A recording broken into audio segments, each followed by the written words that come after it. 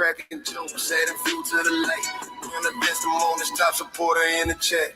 But he said, cam up, Charlie, yeah, pressure like that. Hey, the travel POV, not it off mid-life. Guess these late nights build different, everybody can't survive. Hey, late nights, hey, don't sleep. Real talk, real raw speech. Peppers grind, crowd loud, Charlie Chan,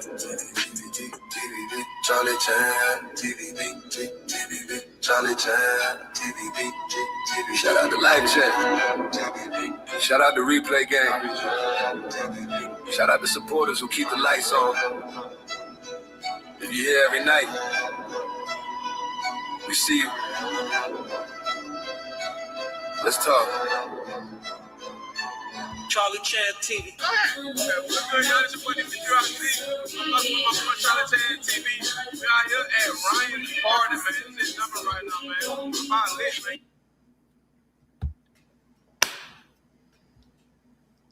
Yeah.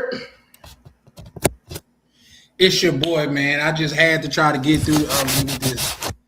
Oh yeah, there we go. Man, I just had to try to get through that little intro, man. I'm still working on it, man. And it paused on a couple things, but man, we still working, man. My TV in virtual mode back there. You guys notice I'm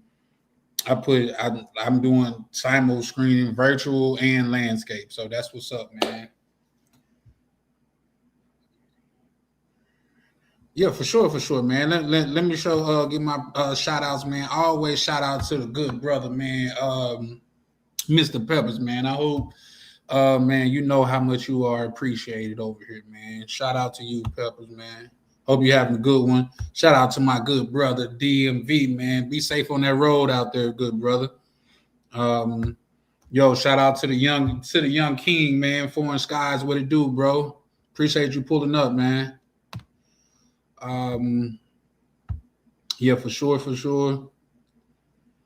Yeah, for sure. Like and subscribe, man. Hey, man, we got something coming up tonight, man. To where I got a little YouTube beef with somebody, but it's all in good friend. All in good fun. We're not really beefing for real. Shout out to Misha, man, pulling up, showing love. Hunter Sanchez, man, what's up, man? How y'all doing? You see, it's definitely getting purged, man. But you know, we're gonna do what we do, and you gotta understand over here, man. We are men and women of many talents, man. So if they block off one road, guess what, man? We got other roads that we could go down. And if they block off that road, we got 4x4s. We could go all terrain on their motherfucking ass, man. Like, you could listen, man. When it comes to this swag here, man, this thing of ours. Man, I got too much drip to be put in the bag, man. I'll just be goddamn it, drip out the bottom. You feel me? Have you ever tried to hold a soggy bag? You know what I mean? I'm too sharp to be put in the box, man. You know what I mean? You try to hold a box with something sharp in it and go poking out. That's me. So no matter what they do, man, I'm ready for it. I'm definitely ready for it. I can tell you that. So yeah, man. But if I'm being honest, I'm not even saying I'm mad at it though. You know what I mean? A lot of these guys do need to salute, stay high, man. Appreciate you pulling up, good brother. Oh man, the big homie Jay Holiday. I don't know y'all. It froze, but Jay Holiday with me and Jay Holiday. With me and somebody in front of some ruins and stuff. That's Jay Holiday right there. That's when I got a chance to pull up on my brother Jay Holiday out in the DR. Shout out to Mike, man, always showing love. We call him Trust Mike, man. If there's anything that you want to know about trust and things of that nature, that's the guy to holler at, man. You know what I mean? He's a treasure trove of knowledge when it comes to that. You said other than that, they a fan. Got to know that for sure. No, I'm still on the wagon. Listen, I might take a little day off, man, but I've been getting tremendous results. I've been getting work done. I just made a huge purchase, man, bought it in cash and things of that nature. So we still working behind the scenes, but I'm gonna take a day off, man, because I thoroughly, you know, man, y'all my family on here. I need y'all to know that, bro. Y'all my family, and man, to be able to sit back and have me a cigar and a drink with y'all, man, it's like therapeutic for me. So I got to figure out something. But as of right now, the program been goddamn it, it's been programming, it's been working, and like I say, my weight down, my energy up. You know what I mean? I'm staying more focused. This just phase 1. I still got more phases to go to, at least phase 5. And this just phase 1, man. Rico, man, what it do, man? How you doing? Appreciate you pulling up. Yeah, for Uncle Rico, yeah, for sure, man. Hey, you be snapping in the back office. That's a good brother that I had the pleasure of linking up with in the back office. Like generally, it goes the other way. I meet people on here, and then we link up in the back office. But shout out to Uncle Rico. I met him in the back office, and he pulling up in the front office, man. So shout out to you, brother. Appreciate you pulling up. Mike say, you think they just want to hold us back because they know we about to look, because so much stuff has changed too much. Okay, yeah, for sure. But at the same time, I got a question for you, Mike. They haven't tried to hold us back. You know what I mean? I think it was Dion Cole. It was one goddamn comedian. He said a white man, he lose all his money, and he goddamn it, he on the self-deletion mode. He like, honey, get the kids, we're out of here. The black man lose all his money. He do what? He get sleep, he go take a nap. You know what I mean? We built for adversity. That's why we children of the sun, man. We built for adversity. Yeah, for sure, man. Like, come on. If they made it easy, we would already been at the top, man. You know what I mean? So I'm cool with it, you know? Because guess what? If being successful and being rich was easy, everybody would do it. We got to have some barrier to entry. So yeah, no, I'm gonna drop the link in a minute, man. Y'all know I just gotta kick it with y'all for a quick second. Yeah, I'm supporting. You say you supporting what you're doing, been watching often. I like your message. Appreciate it, good brother, man. I definitely appreciate it, man. And you know what? A lot of times it go over people's head, but for the ones like you, man, this is not for the many. It's for the few. You know what I mean? That's why I'm okay with not doing such large numbers, because I don't want no fence scrattlers, man. I want people that really then chose a side. Not saying that you got to choose me or anything like that, but man, I'm about leveling up over here. You know what I mean? And reason why I haven't been drinking, y'all haven't been seeing me drinking online, or like I say, my three biggest vices, and I told y'all that at the beginning of the year, was women, drinking, and smoking. And I cut it all out for 2026, man. We locked in because I got to be that change that I want to see. I got to be that change that I'm preaching to you guys, because I truly 100% believe if you become the man where you stand, you're going to be the man wherever you land. And that's anywhere on this earth. I'm not claiming no neighborhood. The earth is my turf. Anywhere I go, I'm going to shine.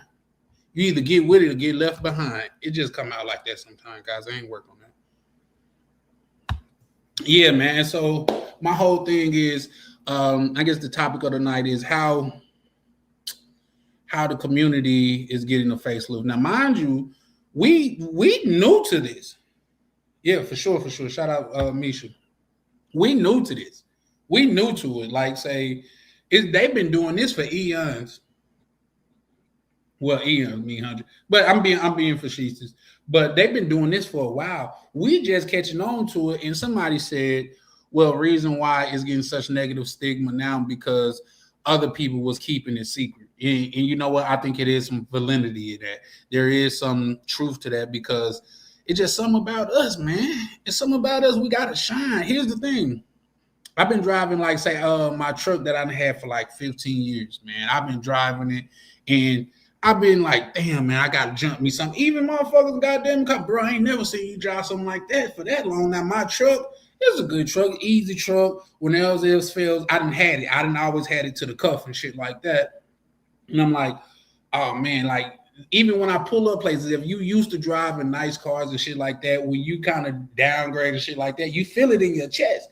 But Since I didn't got my new whip and shit like that, bro, I drove. I'm still in the truck, bro. Sometimes you just gotta know that you got it, man. You ain't gotta flaunt it. You just gotta know that you got it, man.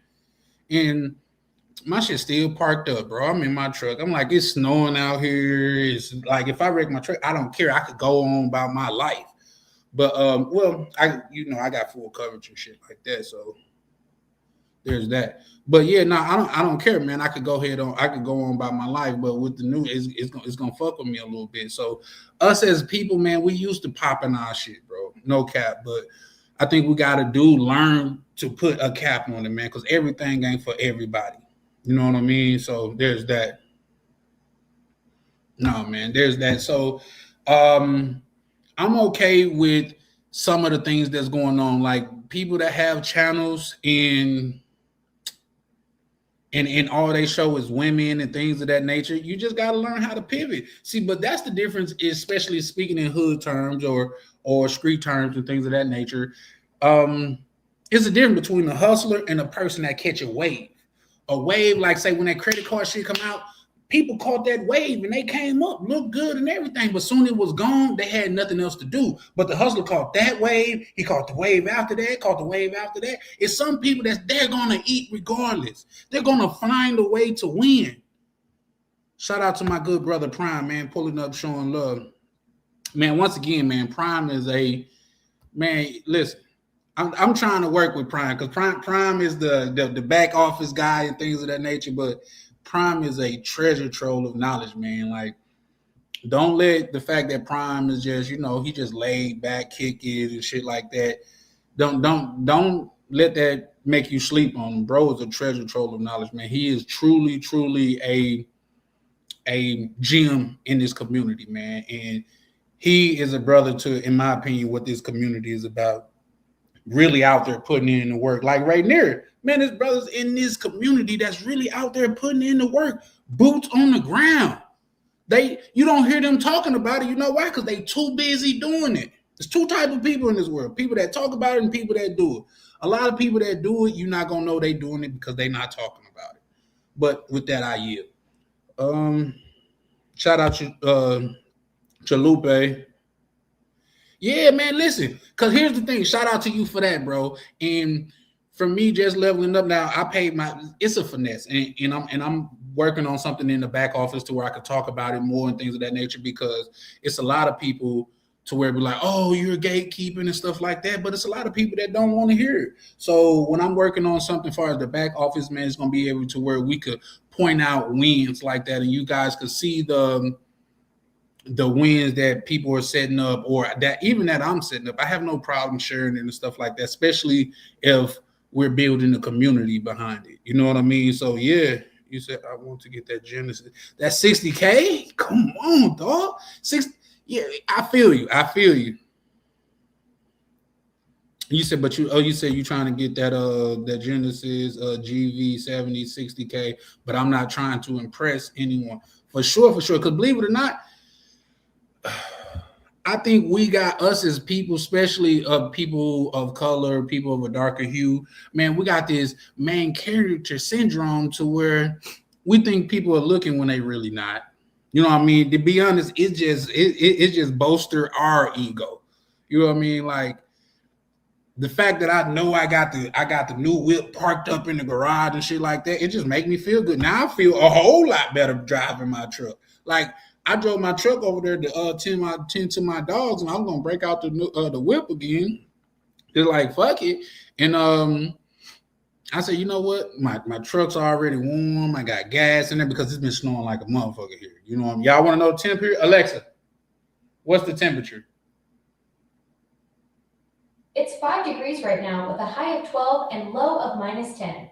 Minus. There's a cold weather advisory in effect from 9 p.m. tonight until noon Monday, with wind chills as low as 35 below zero that could cause frostbite in just 10 minutes. Please dress warmly and limit outdoor exposure. Did y'all hear that? Fuck, I didn't even know that was bad. It was that bad. Like, that shit shocked me just then. Alexa, cut off. Yeah, man, that shit just shocked me. I'm like, God damn, man, why am I even here? It says 18 in Chicago. Nah, that's what's up. Well, Florence, Scott, you kind of close, so yeah, it's cool. But anywhere I take 18 over 5. Yeah, stay high. God damn is right. I feel like God damn me to hell with that shit. But we all got our own, pros and cons and things of that nature. But it's cold as hell, man. It's some days if I don't have to go out the house, man, I won't. But every day I have to go out the house because my dogs are on the other side of town and I have to go feed them every day. Every day, all day. So yeah. It's snowing there. Yeah, they saying, man, we've been dealing with a lot of weather lately. A lot of weather. Look at Pepper's got to come in and flex. Yes, listen, it be so cold outside, man, it kind of freezes your aggression, man. You don't even want to fight in that weather. You know what I mean? You like, you know what? Wait till the summer come, bro. I'm gonna knock you out. Like, it's hard to fight on ice. Believe me, I tried. It's hard to fight on ice and all of that shit. But look at Peppers and Jay Holiday flexing on us for no reason. My question is, what did I do to you, sir? You know what I mean? 61. I just can imagine 61. Cigar weather, yep. It's on the way. Yeah. 61 is cigar weather to me just because 61 is a world of difference from 5. Man, shout out to my brother Jay Holiday. He say it's 78. Come on, man. Say it ain't so, man. That shit, man. Sometimes I be sitting wondering, man, like, man, what are you doing with your life, man? Ain't no way God intended for me to be around this shit, bro. See, all of that is better than where I'm at. All of that is better than where I'm at, man. Now, here's the thing. Y'all got to understand. If it was 25 degrees, we would be happy in Minnesota. That's how much we got them in. We fucked up on this weather stuff.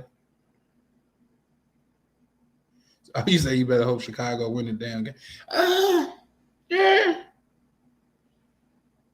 The Bears. You talking about the Bears? I seen the little comedian dude. Like I think he went viral and he got a ticket to the game and stuff like that. I try not to watch a lot of games and stuff. Man, shout out to one of the other brothers. Man, I seen he had left a comment. He said, "Bro, I'm the brother that you went off on playing GTA, and my intention wasn't to go off on you. That wasn't my intention. And if you've been watching me long enough, which I'm sure you have because I've seen your name before, it's never my intention to go off on anyone because you are a grown man. I'm just saying, if you're spending 5 to 8 hours a day playing a video game and you're talking about you fucked up out here, don't nobody want to hear it. You have no right to do that. Because there's people out here that's really putting in the effort and they still can't get ahead. So to be able to dedicate 5 to 8 hours a day playing the game and you're not ahead, I just think, just my personal opinion, there's better ways to spend your time. But once again, it's your time. You know what I mean? I don't have no game system in my house because I know how I get, like, say, when it comes to goddamn COD, Call of Duty, bro, I am a junkie, bro. I ain't gonna lie to you. Like, all them sports game, I don't really care about that for real. Like, back in the day, we did used to bet thousands of dollars on Madden, but this is way back in the day, back when Marshall Faulk was playing, you know what I mean? But nowadays, man, I be too focused on the bag to where I can't afford to lose 5 to 8 hours of my day, even 2 hours of my day sitting up playing a video game. If that's you and you could do that, man, more power to you, man. But I don't want you to think like, man, I was trying to pick on you or anything like that. See, as far as this internet thing go, man, I'm really trying to be more aware of things that I say on the internet because you never know who's listening. You never know what they're going through at the time. So I like to, if I'm saying something, I like for it to be universal. So, but if GTA your thing, by all means, sir, have at it. I'm just saying I can't partake because my bank account won't let me. In order, now here's the thing. For me, it's a productive thing. I even thought about. I said, okay, if I get one of those little home treadmill things, I could probably justify it because while I'm on the treadmill, I could be playing COD. You know what I mean? So I'll be getting some steps in and playing COD. But I was like, bro, don't even tempt yourself. You know what I mean? Like I say, even with the grocery store, and I'll tell people my fight ends at the store. Like if I wanted to get some dessert so bad from the store while I was there, man. I was like, bro, you just gotta get out the store. If you get out the store, bro, we're home free. And once I got out the store, now I still want some dessert, but there's no way to have it because I'm at the house now. So you just got to know what works for you, and not having that distraction here, for me, it works. And as far as like snacks, sweets, and things of that nature, or even game systems, but it's different strokes for different folks. Some people could get on the game and, or you said Bears is down. Yeah. It's some people that could get on the game and play Call of Duty for a good 30 minutes to an hour. I can't. Man, I'm gonna be on that joint, like, especially if you on there talking shit and you done got out on me. Oh man, I'm gonna dedicate my day to getting back at you. And them kids be on there, man. They have the best jokes and they have the best skills, man. I'm gonna do this to your mama and all of that stuff. So I can't do it. But back to the subject at hand. Just can't take a L. You said just can't take a. No, it's not that I can't take a L. It's just like fight. And this is all men. What majority of men in a circle of men. Long as we going heads up, a lot of men can accept that. But when women get involved, spectators get involved, people got their camera out and stuff got involved, now it ups the level of your ego being involved. That's where other things come involved. Like when a man used to be able to call a man out, we could go outside, get this motherfucking energy out, and come back in and everything okay. It's not like that no more. You know what I mean? So it's not that I can't take an L. It's just that what comes with the L. I know this little white boy is like 9 years old. He got the best racist jokes ever. And I know he done got them from his dad. I know it. And he's camping somewhere with a sniper and goddamn it picking me off from 100 yards away. I don't even know where he coming from. He talking shit. You know what I mean? Yeah, what it do right there. That's what goddamn it fucks me up about that. But if I'm keeping it a buck, man, I'd rather be out there getting bread like right there. I'd rather be getting to the bag like the good homie Prime. That's what I'm doing. That's my call to duty. You know what I mean? Is to get to this bread, man.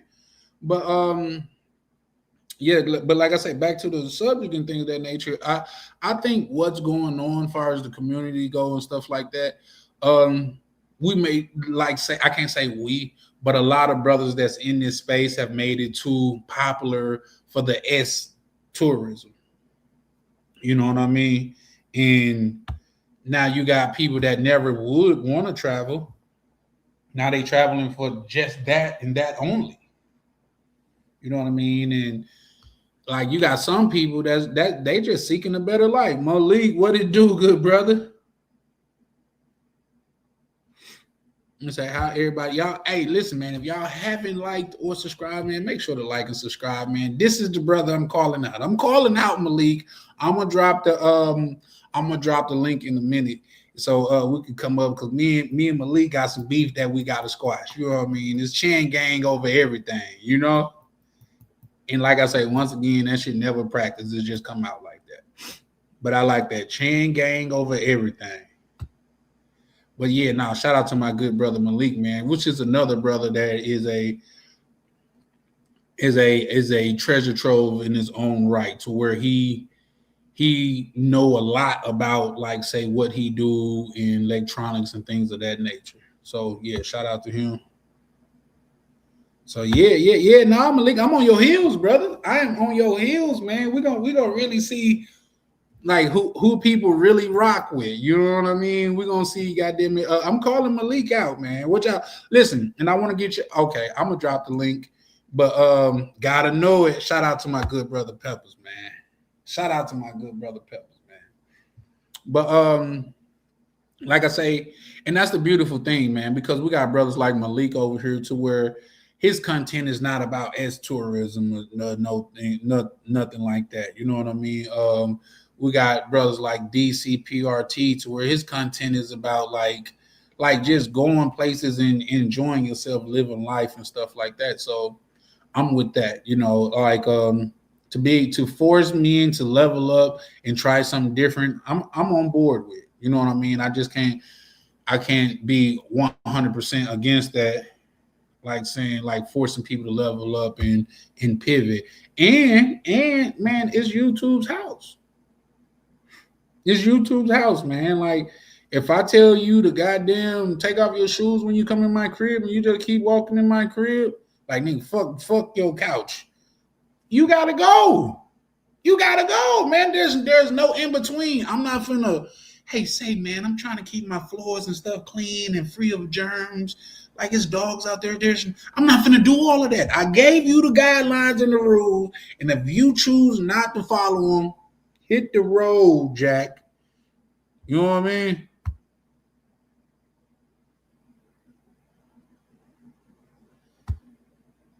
Okay, that's what's up. Shout out to my good brother Malik. But yeah, listen, I'm gonna drop the link in a minute, man. It's just that I wanted to go over that. If you guys caught Ryan last live, I want to kind of chime in on that because we're gonna call something. This is how we're gonna differentiate the streets from corporate. If we're going the streets way, we're gonna say we're gonna go the Corey Holcomb way. We're going corporate way, we're gonna go Anton Daniel way. And the way that old dude was talking on Ryan's live, as far as he doing the video reaction to Ryan, I would go the corporate way. Everything, you can't beat everything the streets way.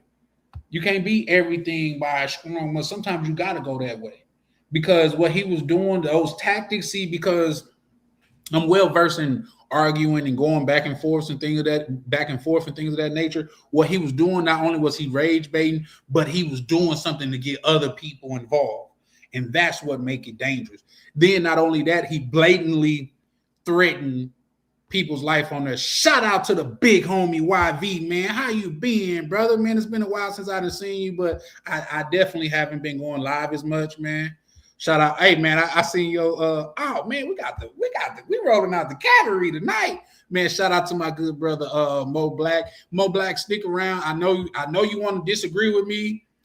Give me a minute. I'm gonna be dropping some way I feels, and you'll be way free to disagree with me. Shout out to my good brother Mo Black.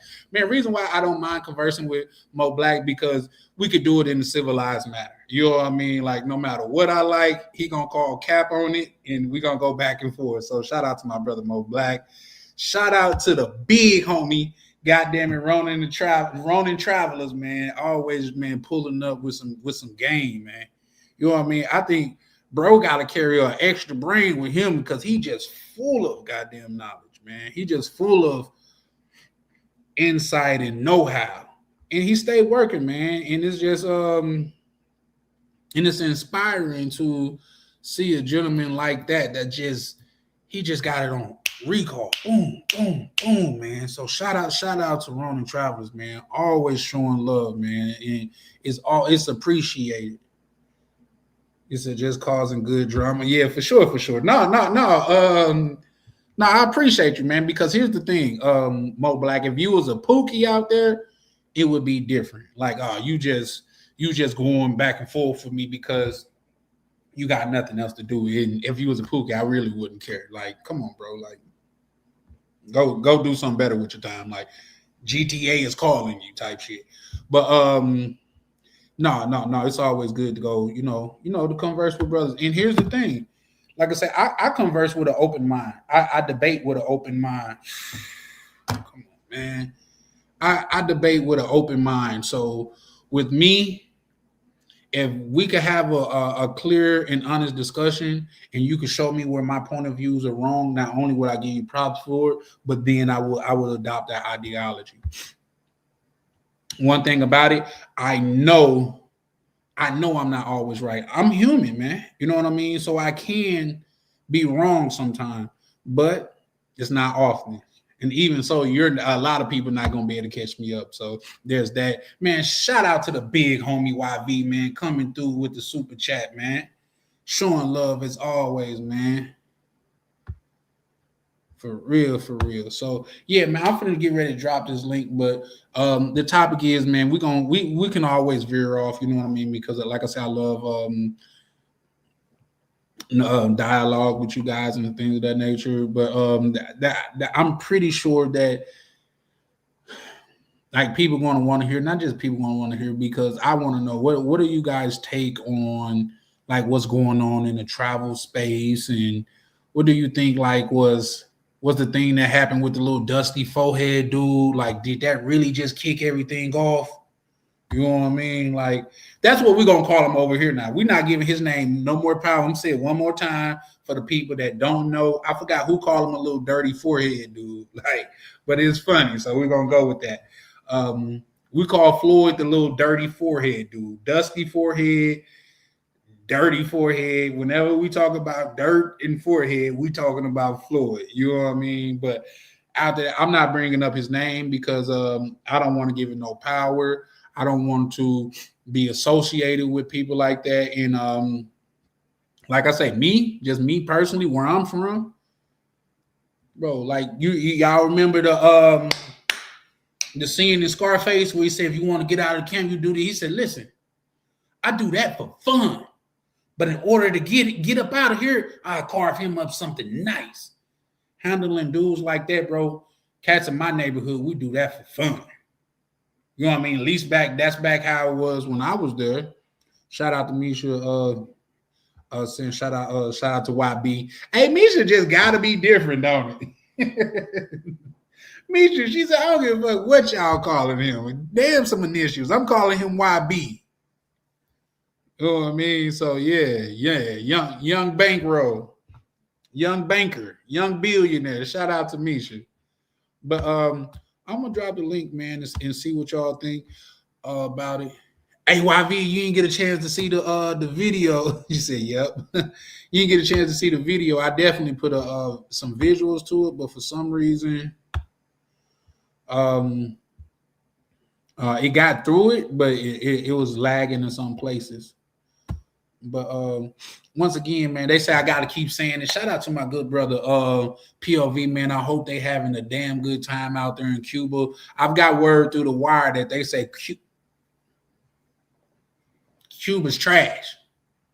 It's trash. We ain't gonna nope. It's done for Cuba, man. Like nobody should go there.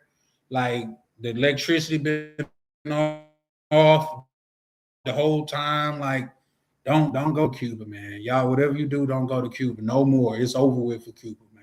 Like, boo, no Cuba. You know what I mean? But also shout out to the young brother Avery. I also got word through the wire that Avery's out there kicking it. Avery's actually on his redemption tour. And from my understanding, the redemption is redemption. I know that came out bad.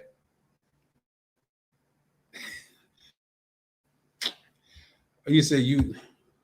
Oh, what you mean? You talking about when I started to sing and stuff like that, but yeah, you know what I mean? If you know, you know. Oh yeah. Oh shit, I just pulled you up, Misha. What happened? Yeah. Like I say, shout out to Avery, man. He out there doing this thing, man, and hopefully he come back from that tropical weather with some good stories and things of that nature. So yeah, man. Yeah. So yeah, like I can't wait to get up out of here, man. Because this man, listen, everyone for y'all, I would have to throw myself into this work because 5 degrees is depressing. It's definitely depressing. Switch review. Misha, oh, okay. 1 second. I know what I did wrong. What it do, Misha? Hi.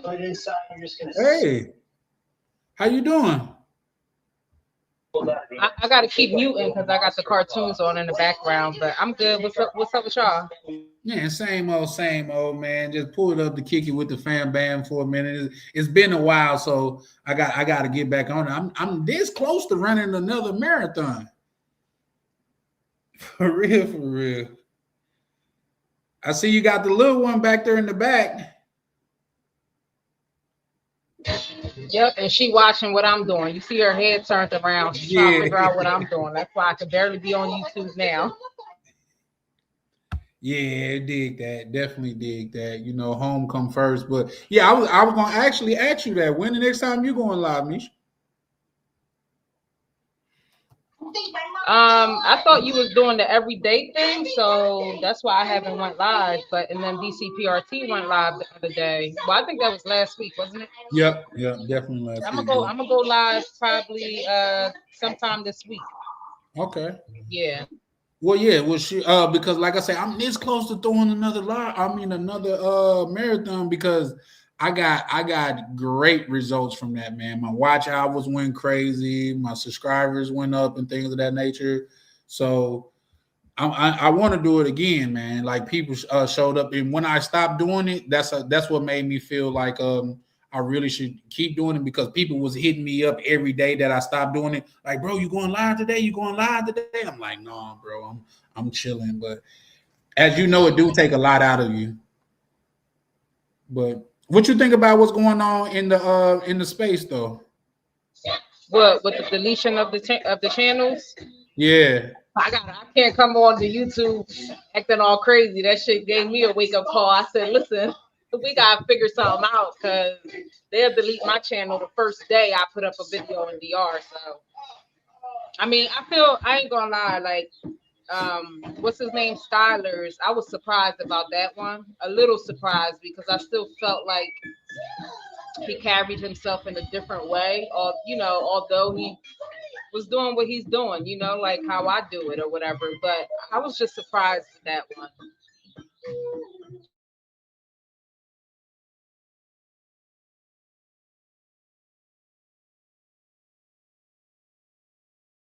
Me too. YV, shout out to the screen sponsor YV. He said, go live Friday, Misha, if possible.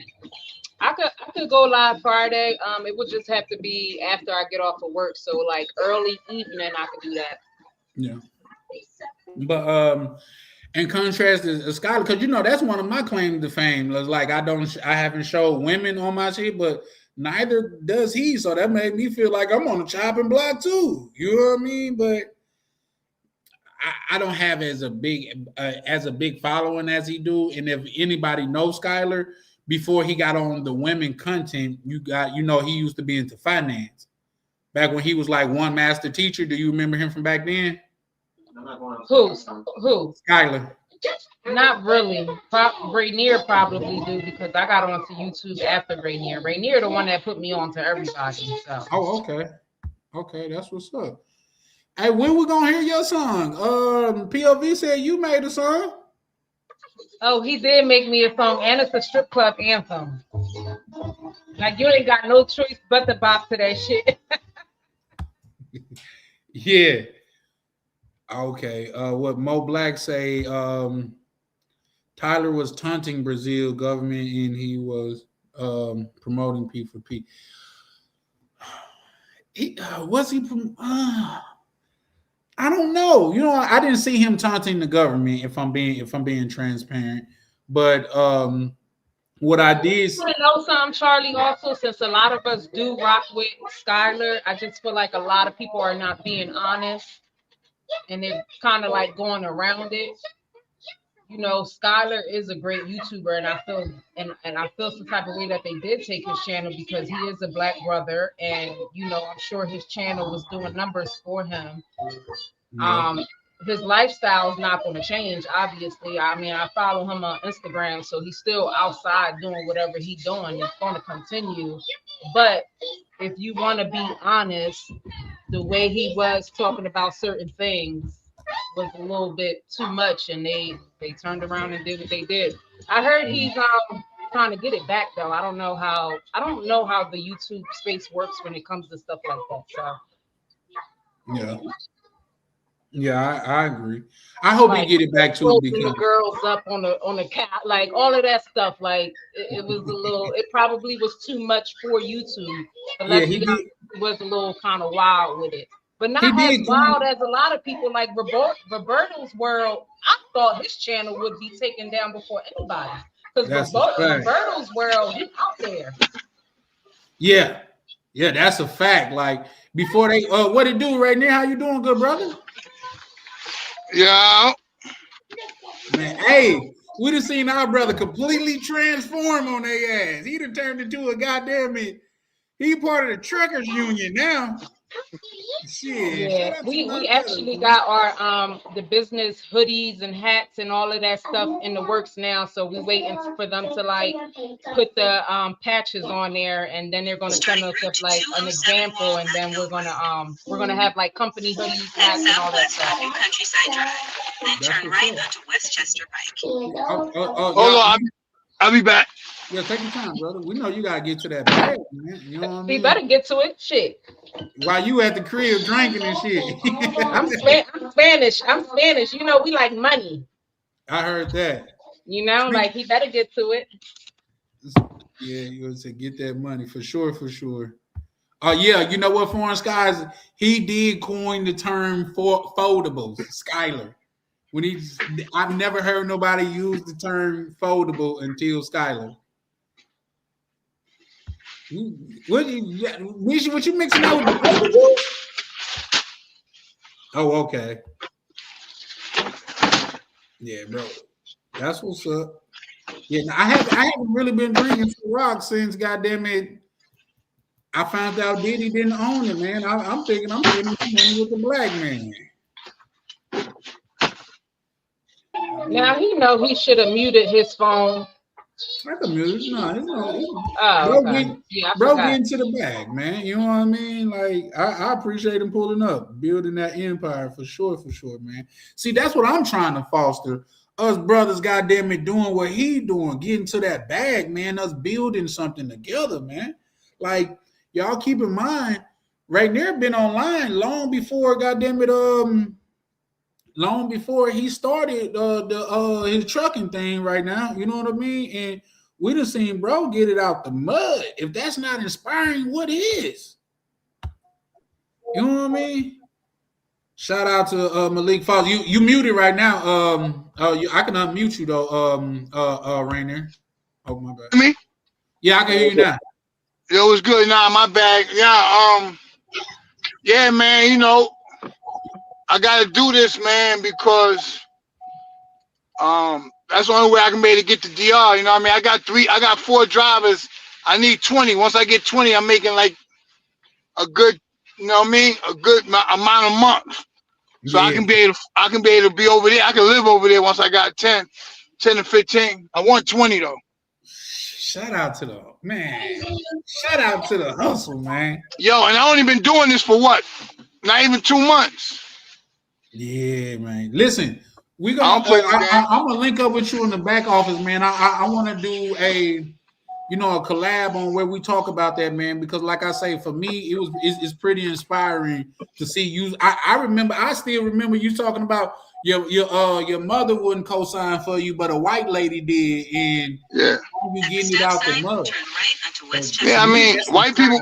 I mean, even my gym, white people support my gym more than black. I mean, as it comes to income, you know what I'm saying? Like black boys always want deals, or they want this, they want that, and I give them deals because I be trying to look out for them. But the white people, some white people don't get this much money. They get the same amount of money probably, but they spend their money different, so they got more to play with. You know what I mean? Yeah, for sure. You know what? I feel you, and let me say that because I'm part of the problem too, and I'll tell you why. I told myself, bro, you gotta go and sign up for Planet Fitness. I'm like, bro, man, all your money is spoken for. Like, bro, if you was drinking, you spending $60 to $100 a week drinking. You mean to tell me you can't get the platinum shit at Planet Fitness? You know what I mean? We just got to see the value in that shit. So Yeah, that you gotta was, take care of yourself, man. You check out. You know what I'm saying? You that's a check fact. out. Not But only listen, that, like Rainier, he don't turn down no money neither. So when he have black people who come to his business and he know that they ain't got really that much to play with, he'll ask like, how much do you have to, like, what's your budget? And I can work around that. Because if you hear what's my price, it's gonna make you run away, you know, because it's expensive. So what can you budget so you can stay here? So some girls be like, you know, all I got is $20. Rainier don't turn it down. He gonna do what he gotta do. All right, well, you could come 1 to 2 days a week. Give me $10 a session. You know, yeah, like, because you gotta think about it. If I got dead time, like say for instance, I got a session from 3 to 4. Well, my next session ain't till 5. So I mean 3 to 4. My next session ain't till 5. I got an hour dead time. I'm on with training the people in that dead time. Yep, might as well get that bread. You damn sure right. I'm not corporate. You know what I'm saying? I ain't gonna turn no money down. You know what I mean? Yeah. Oh shit. Speaking of that, my bad. I let me read the screen sponsor. What's name? I'm glad you said that. YouTube is that corporate employee at the end of the day. Yep. YB, you damn sure right. That's why I say like we gotta abide by YouTube rules. But yeah, for sure. Malik, what's up, good brother? What's up, guys? Can y'all hear me? Loud and clear. Hey, when you showed your background, I had to look at. I said, "Is this nigga in my apartment?" But my shit different. Nah. What's going on, everybody? Nice to talk to y'all again. What's good? No much, just hustling like you, man. Just finished some work and hopping on with Charlie and the rest of y'all, tapping in. Yeah. What's the topic? What's the topic for today? Is the black travel space getting a facelift? You know what I mean? No. I mean, like you know they didn't took Skylar channel and they didn't took a couple other people channels and things of that nature. So like is we going from crusty and dusty to goddamn it business over here, or are they hating? Like, what's people's thoughts on that? First of all, I think this, right? The dude got ties in YouTube. The dude that used to be with Def Jam. What's the boy name? He always going at it with Dame Dash. Leo Cohen. Oh yeah. All right, so he's part of YouTube. You know what I mean? He invested. He got money. He's like a partner in YouTube. So he's hip hop. He knows what's going on. So he can he's there. But anyway, the thing about, to me, I think anything that we like, they're gonna.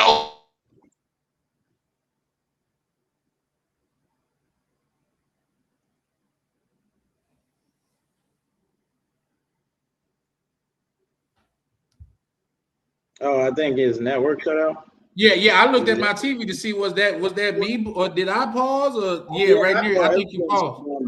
Yeah, I think he cut out. Yeah. He on the move, so sometime like say connecting from one tower to the next, it can cause that. Yeah, he be in the areas where the Wi-Fi don't be really good at too. Okay. You heard? We can hear you now, but your screen still paused. Now, all right, so go ahead. Like I said, Leo Cohen. But the thing is, on Scholar Chat, remember you saw about the white girl that was talking about the men in Brazil, how they like to kiss and all this and all that. Yeah. She had 3 million views. She didn't get blocked. She don't get her shit turned down. Anything that they do, that we do, they don't like, but they could do it. Like shooting dice on the corner. We can't do that, but they can shoot dice in a casino. Smoking weed, blowing trees, but when they can legalize it and they can get money off it, now it's legit. Now you can do it. Anything we do, they don't like. They do it too. Everything we do, they do. Yeah. It's just that they don't like us enjoying it, having fun. They want to keep us locked down. They don't want us to know nothing. Like even do like you said, the dude with the dusty forehead. I'm not gonna call him that. You know what I'm saying? Because I used to watch his shows and all that. I don't agree what he did, but I wasn't disrespecting him then. I ain't gonna disrespect him now. I don't build with dudes like that. I told my wife when I used to watch him, I'd be like, dude kind of weird. Everybody been knew he was weird. It's a lot of niggas weird on this YouTube. Yeah, that be on the channels, that be talking. They weird too. You just don't know what they do, but they weird. You know what I'm saying? Just because you don't know what they do, don't mean they not weird. Then when they find out what they do, then you want to throw darts at them. Nah, you weren't throwing darts at him before. Don't throw darts at him. Just don't. You don't agree with what he did, and you don't rock with people like that. That's it. That's all you gotta say. You know what I mean? We ain't gonna get into that because that's what they do. That's what they want us to do. That's what we do to each other anyway. That's what we do. Well, my thing is like saying to that, man, when has it ever been easy for us? It's never, and it never is going to be easy for me. Look at me. One of my drivers just crashed my car today, my truck. I go through it, but you would never know that. You would never know that. You know what I mean? You would never know that because it's never going to be easy. It was only he haven't been there for a month and crashed my joint today because it's snowing out here. He from Jamaica. He thinking he driving around in the summertime. Yeah, that ice hit differently. Yo, you said you low key rude for that. He said you think you driving around in Jamaica. Yeah, I mean, I'm just trying to say, it's snow out here. You can't drive like that. You're gonna slide. And you're lucky it was a rail there. He was slid off the cliff. You know what I mean? But I'm just trying to say, I'm cool. I ain't mad. It messed up my day for a little bit, but it ain't gonna. I'm used to having a light that's messed up. I'm used to a lot of trials and tribulations. I'm used to drama, so things don't bother me. I'm not a spoiled kid. It don't bother me because I always was dealt a effed up hand. I just make it look good. So little things that people do and go through, it don't bother me, bro. It's just like white people. When they go through something, they want to kill themselves. When they get bullied, they want to kill themselves. I got bullied all my life. That's why I love sneakers, because I didn't have a lot of drip when I was young, and they used to bully me. But that's why I like staying fly. Now, everybody got something going on with them from trauma from when they was young. They just don't want to acknowledge it, or they act like they don't know where it's from. But you know where it's from. You're off topic, sir. No, I'm not. You off topic. Get off the damn live. So, the thing is, what I'm just trying to say is, it's always going to be bullshit. Pardon my language. Always going to be some drama. There's always going to be something. I'm not worrying about it. I'm not worrying about it at all. You know what I mean? I'm just going to keep doing me. I'm going to keep rocking and rolling. And I'm going to keep doing what I'm doing. Now I just can't, you probably can't show love and show people that. And that's the only difference because it's entertainment. But it is what it is now. You know what I'm saying? For sure, for sure. It's over. It's over. Now you got to be corny like they like to be corny.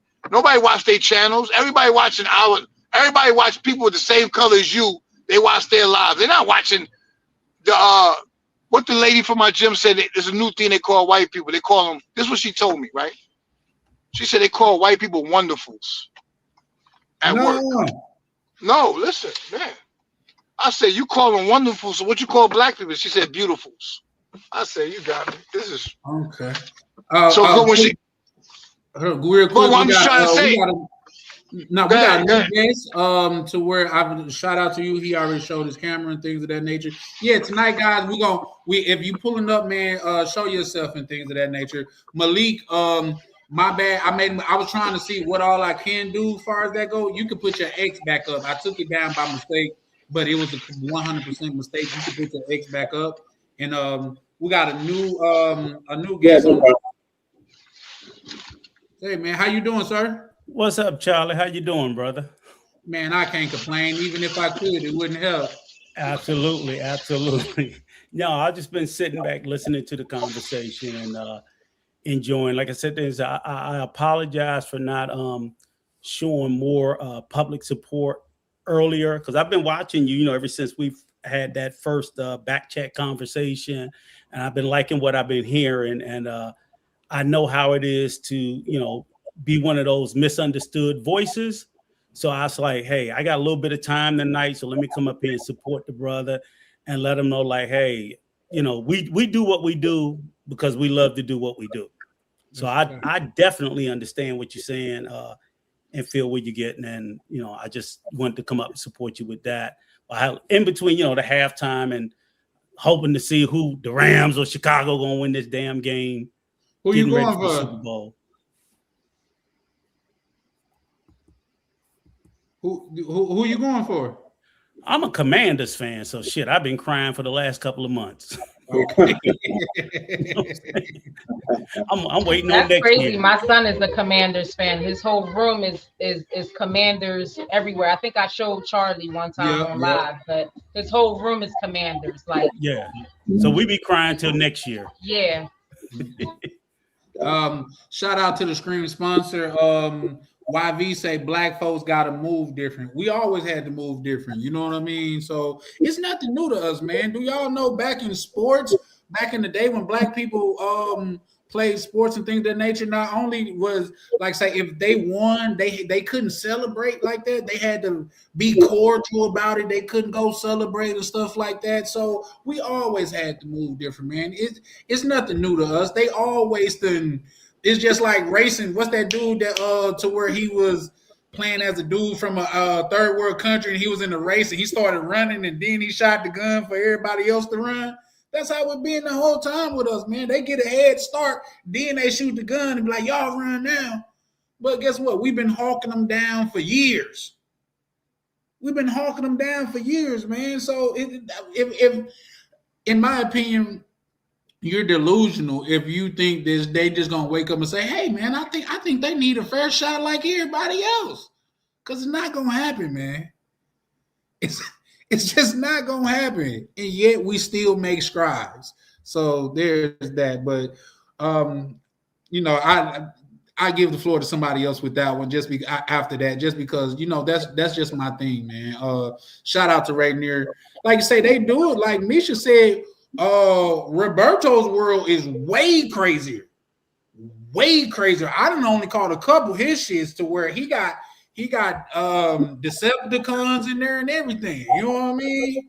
So can I ask you a question, Charlie? Absolutely. So and I'm not 100% sure because I've been in and out. It's like where the framing of the conversation is. I know like in your thumbnail, you're talking about like the old travel space and the new travel space. And I'm assuming that this is revolving around all of these deleted channels and all of the just seem like every week is some new fuckery going on in the space.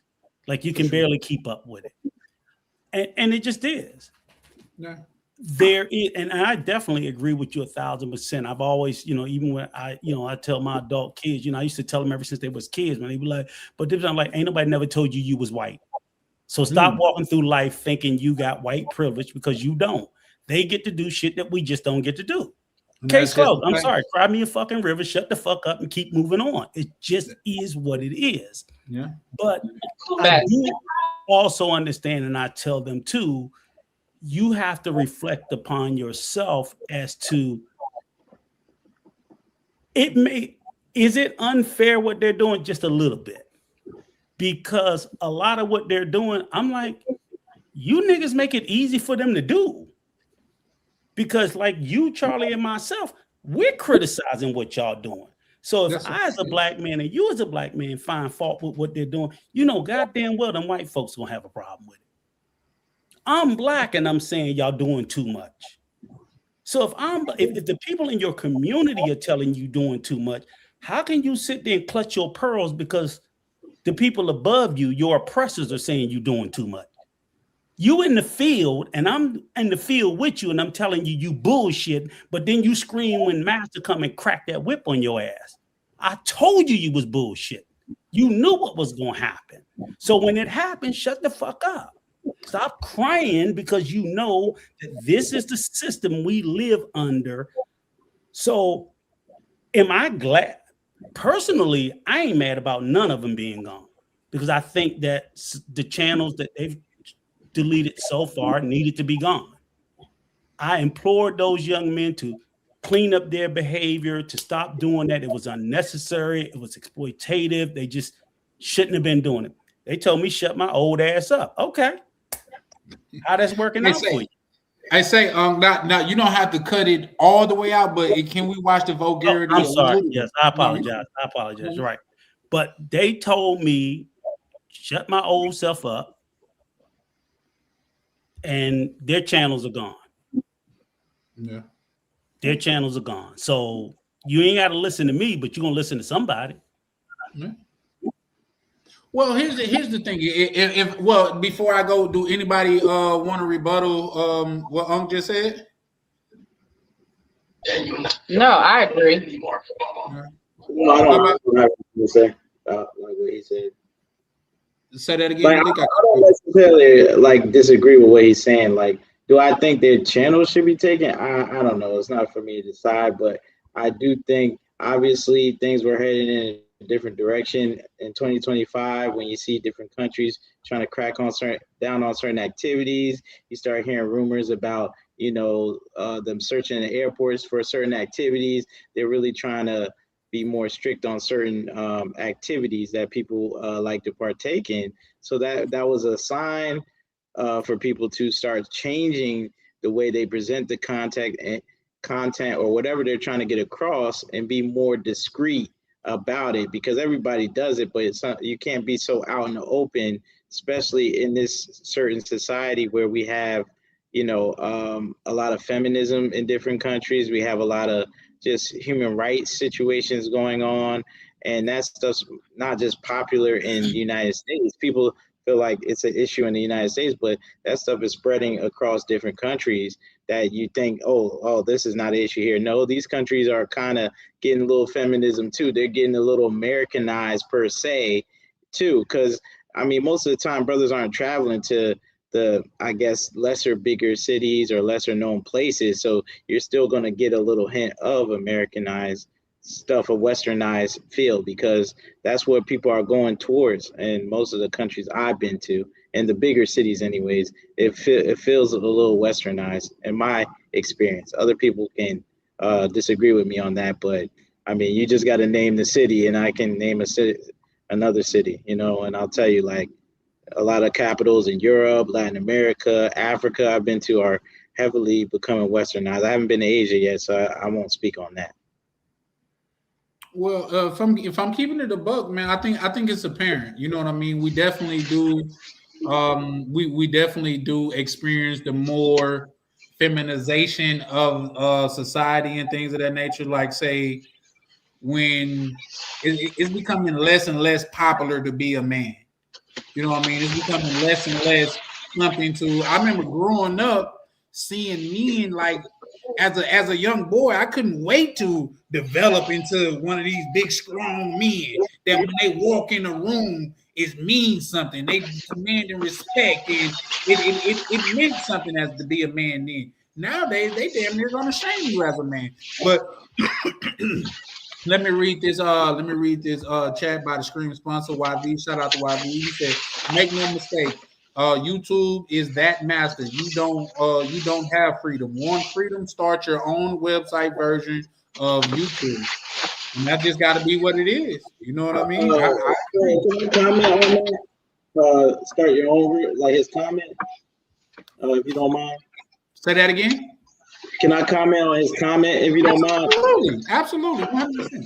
Yeah, I didn't know you wanted to say something, but I didn't want to overtalk anybody. So like, I was thinking about doing an idea, right? Starting a real big idea and making a development of something, right?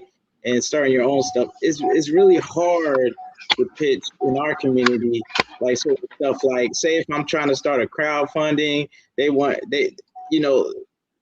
I present it to Black people, they want me to have they all of a sudden got a PhD in what I'm doing. I'm like, well, what do you do for a living? You're asking me all these questions and bells and whistles, they're grilling me, and I'm telling them, like, okay, I got this done. I'm at this stage. I'm still researching because this is not an area of my expertise. I'll come back later for you, but they already want stuff already done. I'm like, I'm just starting out. Like, it's just an idea and a plan together. That's where it starts out. So it is tough for us to just start our own stuff sometimes, in my opinion. I'm not saying we can't get it done, but just keeping it strictly within the Black community is a difficult thing, if that's what we're talking about, if that's what he means. Or, I mean, he doesn't mean that, but I'm just saying, like, it is difficult, or it's a tougher task, in my opinion. And I do agree, we could always start our own thing. I mean, those guys feel like, hey, they want to do their own funny, there's certain activities type of content. Start your own stuff. I mean, as long as it's not illegal, you can start your own thing. I mean, it's not easy.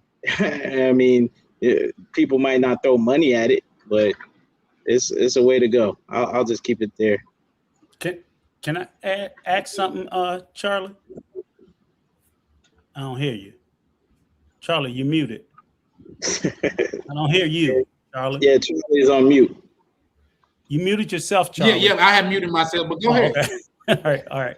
So I didn't want to start talking unless you gave me permission. But that's a great point that you said. I forgot, what's the young man name? I'm sorry, I don't see your name. Foster Travels.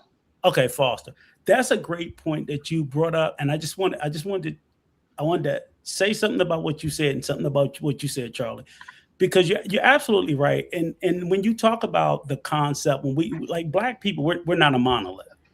So even if you did start a Black tube, whatever you want to call it, all Black people ain't gonna support it because again, we're sitting here being critical of Black content creators. So even if I wanted to support your Black tube, if I saw you were bringing over the same mess, I'm not supporting that. So the same way I don't want to support it over here on white YouTube, I'm not going to support it on Black YouTube. So ultimately, when we always do that, we have this knee-jerk reaction to say, create your own. And I'm a big proponent of, creating your own. But you still have that same standard that you got to meet to appease the consumer. It's not just like, I always hate that, oh, it's a Black business. Black people got to come out and support. Right, exactly. Nobody's going to support you just because you're Black. You have to put up quality product, quality content, quality whatever. So that's why I always don't think that that's the fallback to go to. I don't always think that the space we're in is bad. It's just like, it's good product or bad product. And the only other thing I wanted to ask you, Charlie, in specific about, I absolutely get what you said. I don't want to lose my thought about when you talk about masculinity, right? And being a man. And I think that's very critical and that's very important about like protecting that. But let's be honest, in this space, there ain't a lot of masculinity. There's a lot of immature young boys in this space. So while I'm a big proponent, because if you were being masculine in the first place, a third of these channels wouldn't be being deleted because grown men and masculine men don't even behave this way. So I hate when they do this knee-jerk reaction as a defense to want to excuse their buffoonery. I'm like, no, stop throwing out this stuff. Stop, even the term feminism. I'm like, feminism is a real term, but you doing where these guys are messing with very young people, feminism ain't got nothing to do with that. It's just like I always push back on it because I'm like, let's talk about the stuff that we're seeing. And you're right. It has nothing to do with masculinity. It has nothing to do with feminism. These are just fools acting out of control. And I don't think it's Black men as a whole. These are particular types of Black men that are behaving this way. And I'm going to call them out every time I see them. So I'm going to shut up because, I get to being profane. But that's just how I always kind of try to clean it up that way to make sure that we're attacking the points. Oh, Uncle Rico, I was just gonna say, you're just to elaborate on that. When let me just get this out right fast. I know. I was just saying, go ahead. When it doesn't bother me at all or how anybody talk. It's just that in the house of YouTube, we have to go by YouTube rules. You know what I mean? So that's all. And I have no problem. I want to keep everybody monetized. I got a potty mouth. That's all. Yeah, for sure. Yeah, no. All right, so let me ask you. Like I say, we talk from the back office, so I'm used to hearing you express yourself freely. But shout out to YV, the Scream sponsor tonight. He said, "Tam, I need to hear that horn sound, love." Oh, shout out to Tam. Malik, you was gonna say something? I was just gonna make a comment on what Uncle Rico was saying about the masculinity part, and like how like what he's trying to say, like he's calling it out like some of the inappropriate behaviors he sees, but the issue is he's like in the minority, like people might shame him or whatever, or personally attack him for calling out something he thinks is inappropriate behavior, instead of like people like taking a step back and think like, is this really right what they're doing? Or even if it's not right or wrong, is this the right place to be doing this type of stuff, even if you're not doing anything bad or illegal per se in said country, or even in the United States or wherever you are. Like, if they don't want that type of content or the type of stuff being shown, like, okay, showing like, whatever, having fun, consensual fun or whatever, but if they don't want to have that shown, you just gotta adapt. Especially like he said, it's not your platform, it's not your forum. You can always create your own and do that, but it's a lot of work, a lot of money. You got to raise a lot of money, and in our community, it tends to be, if you ever been in any of these, I don't know, Charlie or Uncle Rico, if you ever to some of these meetings where some business owners are actually presenting to venture capitalists and investors. They're talking big money for some of these projects. Like, hey, I got this new jet ski thing. I need like $50 million. I got a presentation for it, and they can fail several times. Our community, we tend to not have that type of access. We still have to build. We got to start. We have to be more on the creative side, more cost effective. So we have to always move different, period, in all areas of activity, in my opinion, because our needs and, maybe white creators or other creators in different ethnic groups, their needs are totally different because they have a different type of system. Their trauma is different. Their support is different. So we have to adapt to what's going to work for us. So we're not, I guess, targeted for activities we want to, partake in. You know what I'm saying? Yeah, no, I feel you. I feel you. Misha or Rainier, you guys got anything that you want to add? I think Rainier wants to add something. I don't I want have to say anything. something real quick before I jump out, right? Go ahead. I gotta drop the package off. But the thing is this: that's our first problem. By me being a black man, you know what I'm saying?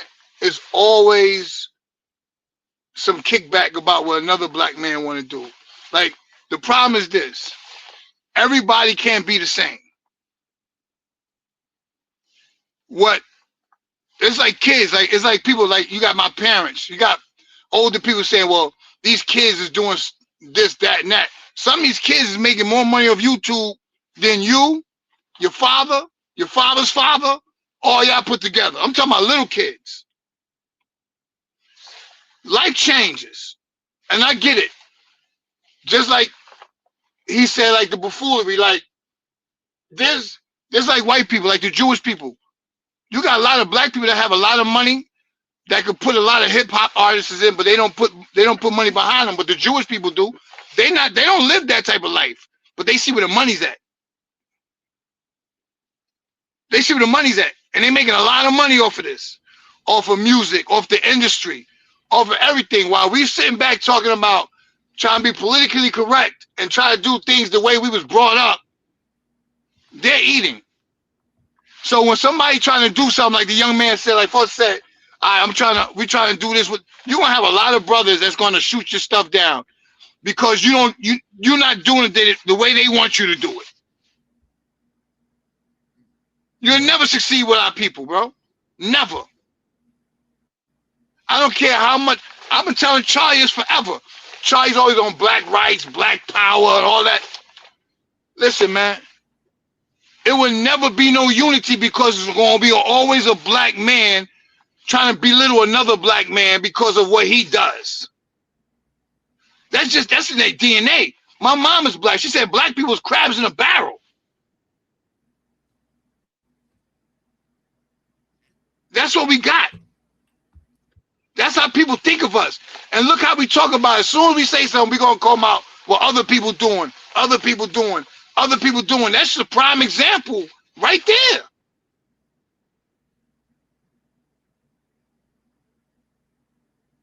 Can y'all hear me? Yeah, no, we hear you. We just listen attentively. Nah, it's a prime example. Like we do that. We do that so much, bro. Like it's crazy. You know what I'm saying? It's like me. Every business I got, every business I done, the black people don't support nothing. They root for you to get it. When you get it, they don't support shit. Mm-hmm. And I've been doing it on my own since I was 16. I'm 49. I love my people, but I'm calling it what it is. Okay. It's certain people that can get along and build together, but it's always going to be that 70% that's going to be against the 25% because they grew up a certain kind of way. It doesn't work. Sometimes life is like Sasua. Things change, but it's always the same. But things change, but everybody want to be the same. Like, you could be the same, but sometimes you got to roll with the change. Yeah, that's a fact. That's a fact.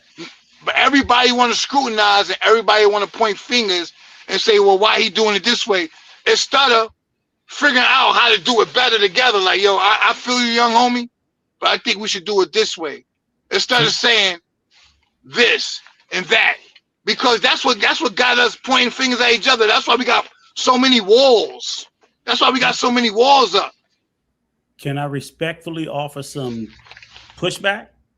No, you can do you can speak. Right. Yeah, I'm asking Charlie too. You and Charlie respectfully. Absolutely. Let me read this. Shout out to YV where he said Lyndon B. Johnson is the culprit. Go ahead.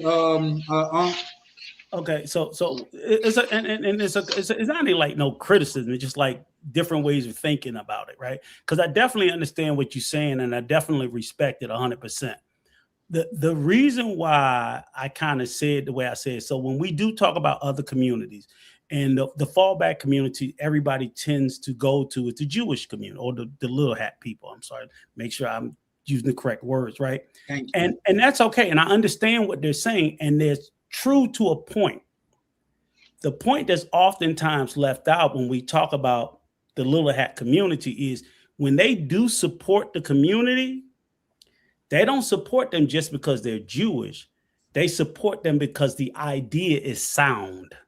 See what I'm saying? Because here, and I would say this, if I was a black creator of something, I invented something, if I come up with a great idea, if it's a great idea, they don't care about what color I am. They're going to support it if they can make money.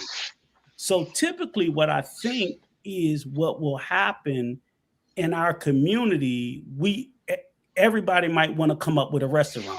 And if I've had 15 black restaurants come in, and then you come in as Brother Foster said, and you come in with another one, it's like, okay, bro, we just can't keep supporting bad ideas. And I'm not saying that all black ideas are bad. I'm just saying all of them are not good.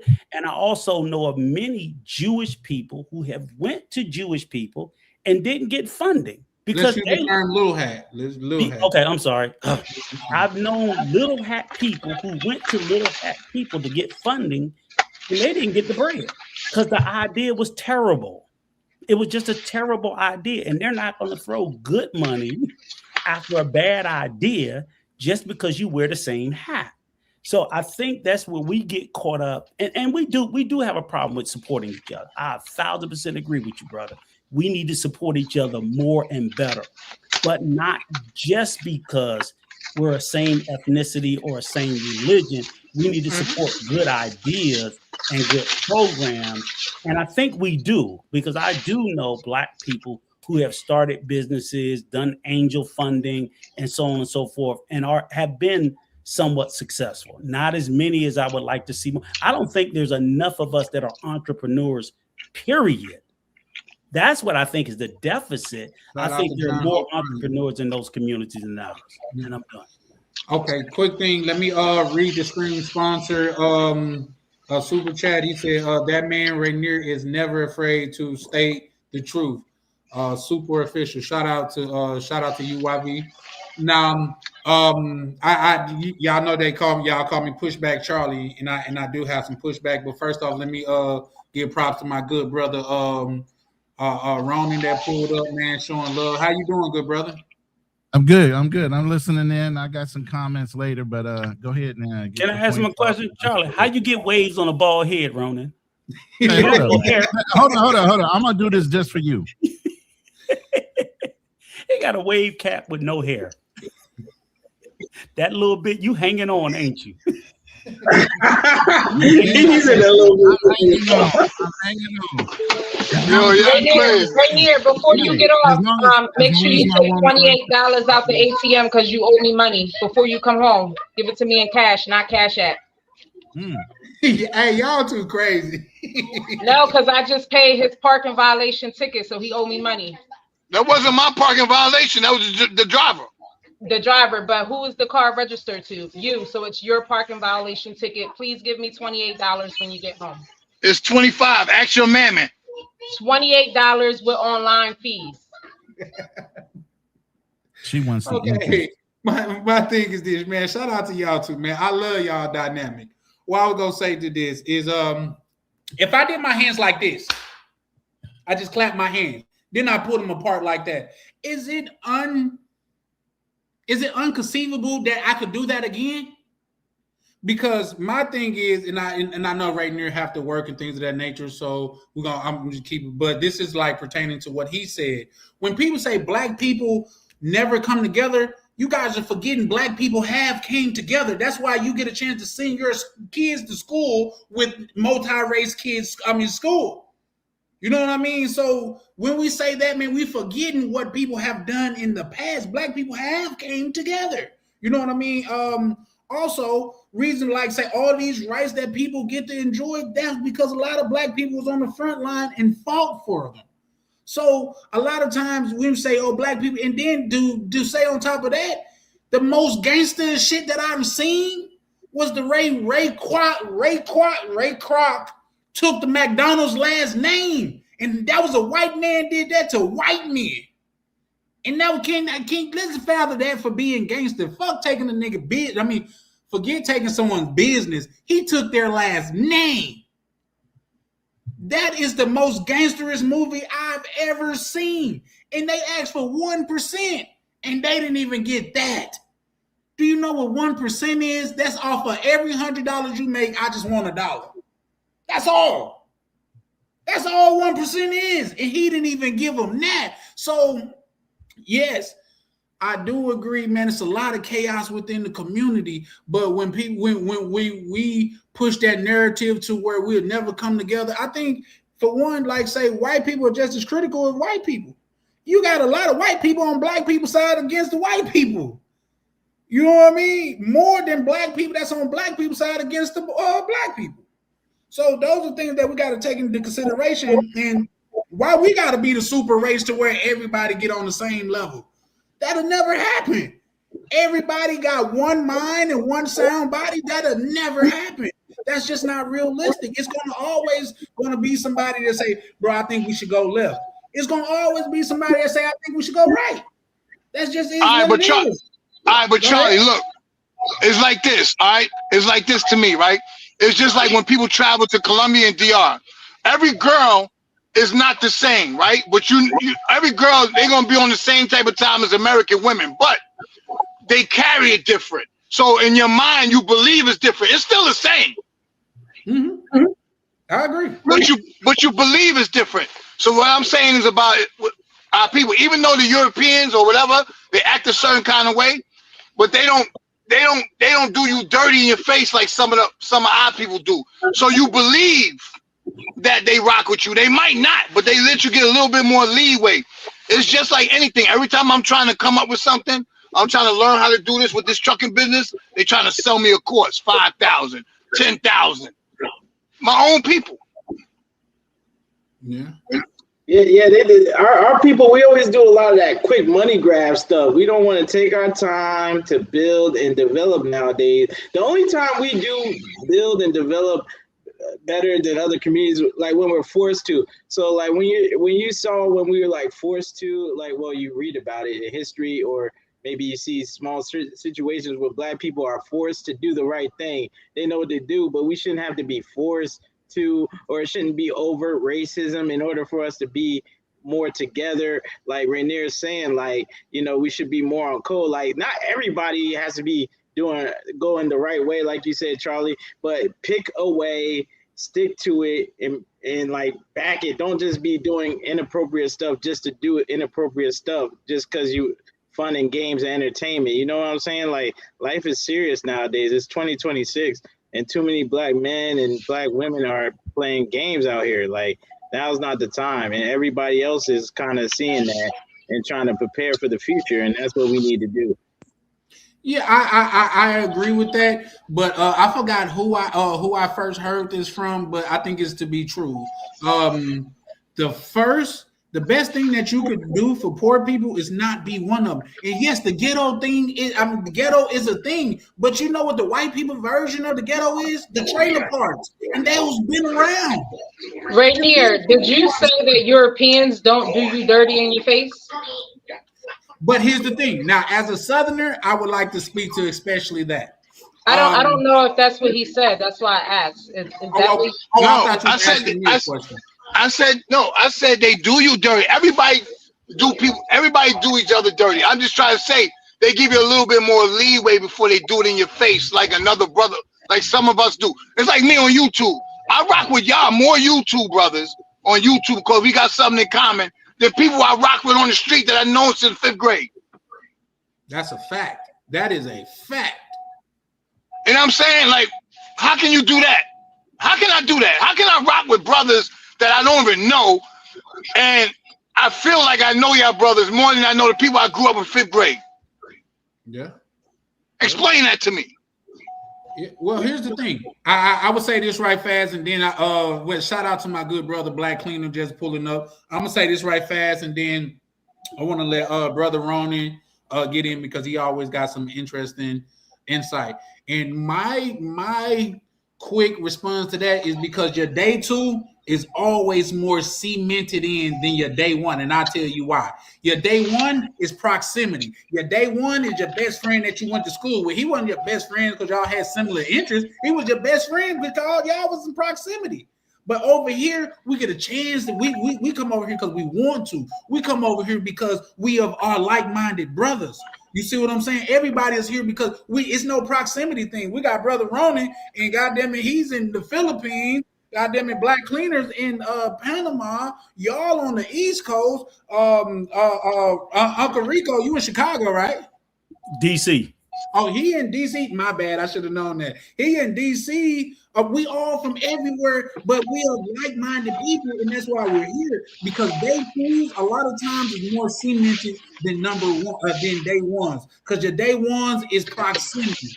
Like my best friend growing up, it wasn't because we had similar interests, it's because we was both poor and we stayed in the same neighborhood. You know what I mean? So there's that, man. Like I say, I got more brothers that call from this community and check on me every day than everybody in my family put together in a week. In a week. And that's what I'm saying. That's what I'm saying. We just got to be we just got to understand this like-mindedness. You know what I mean? And the respect that I have for you guys is not the respect I'm just going to give to somebody else just because they're black. Yeah, no, I feel you, and I agree with you. It's just like okay, like the brother was saying, buffoonery. Like, okay, he respects you as a man, but you was on that yacht with that buffoonery. That doesn't mean that you're a coon. That don't mean you a nut. That just means you like to live a certain kind of way, have a good time on certain times, and then you want to be back to who you are. That means you're still a great guy. Yeah, for sure. But some people will look at that as that's trash, and they want to define you off of that. Nah, that's not it. Yeah, for sure. I agree, but it just is what it is. Like, say, we can all look at the same crime and we'll all describe it differently. We can all look at the same movie and we'll all describe the movie differently. It's all in your point of view. It's all in how you look at it. You know what I mean? Because like I said, I was on the yacht, and from seeing Skylar in real life, he was more of a laid back, like in his he was just just kicking it too. When you can see Skyler over there like kicking it by himself with nobody around him type shit. You know what I mean? Because he's an introvert, but still, at the end of the day, 2 + 2, y'all still was all willing to do the same thing, get it popping, get it rocking, and take something down. Point blank, period. It don't matter how you call it. But Charlie, let me just ask a question. I don't think, and I just want to be clear, like when we say, and I get it, it sounds like it's a judgment discussion. The judgment doesn't come from what you do. The judgment comes from how we display. So even here in the States, and you'll agree with me, Renier, right? If I see a woman walking down the street and she got a skirt with half her tail hanging out, everybody's going to have a judgment of her. But she could be no more of a promiscuous, loose woman than a woman with a dress down to her ankles. But looking at the two women, we're going to judge them differently, not because of their behavior, but because of their display.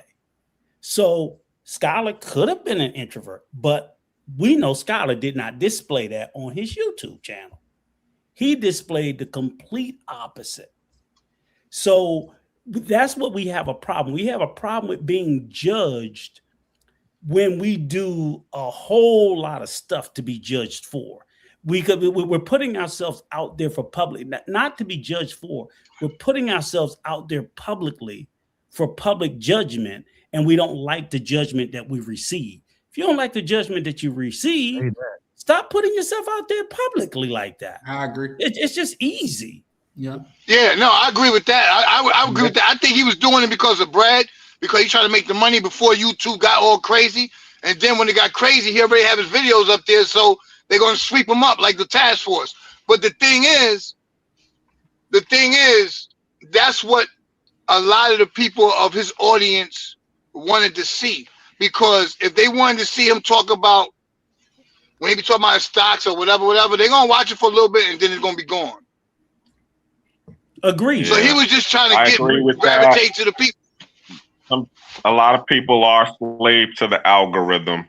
I was watching a shout out to the Flyboy Way, and that was one of the things that he talked about was how you have a lot of people out here who, you know, they put out content, and within the content that they're putting out is what the chat is wanting, or what everybody is telling them, versus putting out a story that's going to outlast them. You know, he talked about what is called evergreen content.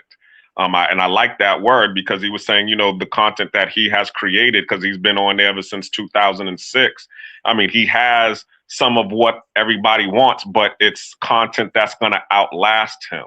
And that's the thing that YouTube wants. They want, you know, content that is evergreen versus what the chat wants, you know.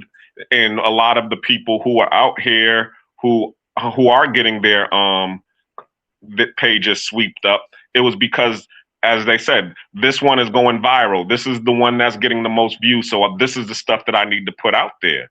And then, okay, but the stuff that is being put out there is going to be a lot of times against regulation. It's going to get the copyright strikes. And now that, you know, this AI technology has been implemented in YouTube, that's what's really hitting everybody, that's getting everybody's page out there, because they have a detection system that can go through YouTube and sweep all of that and say, nah, this doesn't agree, and it's getting you out of there.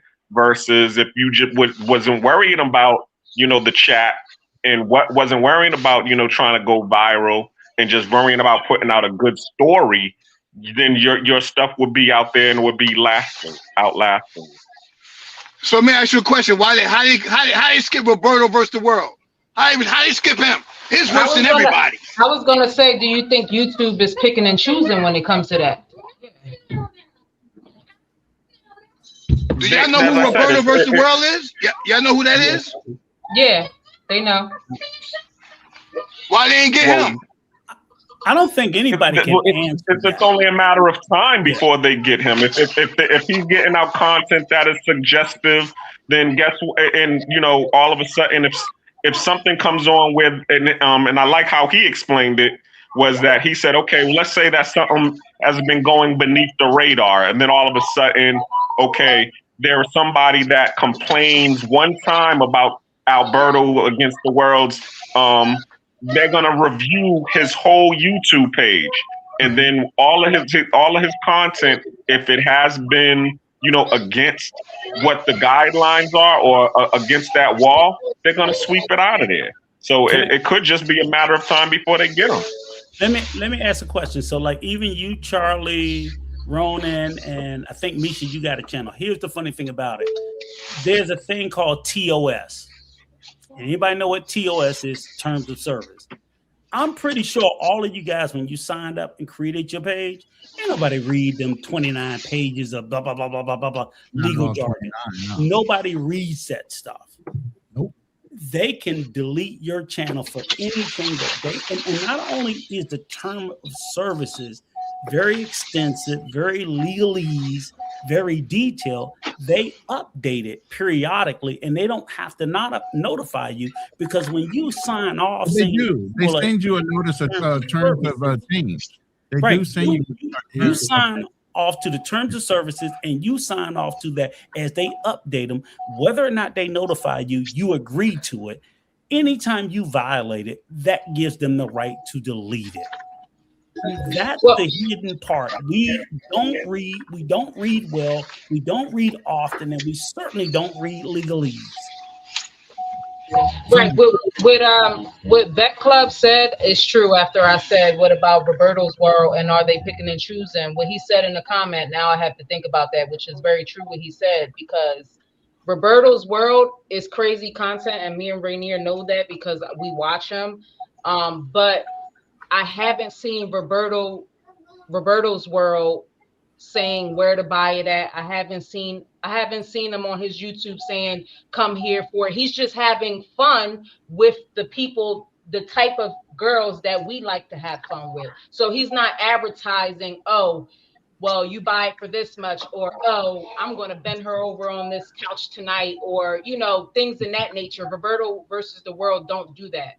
So I see he does do it. He does do it when he be in the bed with the girls and talking about this and that. Last night you had this one, I had that one. He do it. Oh yeah, he does that. Yeah. And then when he come with the money, he says, I paid for everything. I paid for all these women, and I paid for the Brazil mansion in Brazil, the villa. So he's saying it. He's definitely saying it. He might be skirting the line, but it may just be a matter of time too. To be honest with you, I just think it's a matter of time. I don't think this first sweep is the last sweep. I think there'll be more. Oh, no. Agree. Oh, yeah. Agree. There'll be more. You guys hold on 1 second. Let me get this out. Or Tam, shout out to you, Tam. How you doing, baby? You got that's the only reason why I came up to give YB his wish. Oh, okay. You want to read that for him, baby? Yeah. He's way more than Giamo, so I don't know how he escaped. Y'all ready? Yep. You want to you want to read this Scream sponsor comment, love? Sure. Okay. Blacks were perfect before LBJ. For those who don't know, that's Lyndon Baines Johnson. He was a president. He's strategized our mindset so we could never organize economically. This mindset needs to be fleshed out. Is it possible? Yeah, for many, but not all, in my opinion. Like I Who said, did you say was worse than Giamo? He said, Roberto's World.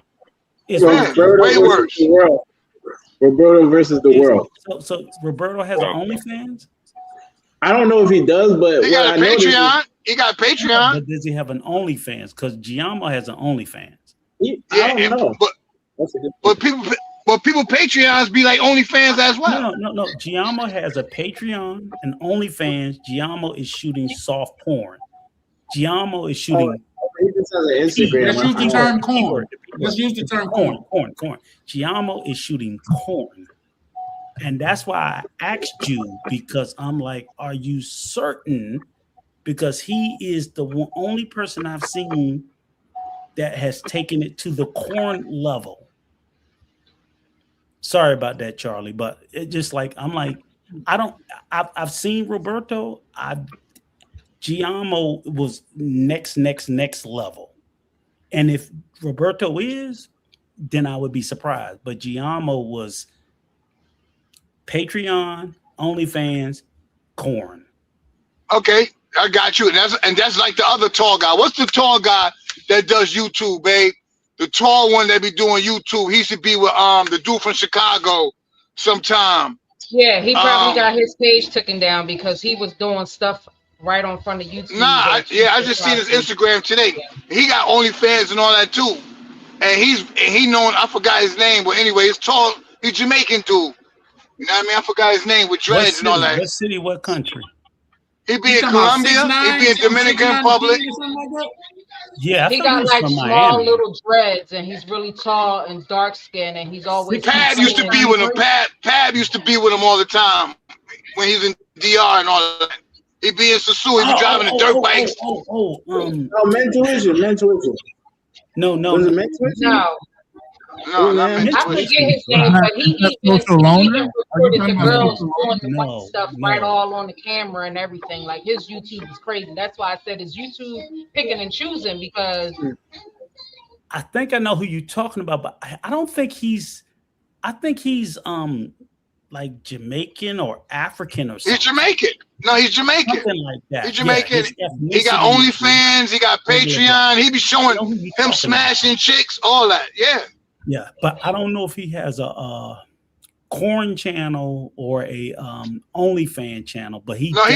He got OnlyFans. He got OnlyFans. Oh, I know who you're talking about right now. I just can't think of his name now. I know you're talking about. He said Nebby. Is the name Nebby? He's a young guy too. He's a young guy too. Like, yeah, he's young. He's vicious. Is it Menace or something? I think it's Menace. That's his name. Something like that. Menace. Yeah, I know it's Virtual Menace. There you go. Yeah, Virtual Menace. See, yeah, y'all know. Y'all some real YouTubers. Y'all know. I don't know who any of these people y'all naming off are. I know China Chan. I know Vibing with Misha. That's who I know. So the crazy part is, like, some people complain about these kind of YouTubers, like I said, but some YouTubers are the ones that I want to watch because of the activities I like getting into. Yeah. So I don't know if I should call it buffoonery or they doing it the wrong way. It's just like I don't know. Okay, the two things, Misha. If you want to live stream and like simul screen with this one, you can. Other people on the panel is doing it as well, so you could probably, if you want to, you can, and have your people come to your page, and those are those watch hours account towards you and what you got going on. I don't know how to do that. Hit the blue button on the top right hand screen on your. I was gonna say we got. Hey, yeah, I'll definitely say, hey, we got the YouTube whiz on the panel. Hey, Ronan. It says strangers to your audience. Yes. Yep. When you hit that, make sure you copy the title if you want to use the same title, and then download a thumbnail or something later. But you got to go into your YouTube studio after you do it. That way you can talk back and forth to your people specifically. Hey, Tam, over here, we call Ronan struggle hair. Oh. Wow. Really? We going after my hair today, right? I'm just saying hello. Wait, with your little U-shaped formulation over there too. You struggling too, brother. Oh, hey, yo, one love, everybody. I'm gonna get off, man. Black. The pot calling the kettle. Shout out to you right there, man. Appreciate you pulling up, brother. I know I don't. Yeah, appreciate all y'all, man. All love. Everybody's all love, man. Later, Rainy. Make sure you put your seatbelt on so you can be safe, please. All I hear is ding, ding, ding. Brother, in and out of there. Hey, putting on and taking off your seatbelt take too long. All right, Rainier. Appreciate you pulling up, good brother. I appreciate y'all. All right, babe. See you later. All right. Seatbelt save lives, Charlie Chan. Don't forget, bring my bread back to the crib. Wow. I need my money. Ain't said that. But yeah, no, shout out to you, JM, man. Appreciate you pulling up, good brother. But Misha, I got a question for you. Right. So did I do it the right way? I did it. I see it up there now. So you definitely. All right, thank you for showing me how to do that. I didn't know how to do that. We over here to win together, man. What they say, I heard a person say, if you want to go fast, go alone, but if you want to go far, go together. You know what I mean? So You gonna each hold my one, hand, Charlie? baby, I hold whatever you want me to hold. Oh. I'm just saying.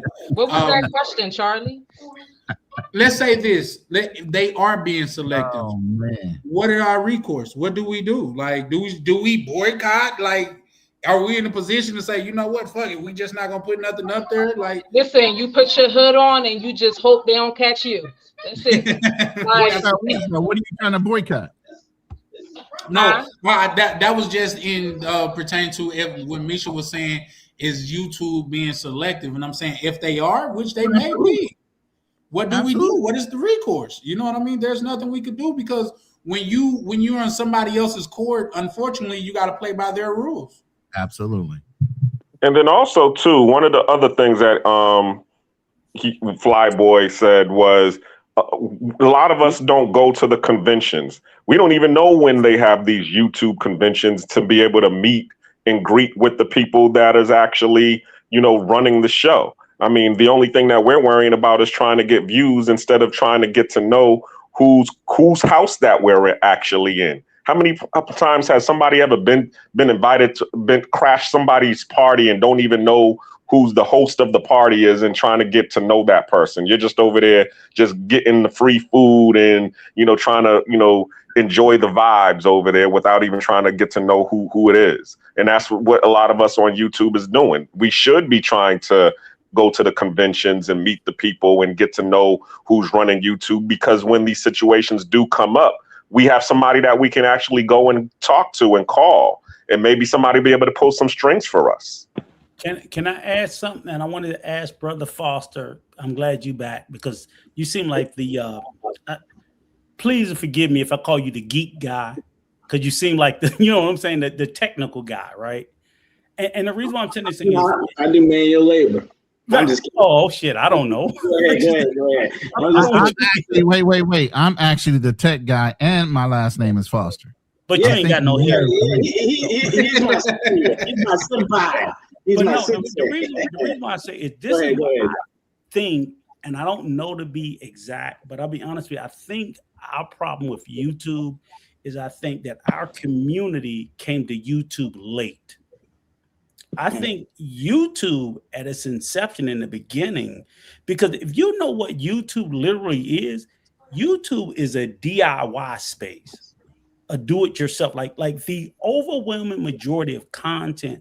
When we look at YouTube in the Black space, we think that that's the YouTube world. We are such an insignificant part of YouTube.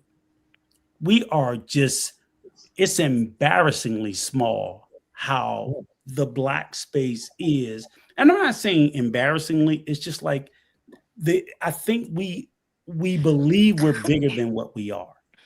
So even when and I appreciate Sister Misha, when she sat there and said like things that you like, and I'm like, yeah, I like some of those things too, this, that, whatever. There are spaces for that.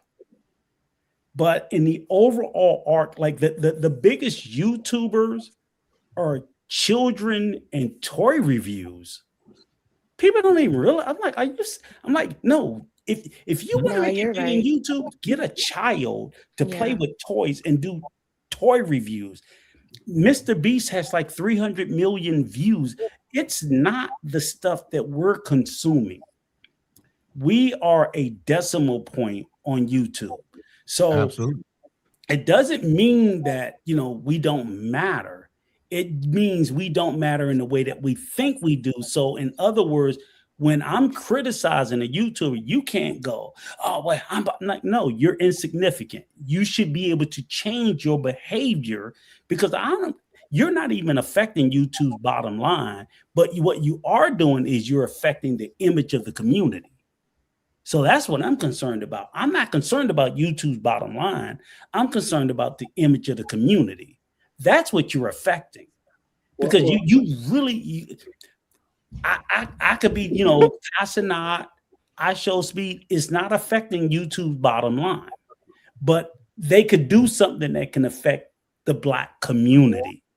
And that's what I'm trying to hold us responsible for, myself, everybody else. And I'm not saying that, no, I can fix it, but I'm saying stop adding harm to it unnecessarily. for a dollar, for coin, that's not going to last you later. That's I can agree with that. Oh, real quick before anybody go next, Tam, you want to read that comment from YV? Yeah, but first I want to say somebody said Floyd liked toys too. Anyway. Oh, come on. Okay, let me find it. Where's he at? It's right. It's YouTube. I know, but it's too little. You know I'm old. I can't see. YouTube, our employer, has a microscope on Black shenanigans. We can't do nothing about it but start our own tube. And then he has another one. Even I Show Speed has to walk a straight line. Well, Uncle Rico, and since you addressed the statements you were saying to me, I guess I'll respond. I think going with it, what he's saying too, I think when it comes to our money, that's why it's important for us to financially support reasonable Black projects, like projects that look like they make sense by people who have a good reputation, because we'll give our money away to people that will make us feel good, like pastors, hustlers, sweet talkers, but it might be some Black, I guess as you call me, the geek, you called my namesake here, my sensei here. If we have a little project and we need just a little bit of money, like let's say we just need a couple $1,000, it's stressful for us to get it, and we have a nice detailed plan. We worked long hours, and they give us, well, you should just do it yourself. Why are you out here begging me? What am I gonna get if I give you this little $1,000? Am I gonna have ownership share? And you have a plan like, well, I'm not giving out ownership share. I'm giving out this. Well, I want to own a profit percentage. Where's the money when I'm getting paid? All these details, they got a darn PhD in it. They're a darn sophisticated investor. They're not even a retail investor no more. They darn sophisticated all of a sudden. I'm like, dang, where is this vocabulary, this vernacular, this lexicon? Where did that come from? Like all of a sudden, I'm like, where did you get your education from? Harvard or something? Harvard? You got a PhD in economics from Harvard all of a sudden? So that's how it comes across to me. What do you say? I didn't want to cut you off. Business, Wharton School of Business, all of them come out with master's degrees and shit. I know exactly. As soon as you present a reasonable project, it's like you present a reasonable project. So we have a big issue in our community with that. You trying to ask for money. They feel like you're trying to hustle them, but they're giving the money to the hustlers. They're like to the churches, to the schemers and scammers, the quick money places. Like we can't delay our gratification. That's one of our big issues. Because if I say, okay, I can build a YouTube, but it's going to take me a couple years and I'm going to need this amount of millions of dollars. Will my community primarily support that? Of course, outside investors are going to come in, but am I going to have y'all support? That's the issue. We don't support financially our own unless we're forced to. Like we can look at the boycotts that were done. That's when we were financially supporting stuff. That's when we kind of were together, right? That's when like the marriage rate, all this other stuff has an effect in different areas of activity. I know people will say, oh, that's not related. I'm like, all this stuff's related in my opinion. People can give me pushback on it, but the main point here is that we need to really financially support our projects, because I mean, even if YouTube says, oh, I see Black people doing this, we lost a certain percentage of our Black audience, what happened? They might buy us, but then they'll have like a section catered to us because they know we'll go away and do our own thing, even if they buy Black Tube or whatever you want to call it, right? Whatever you want to call it, they might buy you out. Let's use the real word. There's actually a YouTube right now. It's not YouTube. It's funded by Isaac Hayes Jr. and it's called Fanbase. Oh, Fanbase. So okay. There's a Black YouTube similar product out there owned by Black people. He silently has been funding it. You can actually still buy in right now, like $300 and some, and I think he has right now about $7 million funded towards the project. And it's already been running indirectly for the last 2.5-3 years. So there are spaces out there. Then you can start your own website.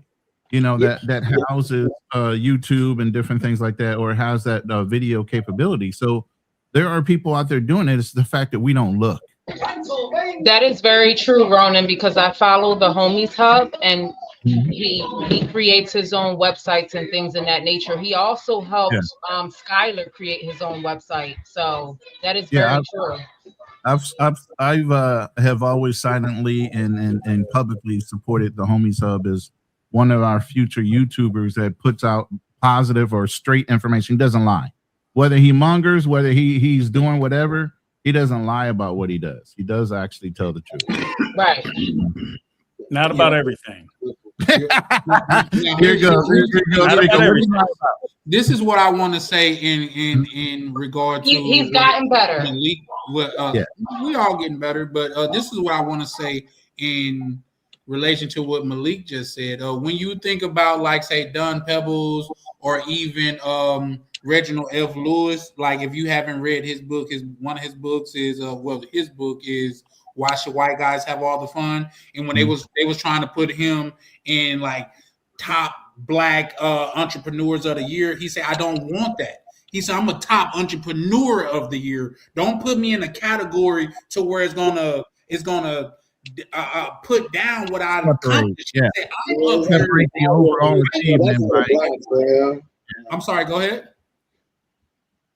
Oh, we were just saying that devalues it when you like put in the like category like, oh, it's just the black, but he's not beating the whites, you know? Right. Or that's what he said. He said, I'm top in all levels, not just white. So when you do things like that, that's just like I told a guy that was standing outside of the store. He was like, "Do you got an extra dollar?" I told him, "Bro, I ain't never seen an extra dollar in my life. I don't know what an extra dollar look like. Is it the same color as a regular dollar?" Like, because if that's the case, I'm mad at everybody around me because I'd rather pay my rent with extra dollars. I've never seen an extra dollar. So my bread in my bank account is goddamn, it sees no color but green. So whether the money comes from white or black, it's gonna spend the same. So when I want to be the best because I want to be the best. I don't want to be the best in the black space. I don't want to be the best in this community. I want to be the best because I'm the best. You see what I'm saying? Right. Like I heard, I think it was the dude Gary V. He said some people, they want to have the biggest building in town by knocking down all the buildings around them. But other people want to have the biggest building in town by building bigger than everyone else. One of them where you just putting in the work. And that's where I'm coming from. I just want to put in the work. I agree, but to give you a little bit of pushback on that, that also sounds like that I'm not black, I'm OJ, when you're saying, well, I'm not the best black person, I'm the best, person all around. Yeah, it's good to be, the big fish in your pond, but then also to be the biggest fish in the ocean, period. So let's start by being the best in your pond, you know what I'm saying?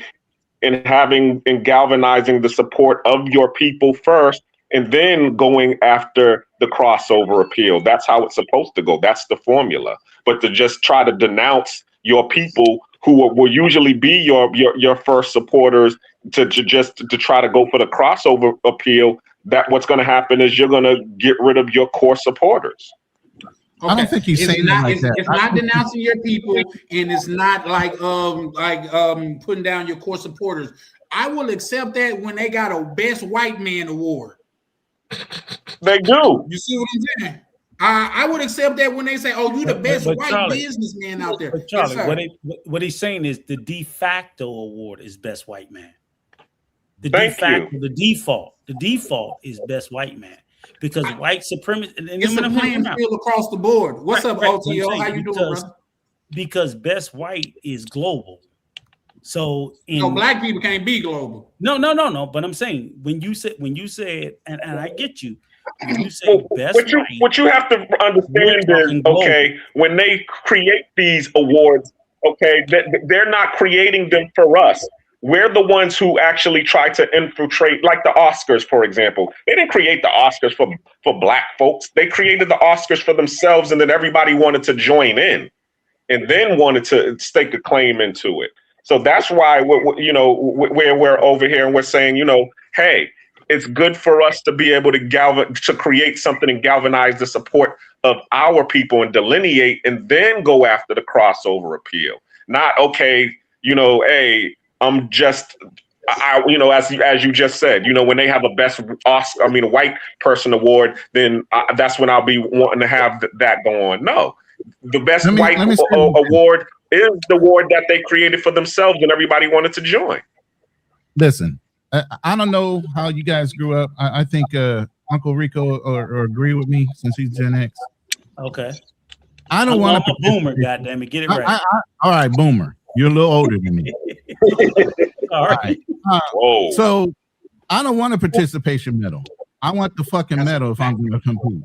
That's a fact. So when you say and you want to deconstruct an award and say best black, best Asian, best this, you're deconstructing the overall award by doing that.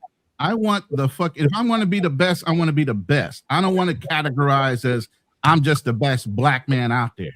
Yeah, we're a global society. We're not just a. But here's the problem. Here's the problem. That's what I think Charlie Chan is saying. I want to be the best overall. I don't want to be deconstructed and put in a category.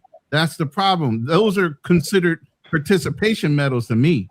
Yes. If I'm going to compete, I want to compete on a global market. I want it to be. I don't care if it's the odds are stacked against me, because if I am the best as a black man when they tried to deconstruct me and I'm still whipping everybody globally, then you can't touch me with the fucking 10-inch fucking stick. Okay. Not that white man, not that Asian guy, not nobody, because I had to work, 5 times, like they used to say, 10 times as hard to get where we were. Yep, that's a fact. But I have a question for you guys. Okay. In 1939, remember I told you guys, my mother was born in I don't know if I told you guys. I think I was telling somebody else earlier today. My mother was born in 1939. Do you guys know what happened in 1939? World War II. No, we had the Olympics. World War II. No, we had the Olympics. You had the Depression. In 1939, we had the Olympics in Germany. Oh, okay. There was a black track runner named Jesse Owens that ran the Olympics in 1939, and he smoked the living shit out of white people. Yep. And that motherfucker named, I'm sorry, Charlie. That white man named Hitler refused to shake his hand, refused to acknowledge him. That's not true. That's actually a counterproductive story. It's not true. No.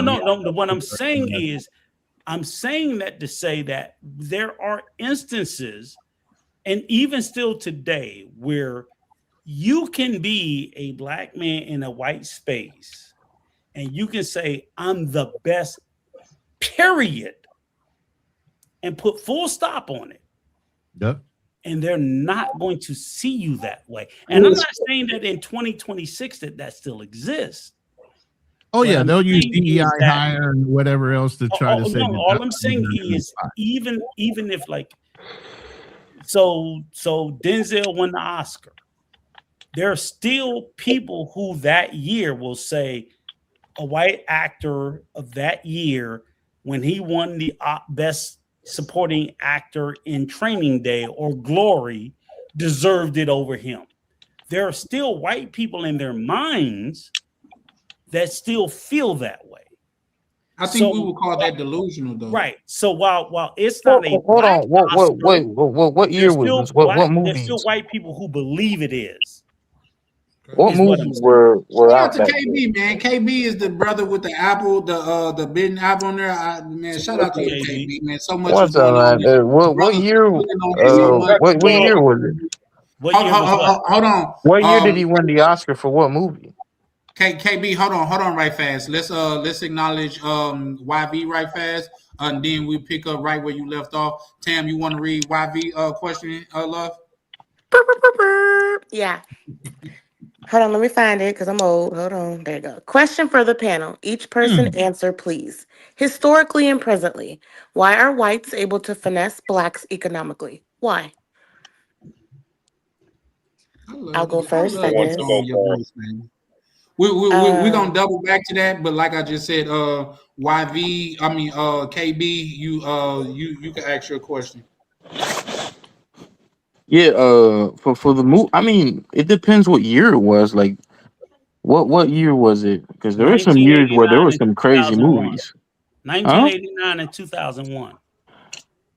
Denzel Washington I won don't the. know, dude. I'm There were telling some you, good ask me. movies in Right, okay. 1989. I'm just asking. I'm answering your question. He won Best Supporting Actor for Glory in 1989 and Best Actor for Training Day in 2001. So that's all I'm doing is just answering the question you asked. PNC, what it do, brother? I mean, I get what you're saying. There can be some objective opinions and things of that nature, but we're talking about who bring home gold, not who we think won or who we felt won. We talk about Right. who actually brought the gold home. That's You know why what I I brought mean? up Jesse Owens, because he brought home the gold. Yeah, but in contrast to what Ronan said, I think that was like counterproductive because he was the best overall. And that's why it was hard for them to accept. He wasn't the best black The runner out there. Olympics are He was competing the against best the runner, best of the period. best around the world, you know. But he wasn't deemed the best overall because at that time, what did Nazi Germany think about us? Well, that's what they thought. Damn what they think. I'm Well, talking about him standing on the top of the platform like this. Remember, Charlie, you said the word delusional. Yes. Oh, right, delusional, for sure. Yes. Because by him being in that number one spot, damn what they think. They couldn't believe a black man was going to win, and he did. Whether they believed it or not, I can believe air don't exist, but I'm still breathing, right? I agree. But that's why he's saying that they were basically delusional because they didn't want to believe that he was the best overall, even though he Until was. he won. Exactly, I agree. Now, getting to YB question is what do you say? How do white people? Because in my opinion, like say we allow ourselves to participate in their system that they build, and we haven't built systems for ourselves. And that's just my quick, honest answer right there. Anybody else want to chime in on that? I agree, Charlie. I was gonna say something like that, something equivalent to something like that. Yeah. I agree too, but I also want to add the fact of, when the white people were building equity, we were still trying to fight for equality. So factor that on top of that. And then he says I'm just saying when we were still trying to fight for equality when they were already building equity. So we're still behind. That's why we're still behind. On top of that, when someone does get ahead, crabs in a barrel.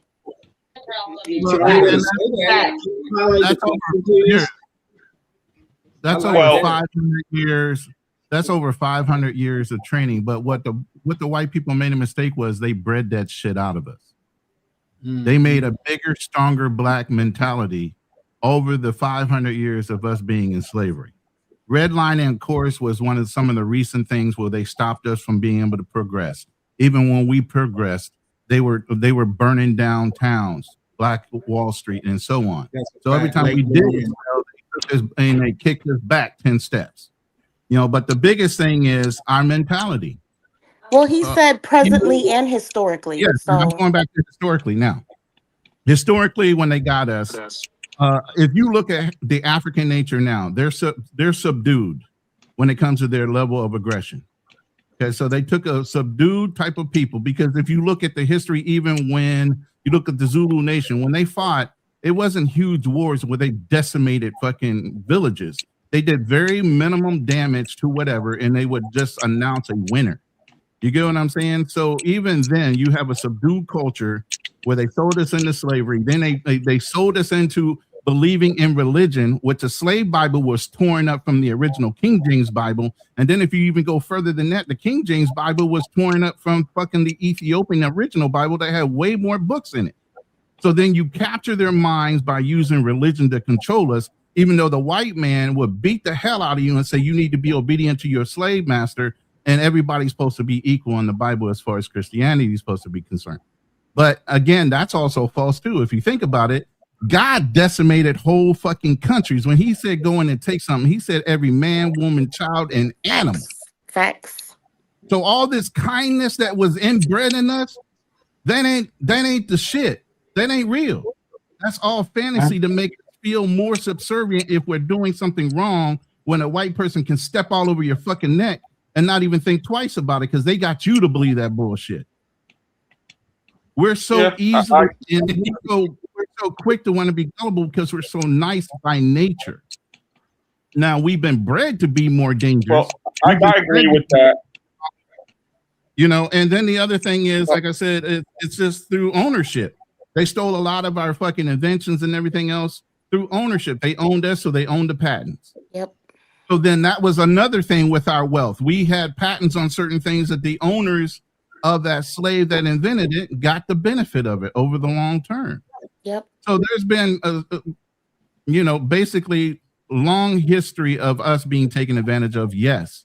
And that hasn't stopped even now because of redlining and all the other laws. And they're still being duped by always doing the misdirection thing. You got the white people, they ain't doing that much better. Do you ever hear the story of you taking red ants and black ants and putting them in a jar? They'll cohabitate until you shake up the fucking jar. Who's shaking the fucking jar? That's what you really need to pay attention to. Stop focusing on the surface level bullshit and look at who's shaking the jar. You know, it's funny what you was talking about because nobody ever talks about Bacon's rebellion.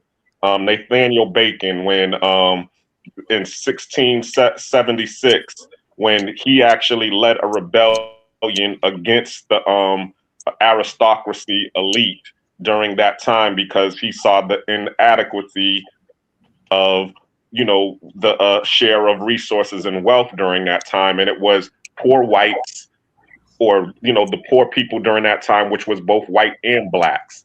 And that's when the aristocracy said to themselves, we will never let that happen again. And then that's when the invention of the white race actually came, because the term white wasn't around during that time. It was after that when they saw that these poor white people got together with the poor black people and said, yo, we need those rich people over there. Those people are the problems. We need to come together and go against them. And to Ronan's point, yes, those are the people that were shaking the jar to get the black people and the white people to fight. So that's historically. And then on top of that, what Tam was talking about building equity and building equality. After slavery, we was building equity during the Reconstruction. That's where all of these towns, I mean, if you hear about Osterville, which is now Lake Lanier in Atlanta, you know, the Wilmington massacre when, you know, you had all of these black Republicans that was in office, and then the white people came and basically told them to sign over your position or we gonna kill you right here. They locked the doors and they took all of the positions of the black people that was in office that were senators during that time. You had, you know, Rosewood, you had Allenstown, where they actually in California, where they built the black town, and then they what's it called? The train that was supposed to be going there, they diverted it so that the resources would not be able to support the town, and therefore the town collapsed. So there were always ways that they was doing to be able to get us finessed that way historically. Nowadays, if you're going back, if you're fast forwarding into present, what we have going on right now is what is called learned helplessness. Once again, to Ronan's point, because we have been fighting this fight all the time and they've been keeping their foot on our neck. And anytime that we try to elevate, okay, it got to the point where it's like, well, why should we do it? Because every time we try to elevate, they're just gonna, you know, find a way to smack us down anyway. So we have what they call as learned helplessness. It's like the what we were saying a long time ago about the elephant and the chain. When they had the chain around the elephant's neck, you know, and he would pull, it got to the point where now when they switched the chain off the elephant's neck and they got this light leash on his neck, but it's still attached to the pole. Anytime he feels that tug, all he's thinking about is that big chain that they used to have around the neck. So he just doesn't bother to even, you know, pull the leash off, even though he could just snap the leash and run away.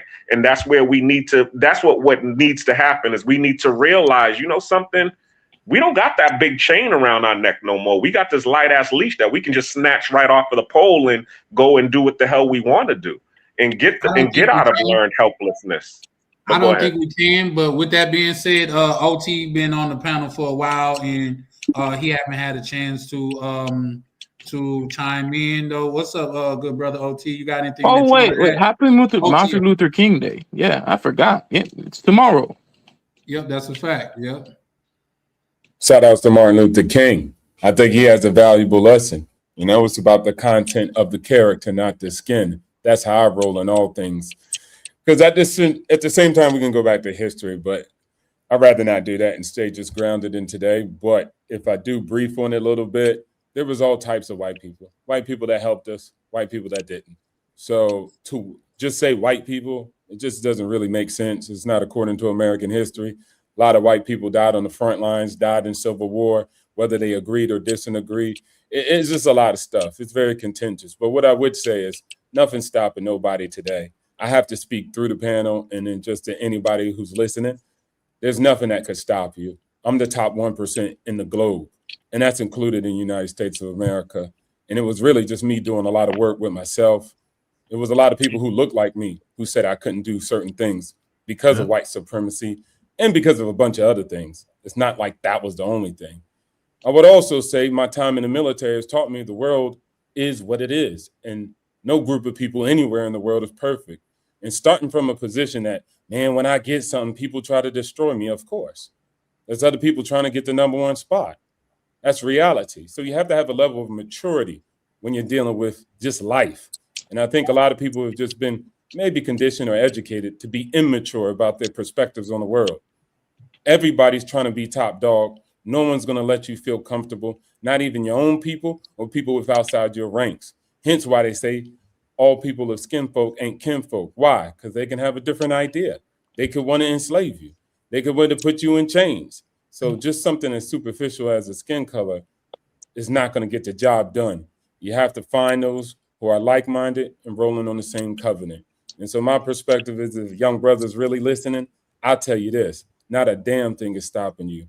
And it's not about being an exception to the rule. It's about turning the rule or the exception into the rule. And there's only some makers that make it happen. So shout outs to the people that understand. Yeah, you got to exploit the rules now. And that's the whole thing, like I was saying with baby boomers, myself, and maybe even Charlie Chan and the cleaner. You know, we didn't get one second. How old are y'all? I don't know. 40? What are you, 40 something? Oh, okay. Yeah, I'm 41, but everybody be like, say it's another brother. He's like 65. He like, if you grew up like me, I mean, you old. No, I'm just kidding. Lord. Yeah, you old to some of these guys. Listen, let me let you know.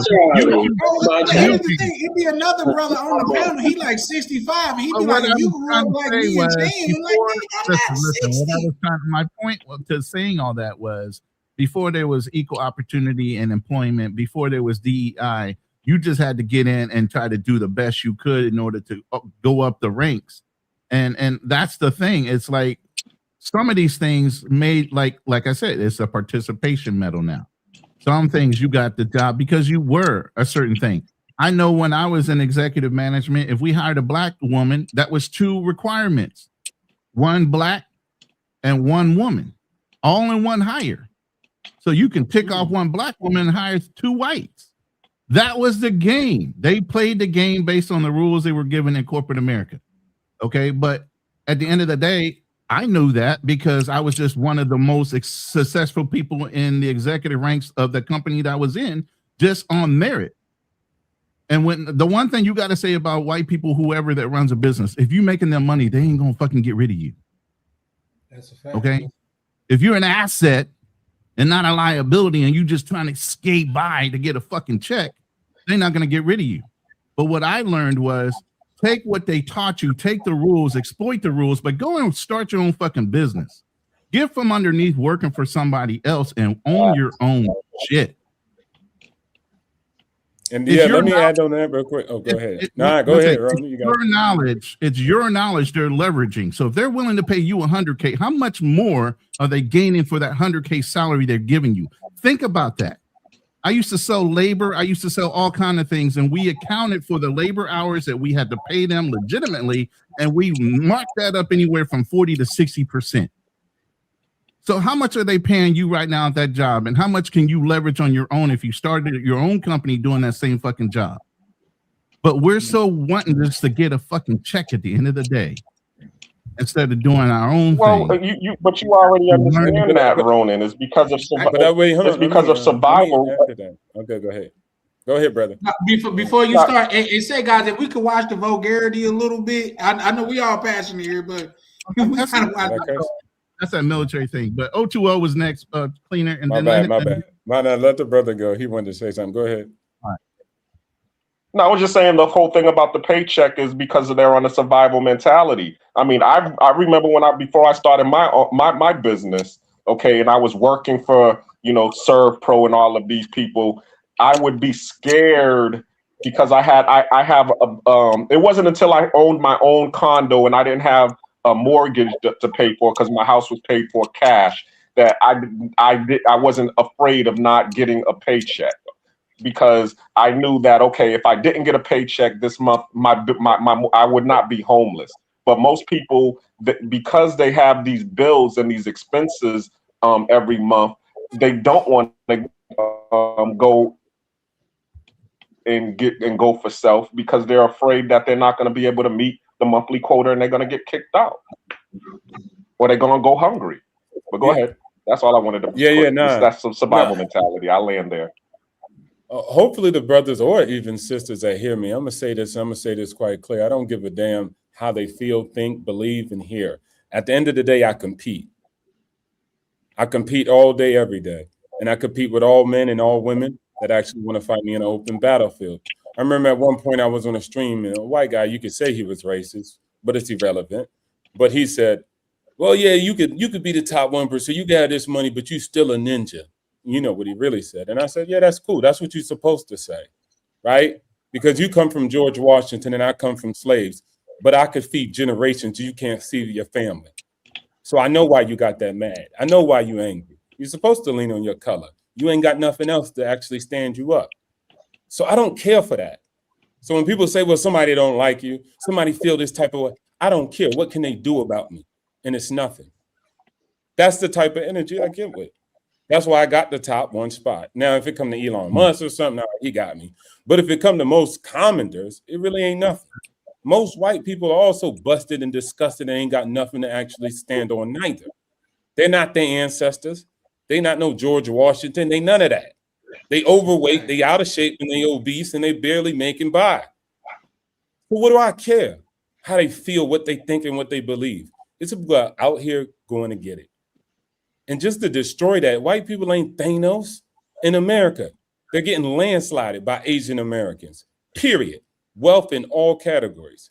And Asians are living comfortably in comparison. So y'all talking about the whites like they got the top spot on lock. They don't. It's a couple of them really outperforming, but the rest of them are in trailer parks or barely making it by. So at the end of the day, stop allowing these dudes to live rent-free up in your head. And go get it. Marcus Garvey tried to tell y'all people, but I guess you still don't understand. But that's cool. It's your life. You can do whatever you want. Go, KB. Fun fact: there's more white people on welfare than black people. You have the floor, KB. Right, exactly. No, I don't disagree, but let me give you an example. Right, 2 examples. Right. So if we look at, I know how much I make, but I make in the 80s. If I, for example, if I put my age right onto the Census Bureau, I go to the Census Bureau, I put my age, right? Amongst my age, I'm in the top 90th percentile. Amongst all people in America, I'm in the 70th percentile, 75th, about there. Amongst only white people, I'm in the 60th percentile. Amongst black people, I'm in the 95th percentile. Amongst black people that are my age, I'm in the 97th, 98th percentile. So it's like if you look at white people as an individual, then yeah, you're gonna say, well, there's no difference. But if you look at it as a group, almost all of the wealth in America is held by mostly whites. Almost all of it. So if you look at the census data that they release, from the Obama administration, Black Americans, almost 100% of their wealth are either in pension funds, housing, or some kind of related system or scheme like that. And that amounts to about $500 billion. That's a fact. For white people, it's $70 trillion. So there's like a disparity there. So it's like when people just kind of come up and they're just like, you know, you need to financial literacy. You can't financial literacy your way out of $50,000 a year. You just don't have enough to work with. So it's like, yeah, I kind of see what you're saying, but it's like it's not as simple as just telling them that, you know, you just kind of do this. And you have to understand it's also a lineage too. The things that I also think that Black folks had to deal with, non-equal access to education. Like, you shake your head, but like me, for example, my brother's privately educated. He speaks 3 languages. My mother speaks 4 languages. My middle brother speaks 3 languages. They all went to some of the best private schools. So right when we came from the United States, we're not really the same compared to other Blacks here who had to live here and who came from Alabama or Mississippi, and they just don't get access to these types of things, or they've only lived in that area their entire lives. So that's all I gotta say.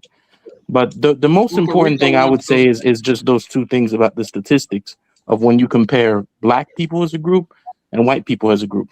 And even when you compare Asians too in America, they're only very specific Asians, i.e. Chinese or Japanese. When you compare Vietnamese, Koreans, certain Koreans, depending on when they came, Laotians, all those other people from Asia, you'll find that they're just as poor, if not poorer, than Native Americans in this country. Well, Indian Americans do make the most income, and they do have a high net worth. And then again, once I broke up the groups, I actually formed that all percentiles, Asians outperform whites in net worth, and the majority of their actual edge that they have. But think about who gets to come to this country, though. I let you land it. Let him finish. Carl. I just landed the plane. But you know what? Have it. I'm talking to the audience. Listen here, audience. I'm talking through the panel because that's what needs to be done. At the end of the day, it's in your favor, right? What happens is somebody has seceded and has paved the road. And instead of being a crab in a barrel, just saying, look, I'm by the beach, bro. I'm retired 5 years ago, multi-millionaire. It's all about me. F y'all. Turn back around to try to get some crabs out the bucket, but the crabs are arguing.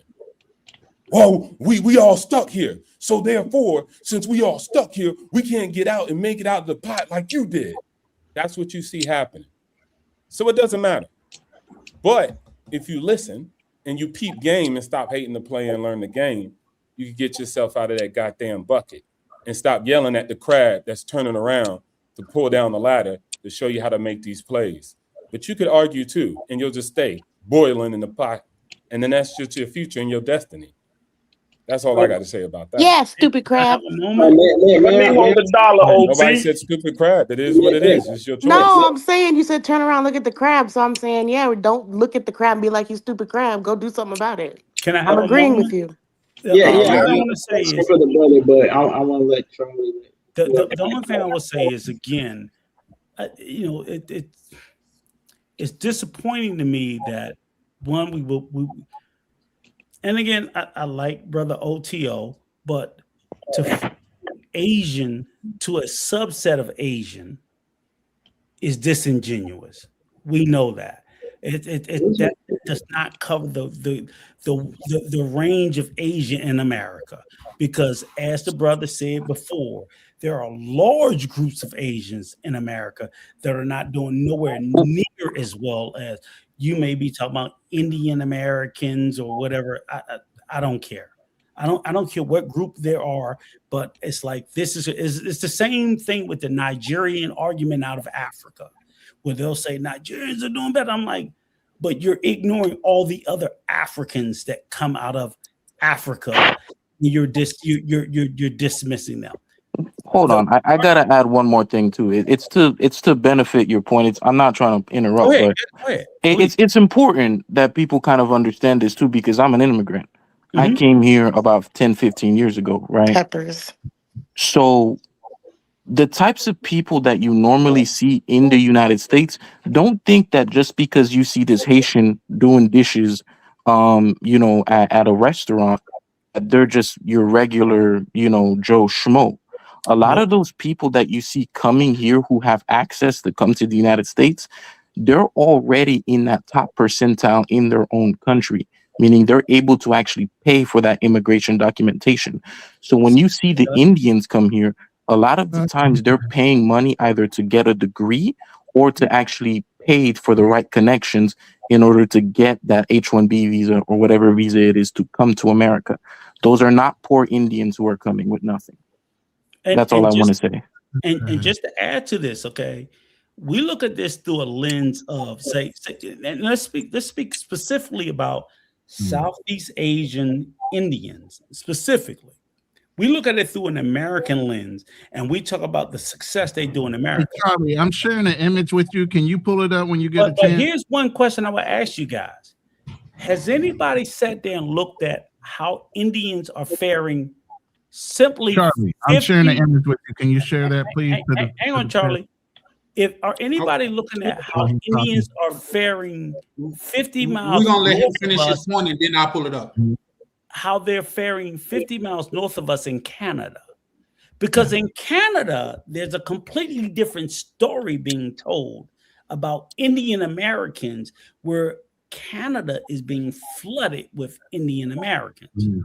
It's completely different story. Uncle Rico, it's not my story to tell.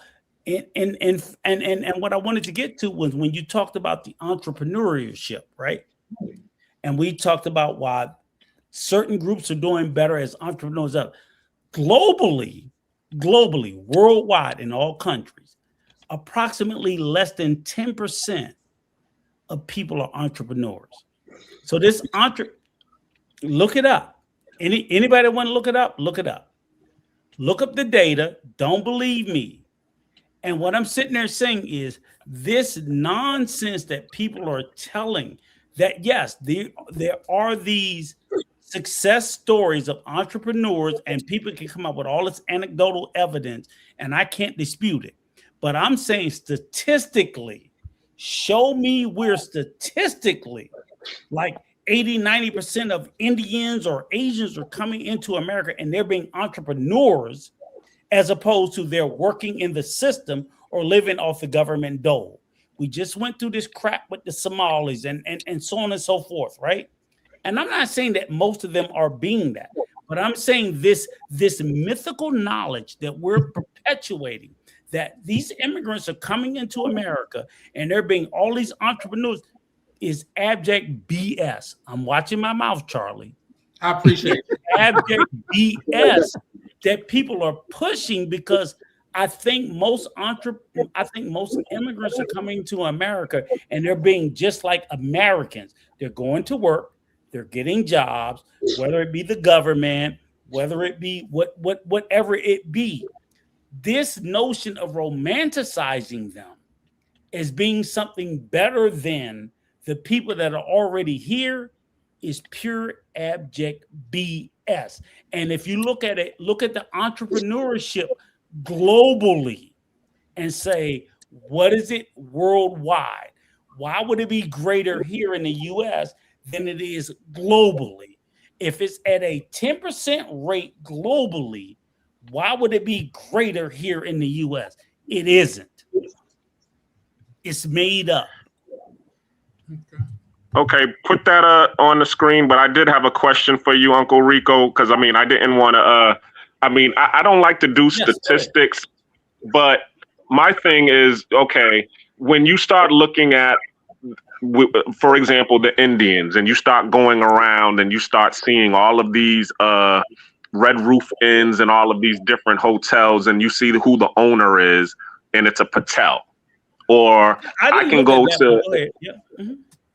Or I can go to any gas station in any area And more than likely, especially in the black neighborhood, if I go into any gas station, chances are the gas station is going to be run by an Arab, or even here, like I'm in Panama. In Panama, the majority of the convenience stores here are owned by the Chinese. They call them. They don't even call them convenience stores. They just call them chingo in the hood. I was in the hood in Panama, and there was a convenience store, and it had bars on the windows, and there was an old dirty Chinese person up in there, like, what you want? And I'm sitting here like, see, and that's what, and I'm saying, why can't us as black people as a group do that? Where they know, okay, these black people over here, they're running this, they're controlling this market, like the Indians controlling the hair market. I mean, the Chinese controlling the hair market, stuff like that. So that's my question. Answer your question. Okay, guys, we gotta. I think hold up. Okay, let me answer, and I'm gonna let you come right behind. Yep, Ronan been waiting for his slide to be shown for a minute. Because half of your questions are going to be answered with this slide. Okay. Let me get the slide up. And I can explain it. Ronan been waiting to put the slide up for a while, so allow Ronan the floor. Him and his receding hairline. Hey, you need to stop. You need to stop. You the pot and he the kettle. This is the median age by ethnic group in the United States. Okay? So let's look at this. By stereotype, what you just brought up, Cleaner, all these different races are associated to certain types of businesses, how they come into the country, they stay in their own communities, and they do their own thing. A lot of these top agencies, a lot of these top countries that come in and start earning income are coming in under STEMs. They're getting the high-paying electronic and computer jobs and doing the things that they need to do for infrastructure. And the electronic field is why they're making as much money. There's not as many, like Uncle Rico says, so the income looks higher because there's not that many per household per capita in the United States. But they're still doing it smarter. I always used to say, work smarter, not harder. We will break our backs doing fucking menial labor, saying we're achieving things, instead of applying ourselves mentally, which a lot of us are very intelligent, and getting and competing in the STEMs and electronic and community like that, engineering and things where it starts to deal with the infrastructure of America. And we'll just go and get that postal job, or we'll go. Ronan, could you pull something up more current? Yeah, I can, but it's still going to be the same. But that was just okay. All right. That's just a graphic made sense. That's the only reason I went with that one. But there's a whole bunch of statements. You just ask one of the LLMs to kind of update it. That's the only issue with it. Yeah. But look, this is my big thing. And shout out to Uncle and everybody else who has a different perspective. But bro, one of the things I learned in life is to find the people who are doing what you want to do and do what they do. Like, go find who got the winning game plan of what you call winning, right? And then you go follow that game plan. Stop hating the player, learn the game. All these other talks, man, back in 19, and then slavery, this is the reason. Look, all people had issues, bruv. We're not really special in that having issues and having oppression. Everybody got their head busted in.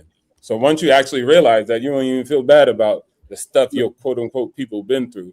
But what I'm saying is, at the end of the day, let me finish. Okay, I know you got emotional. Let us know when you're done. Yeah, thank you. I appreciate it. At the end of the day, it's up to you. It's up to you to change the standard. It's up to you to make a choice. Again, we always have this when somebody comes out and says something, well, that's you just a solo person. Nah, it could be whoever chooses to want it. It ain't just me. I ain't special. I ain't Superman. Stop mapping me out to be some kind of super ninja. I'm just a dude who is like, all right, this is the game. I'm gonna learn how to do it. And then, yeah, there was obstacles. Yeah, there was other people. There was people who was black hating. There was people who was white hating. And guess what? There was people who was black who helped. And there was people who was white helped.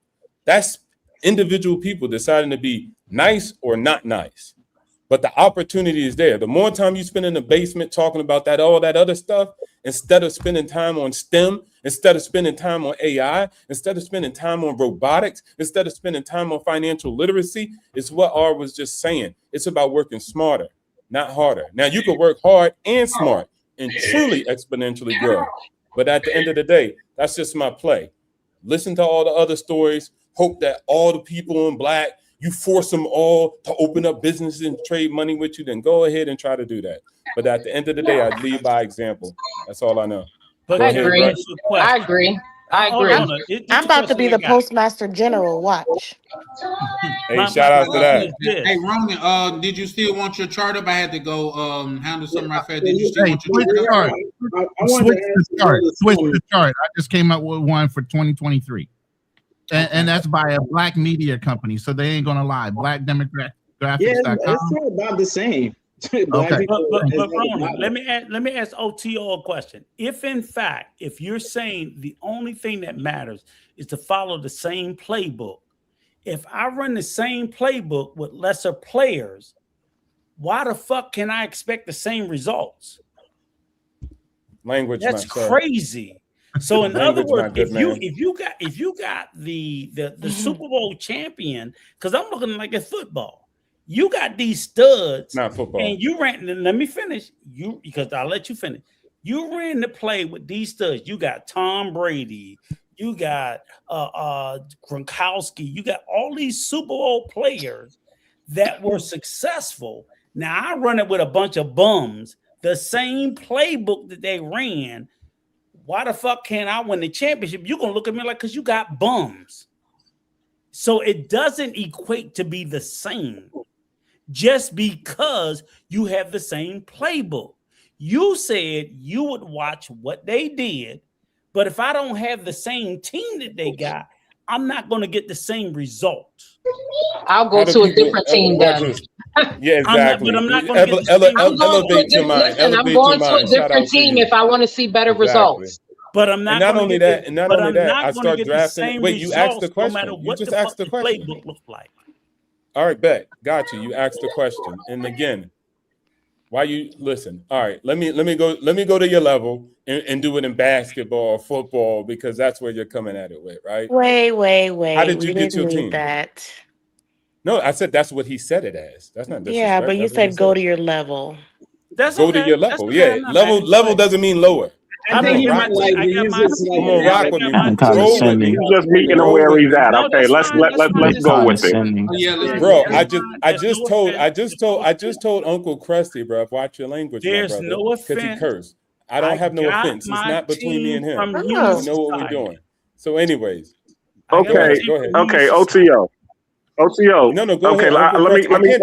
Can I ask this question? Krusty and you at the same time, my guy. Yeah, we got to do one at a time, guys. He's got. No, I just want to say this because you can use this same analogy for your you. No, I was just saying you can use this same analogy because I just went through the. No, I'm not. I'm going to give you the same. I'm just going to put it in a different way because I'm actually experiencing the same situation, but it was in real estate. I just finished renovating my condo that I'm trying to rent out. Now I tried to help my people. Okay. I wanted all Black contractors. I wanted, as he said, to help me do this thing so I could get it rented out. But the same thing happened. I got every time that I would hire somebody that was Black, they would be wanting to overcharge and overpromise and underdeliver to the point where it got to the point where I was like, something, you all are draining my money on this thing and I need to hurry up and get this thing renovated. So what did I do? I hired some Caribbeans and I hired some Spanish people to come and they undercharged and they over-delivered. So, I understand what he's saying. It's like you want to be able to come and have the finished product and say, yes, this was a Black operated operation or a Black project that we completed together as a group and be able to and give the accolades to us. But what happens is we get everybody with that individualistic mindset and saying, nah, I'm trying to get rich off of this project. I'm going to milk this project for whatever it's worth. And then nobody wins. Okay. Before you answer that, OTO, Ronan is it's a brother named Nick Travels. And what's name is that one of your people? What's his name? Nick Travels. I'm not sure. I think it is, but I have to look. But go ahead. In that case, Nick Make sure Travels, he if you cams don't up real mind, like quick. cam up for me right I got too fast. many people on my list, but yeah. If Now, as long as he in cam the up, back he'll real be quick. fine. Nick Travels, You don't have want to stay cam up. Just cam up real quick so we can see your face, and then you can come back. You don't have to. Oh, okay. I see you, good brother. All right. Okay, OTO. Yeah. Shout outs to you in your contracting job, or excuse me, the project that you were working on. Shout out to that. I mean that in a real way, because that's what really matters. Did you get the job done and you got your exit out on the upside? Yeah, I got it done. All right, see, that's what I'm talking about. That's beautiful. At the end of the day, look, Uncle Krusty, I'm trying to give the man his flowers, not try to debate all day. All right, anyways, back to the brother's question about that. He's not crusty, he just bald. You do have to go out there and work with those. So as you said, you attempted to do something that in reality couldn't happen because you're quote unquote teammates, and they weren't your teammates because they weren't prepared. They were trying to scam you. Why would you make those your teammates? Just because their skin's black? You have to be smarter than that as a man who's in charge of that asset. You go and find the people that are going to work for you and work with you in an actual good way. Now, I'll give you an example of that. In music, do we see other groups of people doing all the singing and dancing? No. But who owns it? A different group of people who look different. Why? Because they don't need to do the singing and dancing. They work with other black people who will do the singing and dancing in order to get the job done. So in that job with your construction, you are the one that was the architect of it. You decided to go get contractors that work for you in consignment. And then you find the ones that line up with you. At the end of the day, you own it. It's a black project, brother, because you own it. It's not about who builds it. It's not about who put this there. You own the entire project. Now what? You know what you can do? Once you continue to make money, you can start to vertically integrate and build out your own construction company with other people that you could do consignment with that look like you, and then sponsor them. Maybe you can give them a seed money on a young brother who wants to build a construction company, but you have to go find that brother. You have to go find that individual. Right now, I have a young black man who's one of my mentees, and he's out doing redevelopments, and I'm his investor. But before, when I attempted to go and find somebody, I ran into the same problems. So it was my imperative to make money, continue to make money, and then find the individual through even YouTube. That's where I found him at. And he was really a good, genuine, honorable, stand-up guy. And then through him, I invested in him, and he was able to start becoming a developer in his community and building back the block stronger. That's how you have to do it. But sometimes you'll go out in the marketplace, and those people won't be there. But that's not the end of the battle. It's just a battle lost, but the war is still waging on. So shout out to you for exiting successfully, and continue to find people that are going to do it. Maybe go to bigger pockets, and you'll find black people in bigger pockets that will probably be closer to what you want, because that is a group in the network of real estaters. Yeah, shout out to Bigger Pockets. Who Bigger Pockets is I think it's the largest real estate community in the United States, maybe even the world, but there's a lot of game over there. What I will say to this, and then Uncle Rico, we're gonna give you the floor. No matter what content creator you guys are watching this on, make sure you drop a like and a subscribe, man. Like, people on here like dropping gems and giving you this good gem, man, and they're not asking nothing but a like and subscribe, which is a very modest price to pay, man.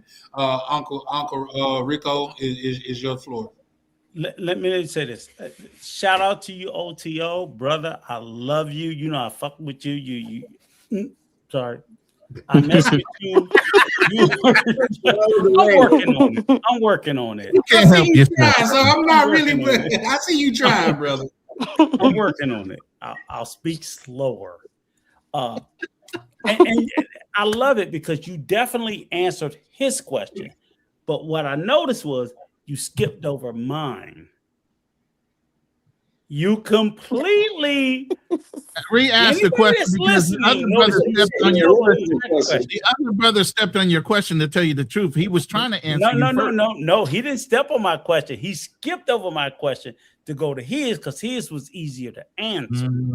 Because again, I sat there and said was you gave me the Super Bowl answer for how your team won the Super Bowl, and I asked you when my team ain't the Super Bowl team, and you gave me your same playbook. Why does your playbook work with a lesser team, and you completely ignored that? That's why So Misha says she's changing teams. you're telling me how your playbook. Y'all stop trying to help him. Stop trying to help him. Believe me, he That's don't what need no Misha help. said. Because I said it. He agreed to it. I said that I was going to a different team. Right.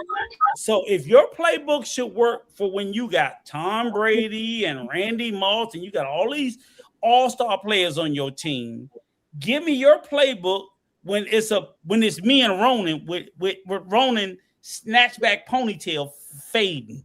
Oh, okay. Because Ronan going bald and Charlie can't see. I ain't got no shame. And Charlie can't everything else, see. right? You got us on your roster. Tell me how you gonna win the Super Bowl with us. You ain't gonna win the Super Bowl with us. Wait, hold on. Because Wait, the you asked me reality a question. says, the reality Okay, He got run on questions. He has a run on sentence. So no, you the gotta reality says I'm on is Misha's that team. no, because this is the thing. It's not a run on sentence. Y'all giving them an out. The out is that if in fact what you're saying it holds true, it should hold true whether you have an all-star team or whether you have me, Charlie, or Ronan. Explain watch to me this. how that works. Okay, I'm gonna walk you through this. Okay, get your paper out so you can take notes. All right, take this walk with me. First of all, talk to me. Talk to me nice and like a man. You know why? Because at the end of the day, the first brother asked the question. I said, please don't ask that question. I need to answer your question. Then he asked it. So his was more recently. So I addressed it, right? So boom, I had that. I'm not hiding from you. We always have conversations. So now it's time for us to get busy and do this work. You got your pen and pad out, your iPad and everything. Put out the AI too, so it can actually jot this down because I know you're slow with the pen. Now, at the end of the day, that is my life. I had to learn that brick by brick. Because what happened is I got into real estate when I was just working. I was a worker. I wasn't that entrepreneur, so I'm not selling that neither. I was just a worker working at a good job, right? Mad respects for the company that hired me. Mad complaining. One day I just said to myself, man, my grandma owns this property and she don't even know what a deed is. She couldn't even read the deed. I was sitting in the house with my family, just right there. Nobody knew what a family deed was. My great-grandfather had went to World War in order to get that. And we didn't know nothing about it. And all these educated people, allegedly, just my sister really, didn't even know how to read the deed. And this is probably the most valuable asset. So I took it that day and was disgusted and said, never again.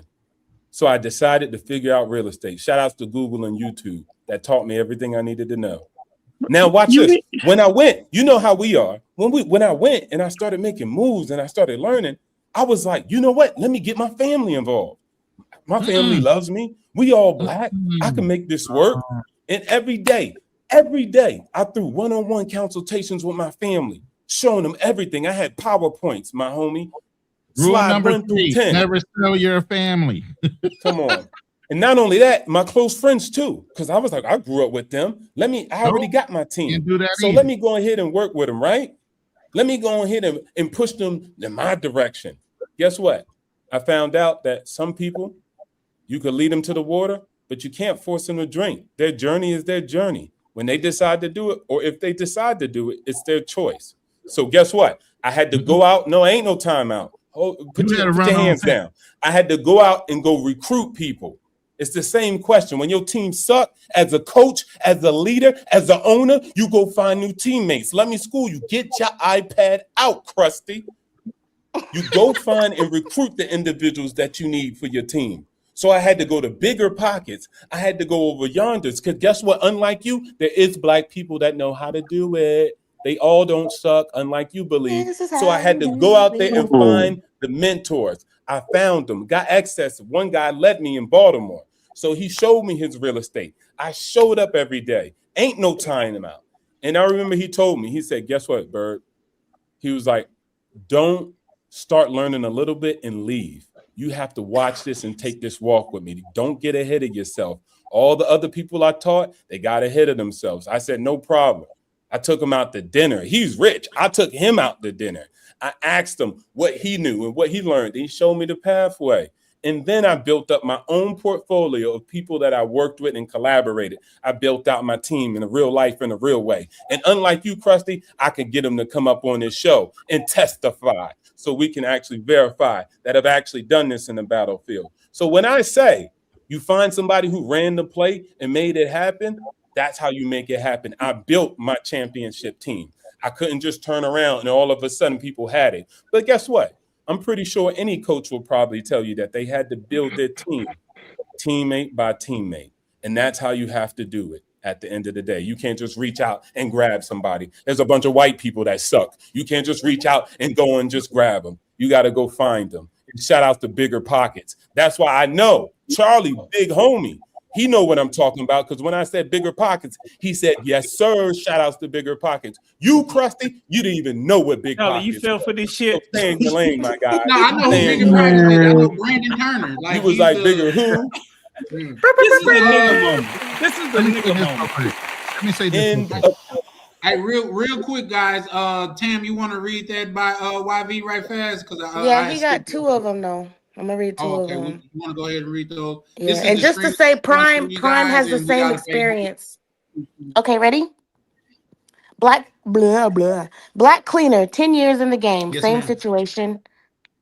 Where's the horn? Where's the horn, baby? I said it already. Oh my god. Where's the horn? We didn't hear the horn.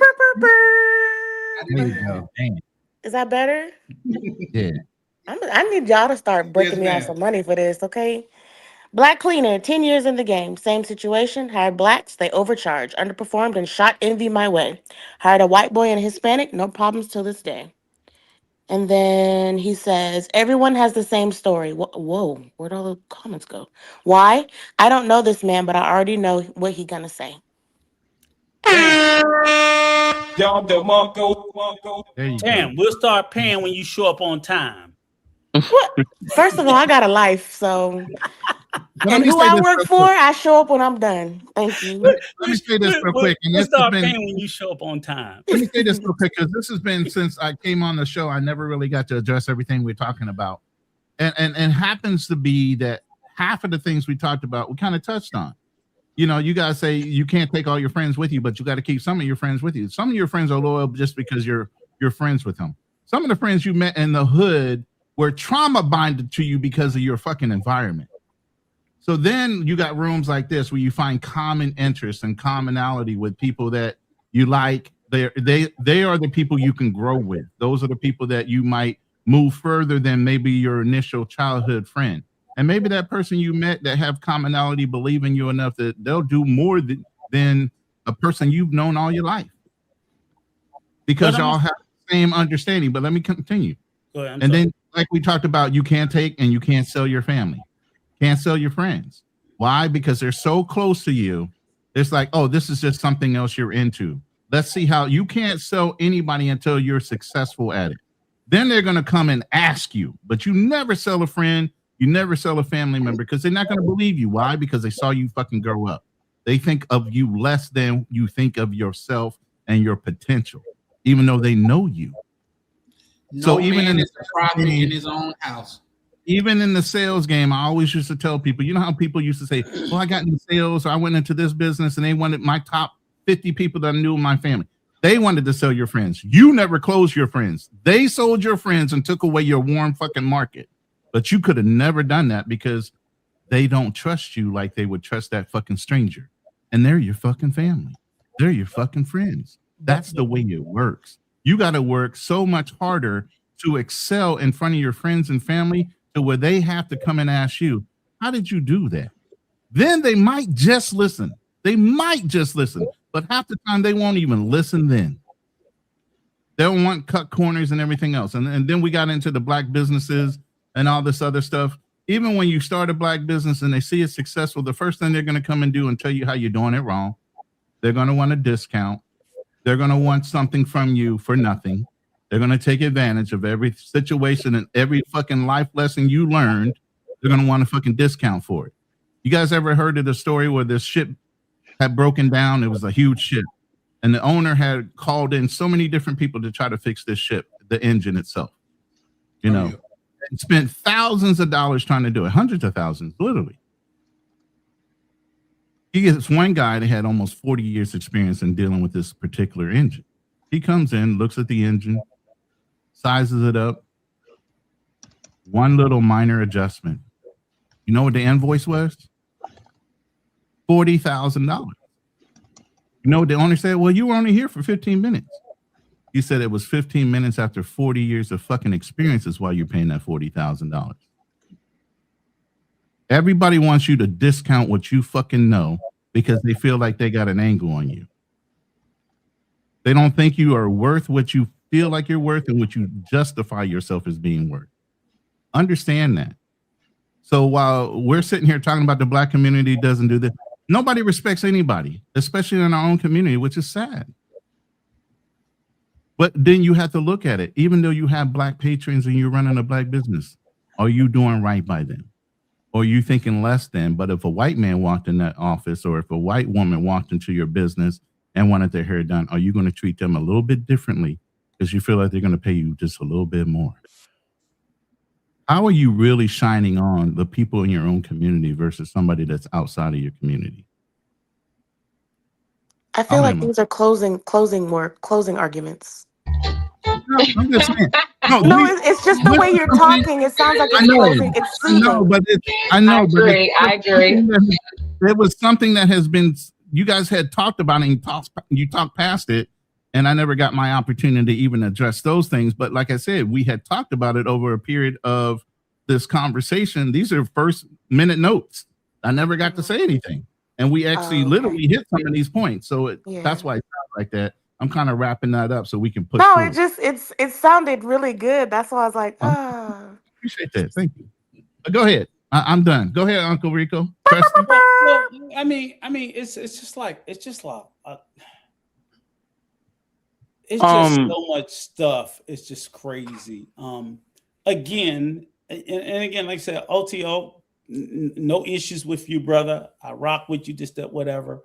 But I just think that like a lot of the statements that have been said have been problematic up until this point, you know, from a black perspective, from a entrepreneur perspective. You know, I just think that like a lot of things are thrown out and it's said like, oh, okay. I hate it's like everything's created like black victimhood. Like, you know, just black people are crying and complaining, or even if it's not black people, right? Let's pretend it's not black people. It's poor people. Because I always think of things in poor people's frame of mind. And when I think of things in poor people's frame of mind, that's also black people, because I know globally, black people are at the bottom of the socioeconomic scale. I don't give a fuck what country you're in. You can go to Latin America, you can go to Africa, you can go to North America, you can go to Asia America. The darker the people are, you're the further. You can go to India. Black people in India are at the fucking bottom. I'm sorry, Charlie Chan, I apologize for my language, but that's the reality. Anti-blackness is a global thing. And I'm just saying, when I speak of it, that's always my perspective, that anti-blackness is a global thing. And you know that OTO being in Asia, anti-blackness, meaning the darker you are in Asia, the worse your situation is for whatever reason. It just is. And anybody that sits there and tell me objectively, oh, it doesn't matter, I see as very disingenuous. I see as being very dishonest. I'm like, I'm not saying that, my wife's Salvadorian. Okay. So I'm sitting there saying is like, I know I walk in spaces where anti-blackness exists, but I don't deny that it exists. I don't go like, oh, it doesn't happen. No, I don't care. In America, it exists. In the DR, where I'm having my retirement home, it exists. everywhere in Europe. When I go to Europe, it exists. Anti-blackness exists, and I will never deny that. And I have a problem when people who look like me deny its existence. I'm not saying I'm going to fix it, or I'm going to fight it, or I'm going to correct it. I'm just saying, and that's the problem right there. But no, what you just said. Hold on. Let me make this point. The reason that this anti-blackness exists, because what I see when same countries that you go to, I go to, and what I see is, you know, the Hiltons, the Marriotts, all of these companies and conglomerates. What they do is they develop their companies in these countries, and then they hire the people that look closer to them. So they uplift the people that look closer to them. So now everybody those else is at the bottom. Exactly. But you have us as Black people who can do the same thing. We can go into these same countries and develop businesses and real estate, and then hire the people that look like us and give them jobs. I mean, that's what I see when I'm here in Panama. I mean, it might be on a smaller scale, but it's still being done. The only Black owned and operated sports bar here in Panama is ran by a FBA. I know people they don't like that word, but yeah, he's a Black American, and and the people that he's hired are Black Panamanians and Black Colombians, and so that's what we need to be doing. We need to be doing the same thing. Those who have follow, as OTO said, follow the same blueprint. Follow the same book. And watch this. Listen, Uncle Rico, don't move the market. Let me finish on your first point before you try to make another one. I don't believe that it's a racism thing when it comes to Black on a global scale. It's a colorism problem, and it has to deal with colonizing. Okay, when you have been colonized by Spaniards, and then you have a belief that lighter is better, and if you work out in the fields, that's still the same thing here in the Philippines. And you got the whole fucking Aboriginal fucking crest here in the Philippines called the Eta people. They're the most Aboriginal people in the whole fucking globe, even more Aboriginal than the ones down in Australia, and they're Black with curly hair. Okay, so let me finish my point first before you interject. So what I say is it's colorism. It's not a Black issue. They don't have a problem with Black people. They have a colorism problem with being light because the colonizers that came there were light. And they think because they have been conquered by them, sometimes they want to dye their skin, and they don't want to look like they're worker bees that worked out on the fucking rice paddies. In Asia, at least, they dye their skin for that.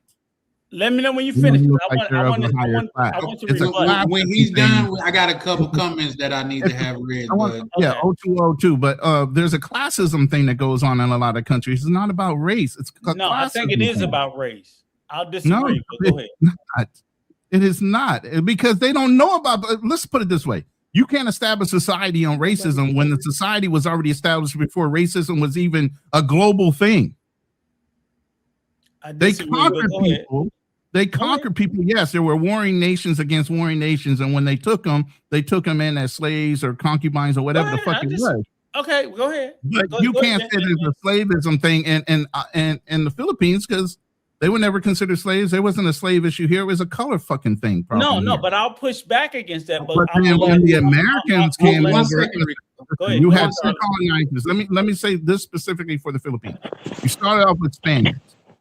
With the Spanish-American War, the Buffalo Soldiers came in and helped win the war for the Americans. The Americans brought the fucking the Philippines from Spain after they won the war. Then you had the Americans with their fucking angle for racism and slavery, and they tried to do the same thing to the Philippines that they did to us in America. And you know who rose up and helped them fight? The Buffalo Soldiers that stayed here after the war was over. So our own Black people have been here since the 1800s in the Philippines and rooted themselves here as well.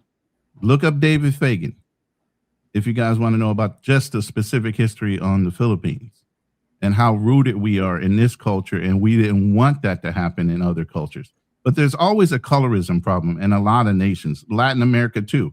Breed them, improve the race. all these things, Viva la Raza, whatever the fuck the term is down there. Mejor la raza. You know, they always want. Mejor la raza. There you go. So whatever that term is, it basically means that lighter is better. Improve the race. And that's through colonization of the Spaniards yet again. You got different colonizers that had different mentalities. So it's a colorism problem more than it's a racism problem. That's a racism problem. Clear about that. Okay, I get that. It's not necessarily the same. But O2O or Charlie Chan, take it away. Yeah. No, we just got to read these comments right fast, and then O2O, OTO, you go next. Tam, you want to read YV comments, baby? Yeah, sure. I kind of think when it comes to business, it's better to work with a race that's different than yours to mitigate any envy, sabotage. Facts. And then he says, everyone's getting on you, Mr. Krusty, about your potty mouth. So this ninja seriously has a potty mouth. And then he says, Mr. Pepper, stop commenting so I can be first place on the XP list, boss man. And then the laughing emoji. Shout out to everybody. And it's not that I want to censor anyone. It's just that I'm not even monetized yet. So I'm trying to get to there. So man, if we could just I got a potty mouth. I'm sorry. By the way, if you're in my room, subscribe to Charlie Chan TV. That's why I come on his channel a lot and I simulcast with. I'm trying to support a positive black media. So please, if you're in one of my rooms and you haven't subscribed to Charlie Chan TV, I'm going to drop his link in a minute. Please subscribe to his channel. Thank you. But go ahead. Then I won't have a job anymore when he gets monetized because he could just hit the button. No, nobody got that voice like you do, love. Nobody. It's the lure of you. Oh my God, right? Caking. Shout out to KB. OTO, the floor is yours if you would care to respond. Yeah. First of all, shout out to your channel. I'm not gonna curse because I have control over the words that come out of my mouth. That's called being responsible.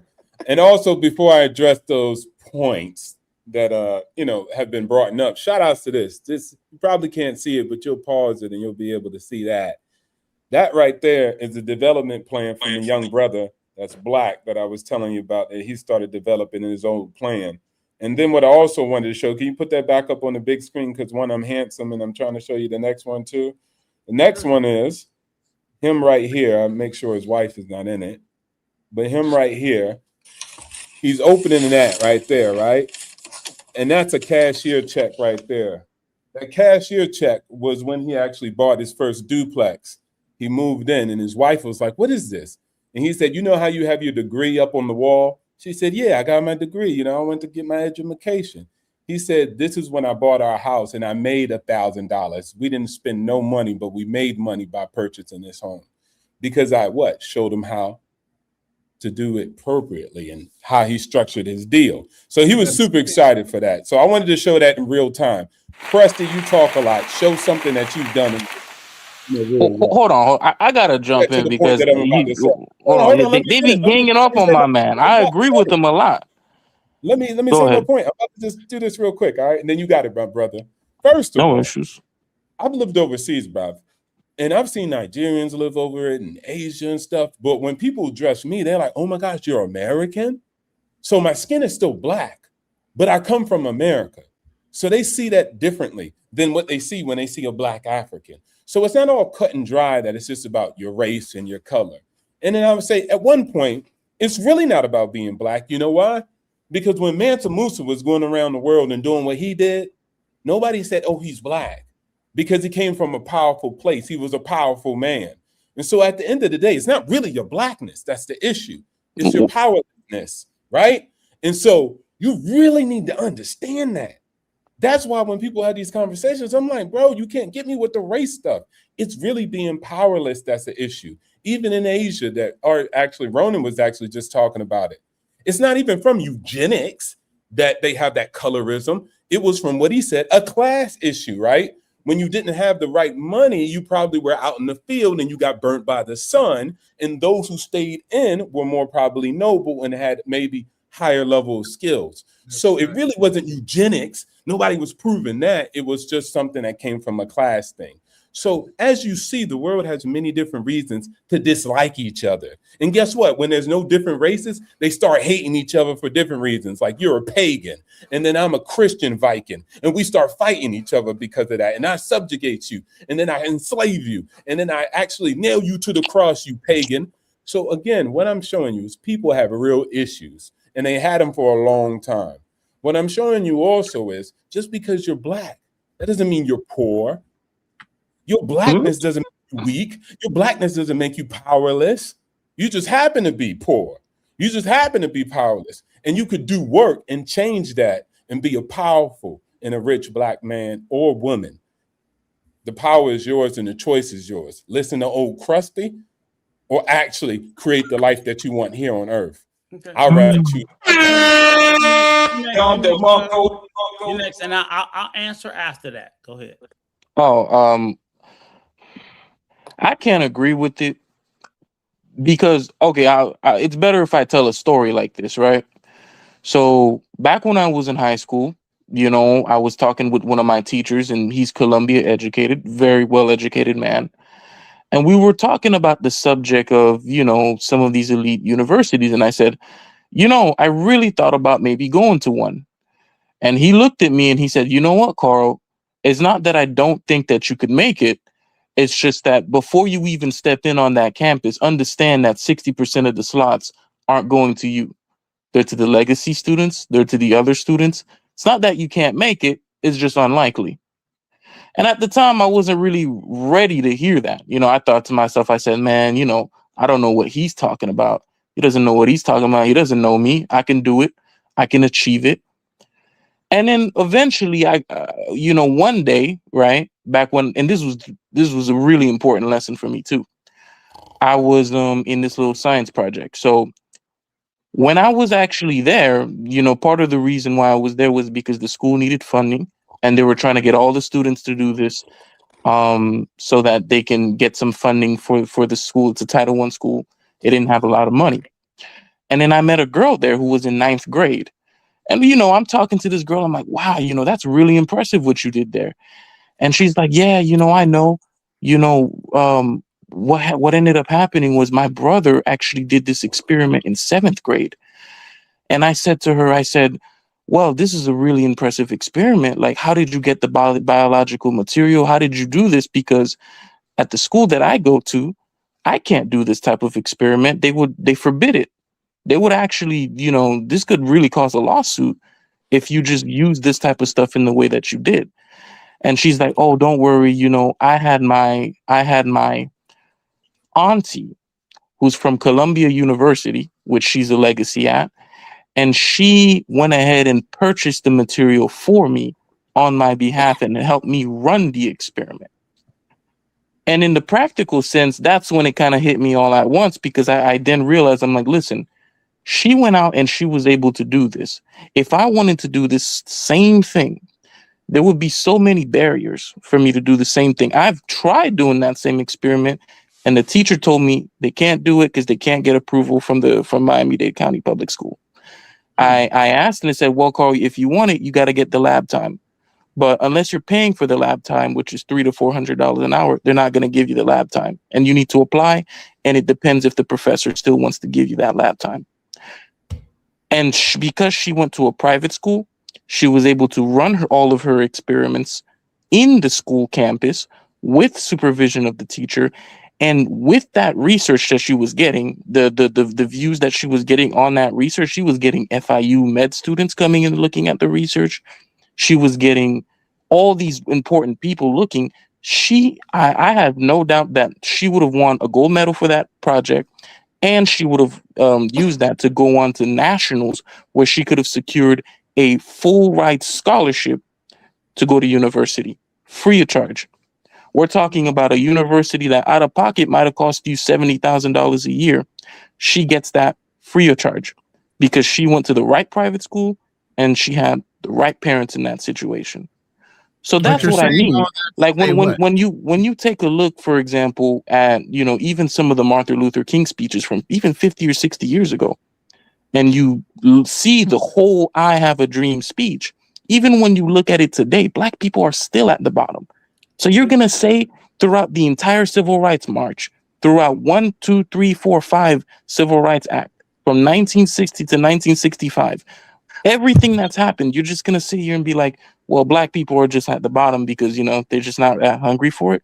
They ain't really wanted enough. Hold on. Hold on, Man. Carl. Hold on, Carl. I can't Yeah, two stand things, y'all two on the things. panel acting like Go ahead, y'all my bad, sleep. my bad. Yeah. Because Yeah, I'm yeah, Asian and I'm like, I come here and I see this and I'm like, I didn't understand at first, but then I'm just like, I'm starting to understand where I'm You're just like, saying I all this. understand. Can you Hold round this on. up? You're saying all this to get to what point? He over here I thought I snoring. just got to the point. I thought I just got to the point.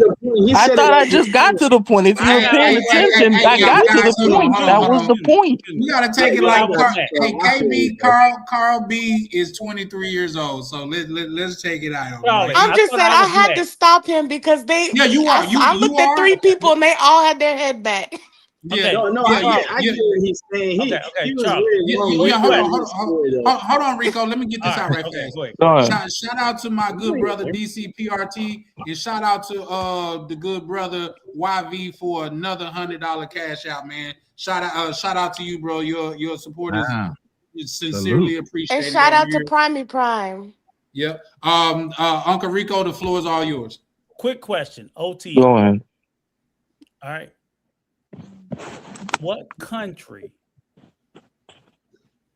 is black people not oppressed or at the bottom? Probably Period. Nigeria. Period. Wrong. OTO. South Africa, Nigeria. No. Skip. Stop. Go ahead. OTO. What Okay, country? stop. No. Give me the countries that black people are not at the bottom. Period. Shut the fuck up. Give me the countries. I want the list. Yo, bro, stop cursing. No, I'm sorry. Don't go to the profanity. Answer the question. No, I'm going to your profanity. You got the brother trying to monetize. What countries? It woke you up though. What countries are black people are not at the bottom? They're not at the bottom. I would say, in my opinion, in Nigeria, they're doing relatively good. I'm answering the question. Stop talking. I'm answering the question, my brother. I said Nigeria. Black people are not at the bottom? No, not in Nigeria. I've been in a lot of African countries. If Black Kenya, people are at the bottom. black people are at the bottom in Kenya. Indians are doing very better than them. Get out if of you Africa. go to Nigeria, Get out of Africa. Nigerians Black own the people are at the majority bottom of the. everywhere in Wait, you Africa. just asked me. I just gave you an answer. Get out of Africa. I think a Why I gotta caveat get out needs of to be Africa? made. You said Oh, hold name on. a country. A caveat needs to be made because you have to. Yes, while black being people lazy. are doing well in those countries, No, you got to keep in They're mind. Not those. I said one. Nigeria. That's it. Even in, for example, South Africa, it has a long history of worst bloody example. civil war. It wasn't a Mandela served 20 years in order to. Be quiet. Go ahead, man. Be quiet. Because There's even no in be South quiet. I Africa, said black Nigeria. people are at the bottom. That's why I said Nigeria. I didn't say South Africa. Black people are at the bottom. Hone it in. Pull that back up. Focus. Let's answer. Nigeria, my Get out brother. of Africa. Pull that Get back out up. of No, I'm Africa. not getting out of Africa. Out of Stop Africa. acting like no. I'm not getting out of Africa. You said No, name no, one. no, I no, named no, one. Pull That's that it. image They have up. a I'm not civil getting war in out of Africa. Nigeria as well, though. You can say Nigeria, but they still having civil wars in Nigeria. Of Hold course they're on. having issues. Just Everybody look has at the issues. screen Iran right has there. You issues. just answered your own question. Who's under them? Who's under black people in those countries? Black people. So get out of Africa. No. What? That's America on the screen. You said name one. You said name Ronan, one. That the one at the bottom. Bro, Stop. listen. Ronan, This is how life works. Can I don't care about everybody your stop? scenario. Can everybody No, stop? not everybody stop. You asked the question, I'm gonna Can answer everybody it. stop? Let me bro, You're why you keep sitting asking there questions? staying in the continent of Africa saying Why that you keep there's asking anybody questions? below 'Cause- African black people. Yes, because we just showed in South Africa Who's they are. under Just black said in people Kenya in they Africa? are. Who? Stop talking. Stop talking. Okay. Read the screen. Jeez. Who? You're that old and you don't have any level of maturity. Have Okay, maturity. guys. Now I said All right, we don't Kenya, gotta personally right? And attack if you each go to other. Let's Kenya, That's if you who. go to Kenya, it's a black country, but they're still at the bottom. So you don't have to just be in a place where it's not your country to be at the bottom. You could be at the bottom and another group could be on top of you. If you go to South Africa, it's mostly black people, but they're at the bottom. So it's not Who's about at being the the bottom? most. So when I said Nigeria, it's a good example because a lot of other countries in Africa, black they're people. mostly at the bottom of they're at the bottom of their own Nigerians country. are not black people. Bro, but are you not understanding? Listen, No, Kenya are is a you black not country. understanding? Listen. Kenya is a black country. It's mostly black And people. But Nigeria they're at is a black quiet, country. quiet. And Go they're underneath. They're at the bottom in Kenya. They're not at the top. Just because it's black, it doesn't put you at the top. Y'all Just because you're being black in a black confused, country, right? you're at the You see bottom. the gaslighting. There's no you're gaslighting. not I'm letting them answering your answer. question. You're not letting them listening. answer. You're not listening. Go ahead. Oh my gosh! You said name a black country first. That's the first thing you said. I said now black I named people. one. I said black people. Black people. Okay, there's black people in Okay, Nigeria. okay. So again, let's start Kenya, over. Let's start over. Kenya, Yeah, Ask are we your talking about question. black or South black Africa. American or which? Hold on. country- Ask your Name question. a country that black people are not at the bottom. And I said, and this is why I said Nigeria. Black Because people. Black people. they're black people. They're not black people. Nigerians are not black people. What the heck? Am I wilding out? Am I not No, understanding no, this? no. wrong? I think what he's saying is like that's almost like a I got you on the simple. No, fact no, that it's not. I if got black you. Listen, people at the top, listen, there's Charlie. black people at the bottom, Charlie, so there's watch black this. people there. Charlie, watch this. South Africa. Are black people at the top or the bottom? Bottom. Okay. In Kenya, it's black people at the top or the bottom? Bottom. Exactly. And Indians are at the top. So I'm giving you an example said who's at the of where bottom. black people are not I said at the bottom. I said bottom. I'm giving you an example Name of where a they're country not that at the black bottom, people are and that's not Nigeria. at the bottom. Nigeria, they're not at the bottom. They're at the bottom in Nigeria. No, they're not. They own their own construction. They own their own oil production. The richest Nigerian in the world is a Nigerian from Nigeria. He does oil refinery. It's the also only at the refinery in all of Africa. They're All of also- other African countries and all of other countries in the world don't have any refinery capability. So The you're only black man that arguing- have it is a Nigerian in Nigeria. You're and not only that, arguing that I'm not Nigerians are arguing not that at the bottom of Nigeria. But Rico, you No, asked him a they're not. question. You're being No, you're disingenuous. arguing. I lived in No, Nigeria. no, I worked at the no, U.S. no, Embassy. no, No, no, they're no, not. no, I've no. seen a lot of You're not places gonna that get this they nigga. are. You're not gonna get this nigga out. Nigeria. You're arguing. Hold on. That's a black double-edged question, though. Yeah, like hold on. He is right in the sense that for Kenya and Nigeria, if you look at the richest and most powerful people, at least that are known by publicly, nationalities. they are black skinned. By nationality. But not in Kenya. No. In Kenya, not yes. Nationality. No, not in Kenya. No, sir. I lived in Kenya see- too. you No, see- sir. you see how they Indians argue own it? Westland. Indians own, and no, I'm naming actually the But properties Charlie there in the James, districts in which Charlie, they own and they all don't the argue that assets when it comes because to I've lived America. there. Unlike He ain't gonna argue you're that just when it comes speaking to on the America, internet. right? Miguel. You're just speaking on the When internet. it comes to America, we ain't crap. Wait. I'm laughing my at Miguel. God. All right. You know what? I'm Watch not this. even down Watch for this, it. When it Rusty. comes to How many America, words You're in a right. whoop chuck can a whoop chuck? Come on. Like, bro, you just want black people to be poor, broke, busted, and No, disgusted. no, That is you, your No. legacy. you want I black don't care people to nothing be for that. poor black I men in don't care America, nothing for but that. when they're in bro. I Africa, don't care they're for rich. nothing about They that. kings in Africa. Okay, the Hey, white hey, man question, got you. guys. I You got a losing all question. day and you can never win. Okay, That's your Charlie, Charlie, lifestyle. talk. I have no problem with it. I got a question, guys. What is FLR? What is that? I'm sure Ronan could probably he know what that is. What Charlie is puts his thumb on it. FLR? Ronan, you know what that is? Ronan sleep. What is, I don't know. Yeah, we go Ronan. I had to take a nap, man. Oh, that's a crypto. Okay. Hey, I suffer from PTSD. Y'all about to make me start taking my meds again, man. No, but look, Crypto. Oh, it's a crypto. It's a crypto. It's a crypto. Yep, I'm just looking at it now. Charlie, I'm about to head out. I gotta put my daughter to sleep and all that. I just want to say that I agree with OTO. If you want better, It don't matter the color of your skin. Put that work Let's in go. and go do better. I have a friend who's Hispanic and she's a school teacher. She's seen that home healthcare agencies were making money, millions. So then she went to Google and got the knowledge from Google and went and got her certifications. And now she's a millionaire. And all she needed was $5,000 to $8,000. So don't hit me with the black color skin people don't have $5,000 to $8,000. People do their taxes and people do different things, and they rather spend their money on other shit other than to put things into specific things to make themselves grow, their families grow. And I have a black man in my household that I see it coming from firsthand. Right. Like he's starting off his business small, but it's succeeding. And he's a black man with colored skin. He don't have to go to the white people to become a millionaire. He don't have to go to the white people so his business can succeed. He's doing it from the ground on up. He's putting in work. He's getting rid of all the lazy people around him. It don't matter if his day ones, family members, or whatever y'all want to call it, and he's putting people in positions that want to work and that want to make the business grow. I just feel like it's a lot of excuses, and sometimes I come on the panels and it's like it kind of like damn, like god damn, it's always about, oh, I'm black, I can't do this, oh, I'm black, I can't do that. Like put the work well, in. here's the thing. There's people out here that are millionaires that put the work in.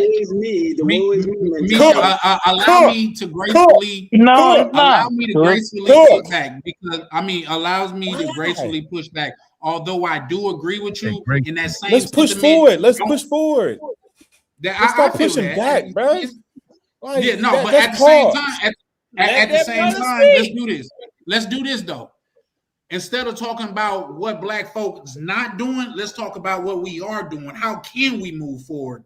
Opposed to just, oh, black people will never do this. But when we put that knowledge out, they're still not listening to that. They still make excuses. How many times you made a lie when you put that information out and people just don't listen. That. I get what you're saying. But when you say they, you're speaking as if it's all black people. All right, not all, but most, and the majority wins, right? Because most white people are fucked up too. Can I say this real quick? Because it's so obvious. It's staring everybody in the face. About what everybody else is doing. Let's move the goalposts. Let's move, because you said, okay, that's them.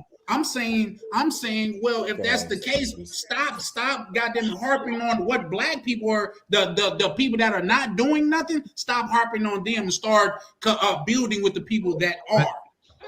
But let me say this real quick. That's how we're gonna get into position if we surround ourselves with people who are doing shit. It don't matter what color your skin is. Let me say this, and it's staring everybody in the face, and y'all still missing it. What she said was on point. Right. But I might have said it different than OTO, but I agree with it even clearer. Let me say it even clearer. How many Somalians have taken advantage of the system that's already in place to steal money that we could have been taking advantage of for our own business? We could have been stealing the money ourselves. It's not stealing. We could have literally. No, y'all missing it. Y'all missing it. Y'all missing it. But Ronan, hold on. But Ronan. Hold on. But I just want to say this. We're vets, okay? And how many of us were not knowing about how to get 100% disability or 80% disability? That information was shared with them about the child care hustle game. They did not share that game with us. I get it, but listen to me now. Now that the secret is out, all these Somalis are getting kicked the fuck out of the country. How many of y'all actually putting in applications to start your own fucking child care business?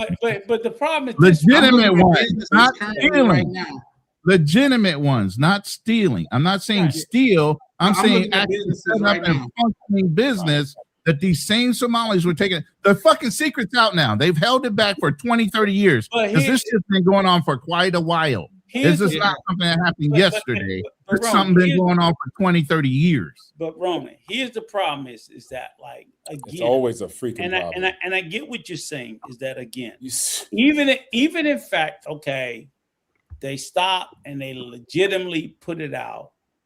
again, it's still a process. So you can't say, "Oh, okay, we're gonna." You got a foreigner that's an immigrant that figured out the process better than an American. Some people got excuses, Ronan. You can't help them, bro. Hold on, Ronan. Hold on. I can't Hear me let. out. Hear me out. The Somalis been scamming for 20 years. Now you're gonna say we're gonna kick all the Somalis out. That's fine. We get rid of all them. Yo, can y'all hear me? I hate to interrupt. Can y'all hear me? Even when you you just timid, man. You gonna just step it up. No, all I'm saying is I was that making sure because I was playing with my audio. what I'm saying is even if you kick all the Somalis out and you open it up And now, Nigerians. we're gonna They're all open it up to regular white and black people. It's gonna take a It's already open. You just need to fill in the blanks. But listen what I'm saying, Ronan. Listen, these are people who have been blocked out of the system for 20 years. So now they're coming into the system. It's going to take them 2, 3. We have never been blocked. You might not have had the information, but Oh we have never. no! Hold on, that I can't. Hold on now. Listen. If in fact, based on what they're saying in Minnesota, Somalis have had an $8 billion fucking scam. It's not only in Minnesota, it's Ohio, it's Okay, New Jersey. Like but I whatever. said, this is a national thing. It is Okay, not one country anymore. Okay, but listen. If it's been a scam on the level that they describe, that means people have been blocked out of it. So once they get rid of them out of the system, it's going to take a period of time for new people to come into the system to replace them. We have to expect that to be normal. And especially we expecting people to come into the system not to make up fucking kids, or I'm gonna make up 50 kids to come and stay in my daycare that don't exist. So we have to expect that actually that's going did to exist, take a process. Well, the key is that what's going to happen is that they're going to close the loophole and move the goalpost. That's really what's going to happen, and we're going to have to figure out what information and to get to be able to do the same, or as you said, to be able to get into that market again, because that was discovered, and they're gonna as I said, close that loophole and move the goalpost someplace else, and then they're going to allow another group of people to be able to take advantage of that. That's how they always do it. Hold on. I got to mention something to Ronan's point too, because I'm not going to sit here and say that black people can't take advantage of something like that, because I think they can. But you also have to consider too that I genuinely believe, or I genuinely think, based off of what has happened historically, because we had programs like that for black people. We had assistance programs in the form of damn it, I'm trying to remember it. It's public-private partnerships, all those types of things. And even with the institution of the Southern Strategy in the 70s, 80s, and 90s, a lot of the times when you hear the term, for example, welfare queens and Cadillac king, that comes directly from Reagan, one of the most popular presidents. And under his own administration, they implemented the Southern Strategy. And I really want people to kind of look into the Southern Strategy. And these people were actual racists, where what they would specifically say is that we can't say N-word, N-word, N-word, but what we can say is the word fiscal discipline. So in many ways, it's not that black people didn't want to take advantage of these programs that did exist, but there were very real barriers. I'm not saying that racism now is the same as racism back then, or that you cannot get ahead. But there's a reason that when you look at the black community, it's only $500 billion. And keep in mind, a lot of the wealth that is even in the black community right now only exists because the boomer generation and did a lot of the politics that needed to happen. For example, you have labor movements as well. A lot of black people have money in labor movements, in the form of pensions and whatnot. Not just labor movements, but you can look at, and then you can take a look at, for example, the public-private partnerships, where a lot of the people who own houses in New York, most of them, and major cities, took advantage of a lot of those government programs, and that's the real reason why they even own property in those cities to begin with, because of those specific programs. Even someone like Barack Obama went managed to go to Occidental College at the time off of the GI Bill, which she got grandfathered into, which doesn't exist anymore. So that's what I'm saying. It's like, it's not that Yeah. Black people have never existed to try and take advantage of those programs, but when they did try to take advantage, they were called welfare was a queens, Cadillac Okay, queens, okay. and there was a real barrier. Thank you. You know, Charlie, that's I all I got wanted to say. Because they were kind of Wait, dogpiling here, and I'm like, nah, that's not no, 100% true. wait a minute. So for the last 25 years, while the Somalis been doing it, we've been dogpiled. Is that what you're trying to tell me? And you're 24, right? Well, So you're telling yeah. me He's trying to you tell were you, no, here, he's trying to tell you, you were being dogpiled by were- Somalis and everybody else that's coming in this No. country. I'm not saying we were dogpiled by Somalis. Somalis had nothing to do with it. But the policies pursued by Clinton and his predecessors, those actively were I hear detrimental to Black. It's not excuses. It's not excuses.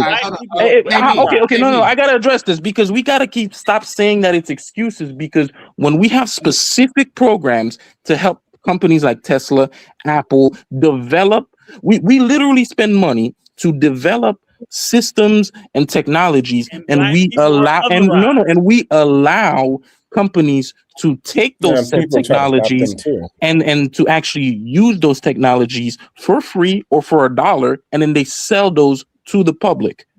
How is that not welfare? But when Black people, get some SNAP benefits or something like that, or they get specific programs for them, that's just excuses. Thank you. Come on, right? Real quick, because I know everybody. Right? Like we not gonna pretend Tesla got $400 million for like 5 years, 6 years straight. You know? We get that. Everybody That, like, does. it's a lot of Common people do subsidized too. companies out there. Quick thing. I'll read it right fast just so we can move forward. YV say, when we take a chance on our own, we lose money. Get that granted.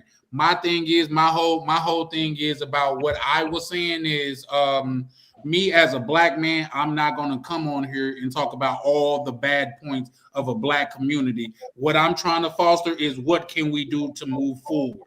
That's all I'm saying. You know what I mean? To come on here and say all Black people are this, that, and the third is not helping the problem, in my opinion. With that, I yield. I'm just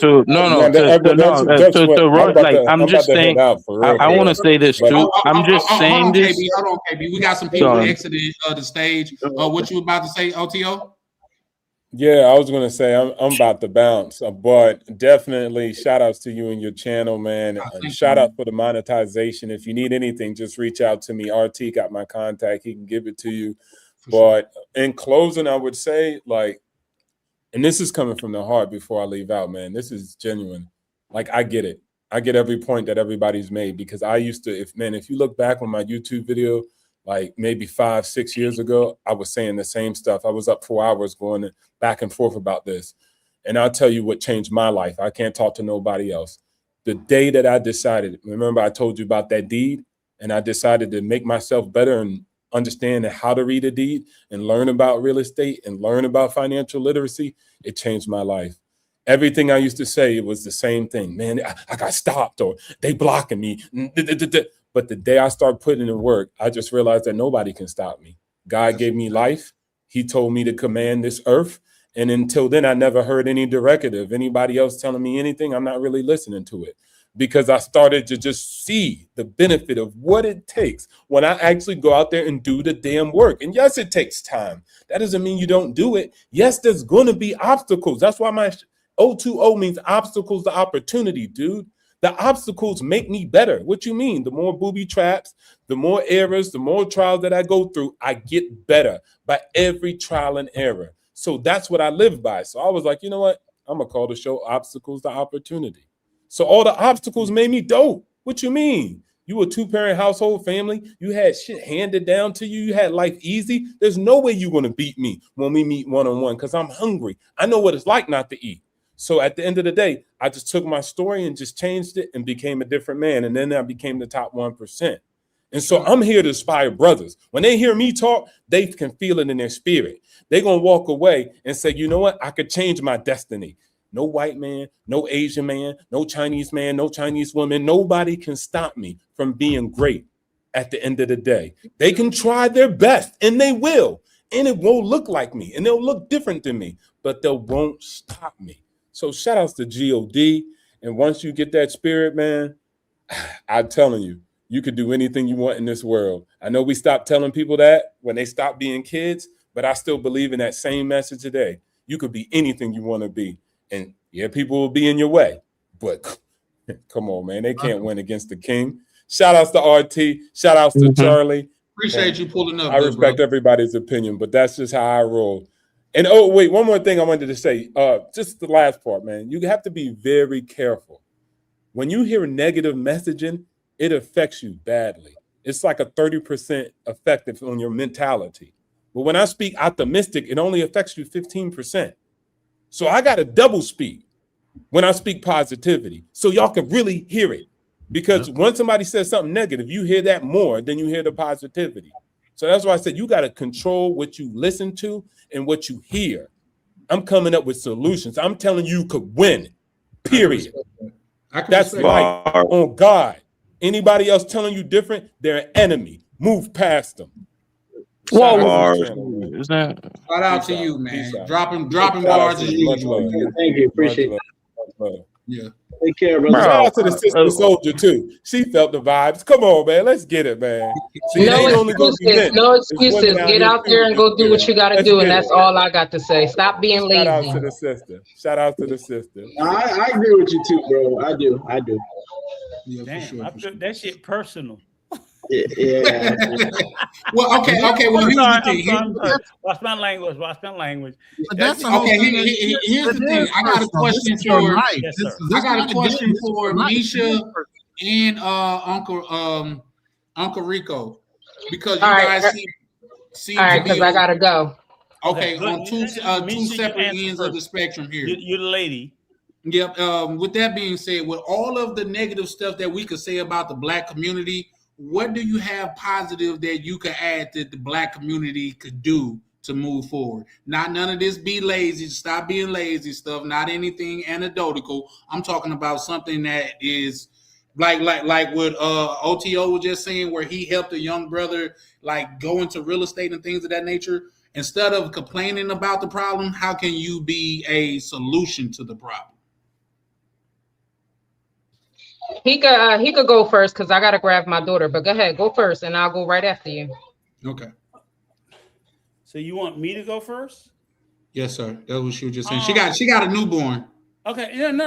I understand. And I definitely respect her for that situation. It's a tough question for me because I struggle with it. You know, the first thing off the top of my head is I would say nothing. And hold on. No, and you gotta let him finish, KB. No, I'm sorry, because there are things we can do, but go ahead. But you gotta let him. Let me finish, right? Okay. And I paused with it because I wasn't expecting the question.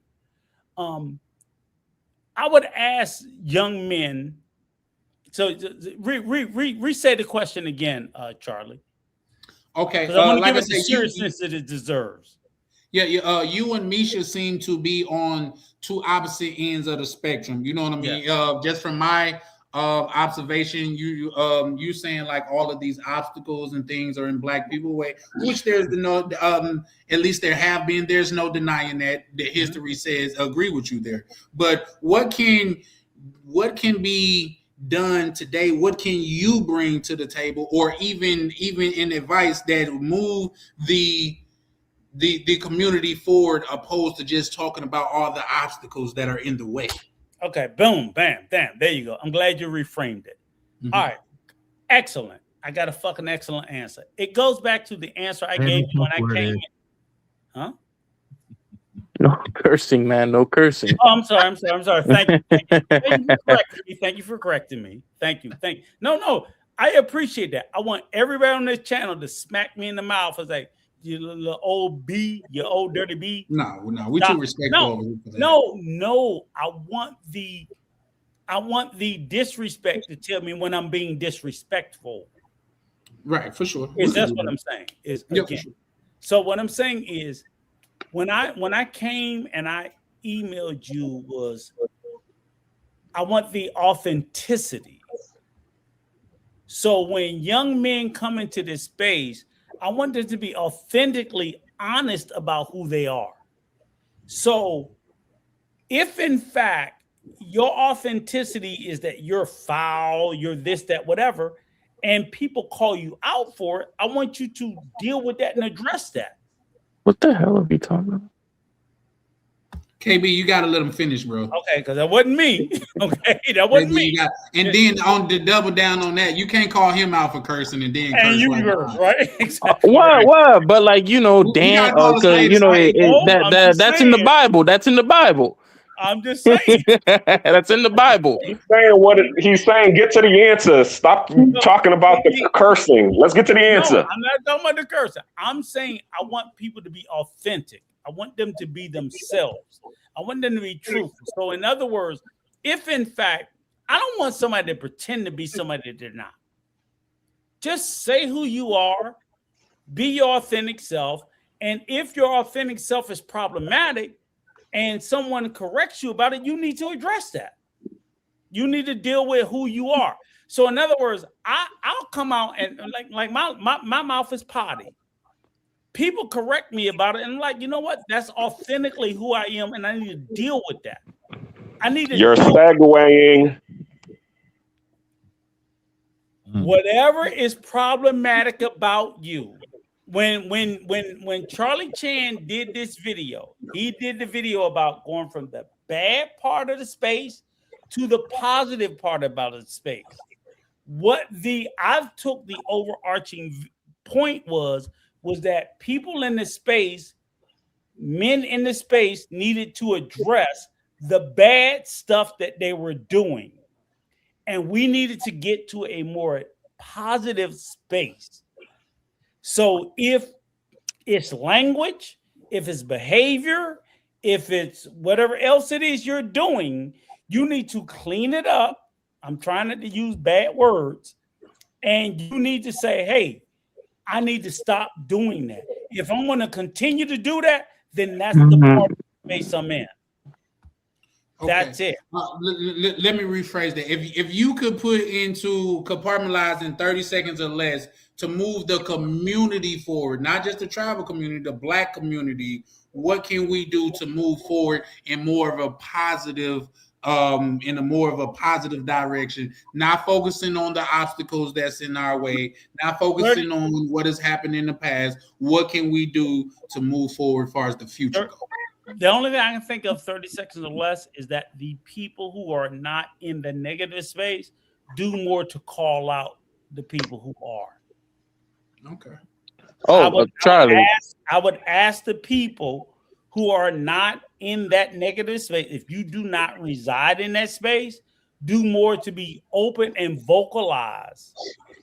You can't change it, but more vocalize it. That's it. I'm done. Oh, hold on, Charlie. I gotta say something. It'll be pretty quick, but I do think this is something that is very actionable that people can do right now that I think in 6 months can make life way better for the Black community.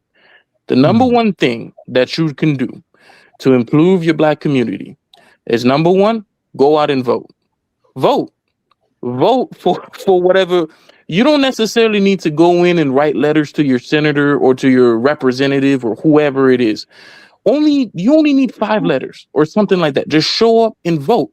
Even if you don't like the candidate, even whatever it is, show up and vote.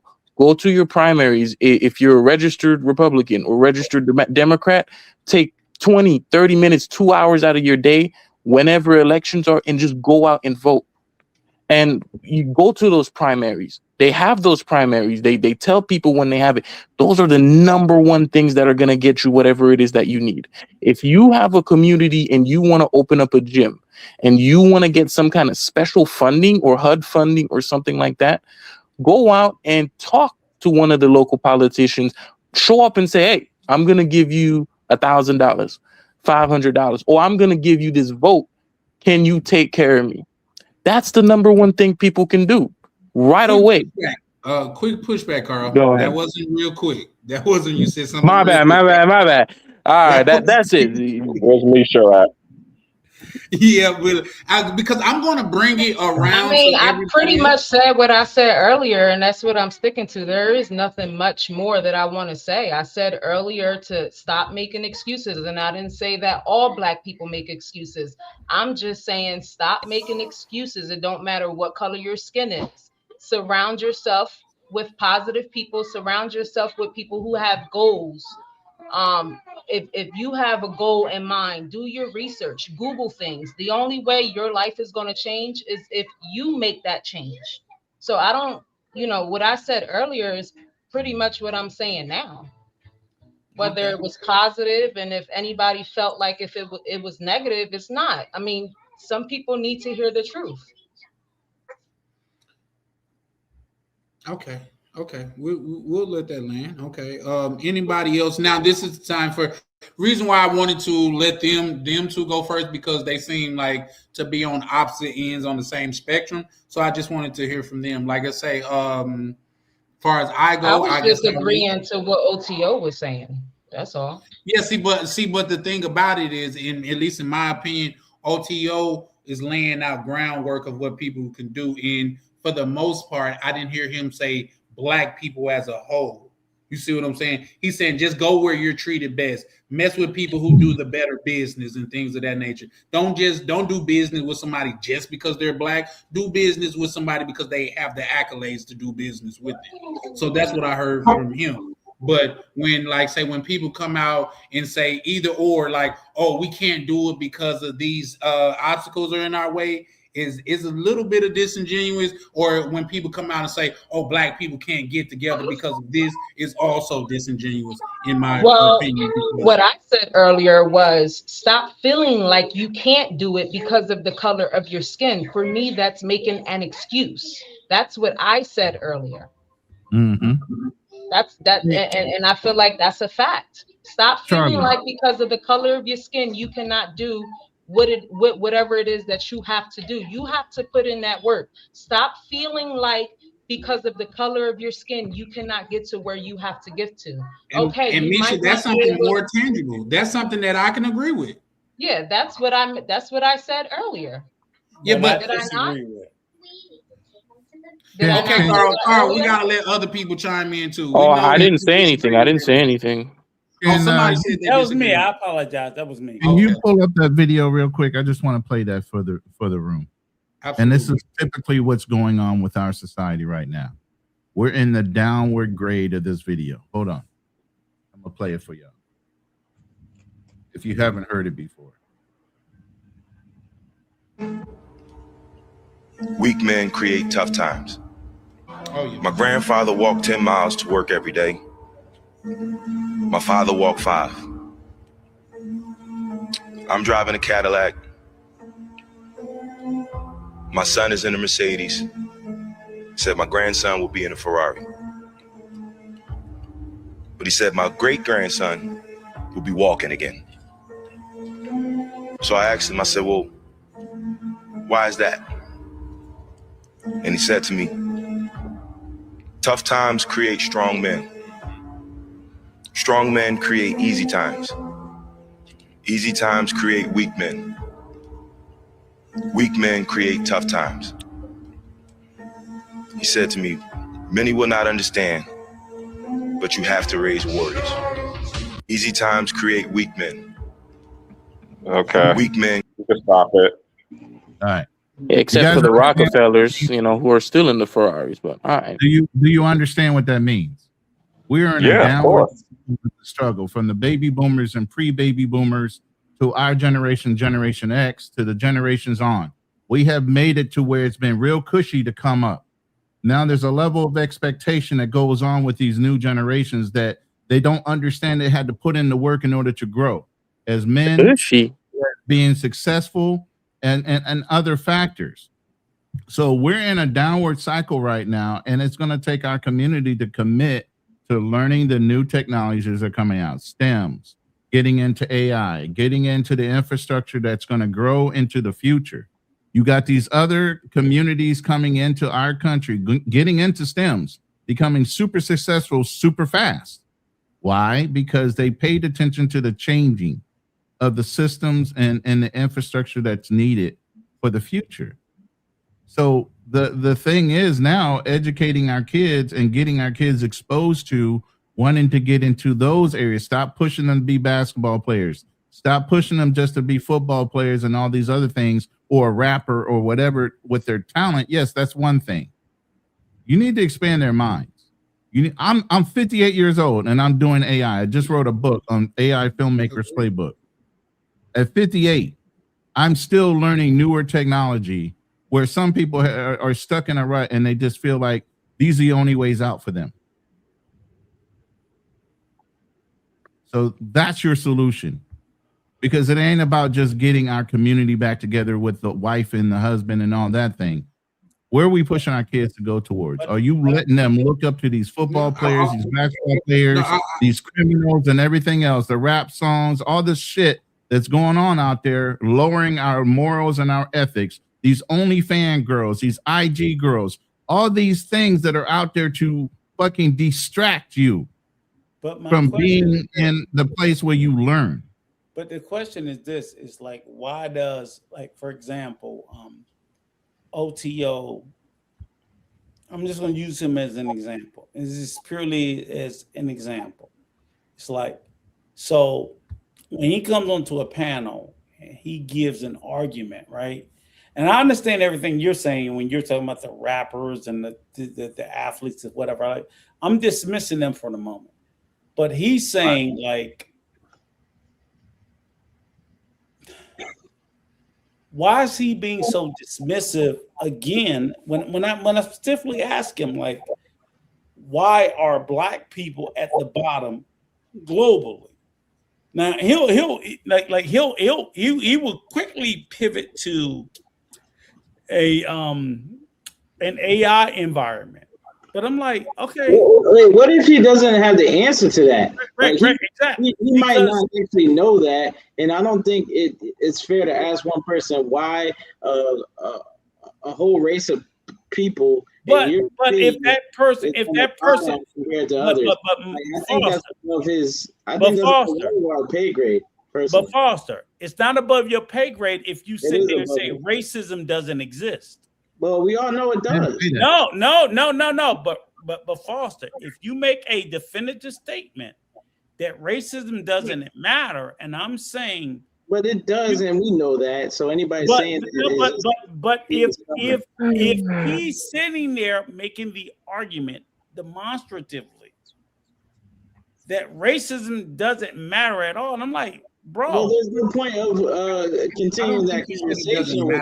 Okay, so you're saying, racism doesn't matter, and it does have an impact.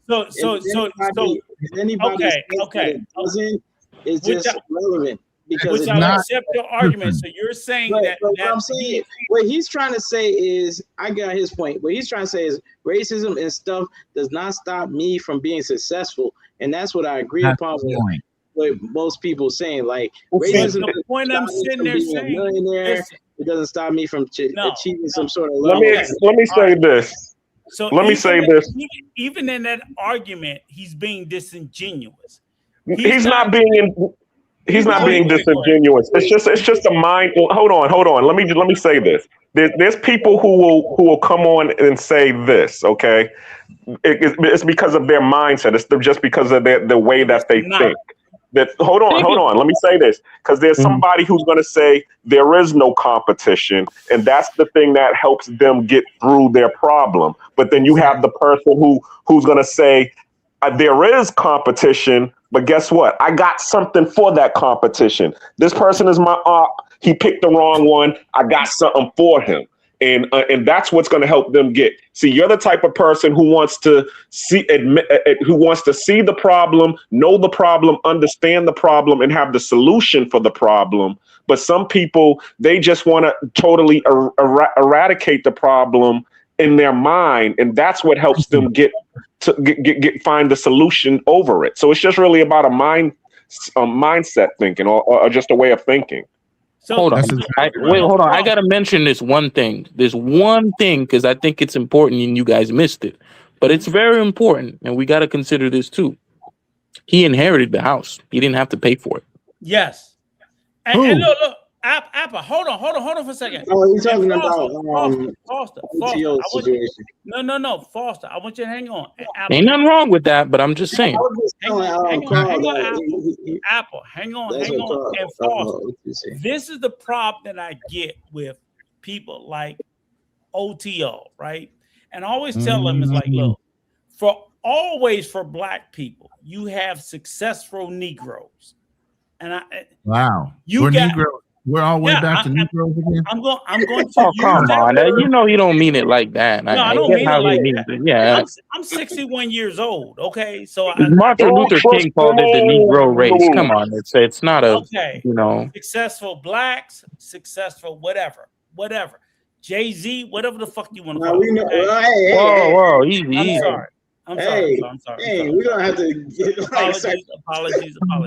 What I'm saying is, zapping you every time you say so. The reality is this. We've always said that you can have the successful Negro. It was always a term, but you were not successful because you were a Negro. You were just successful.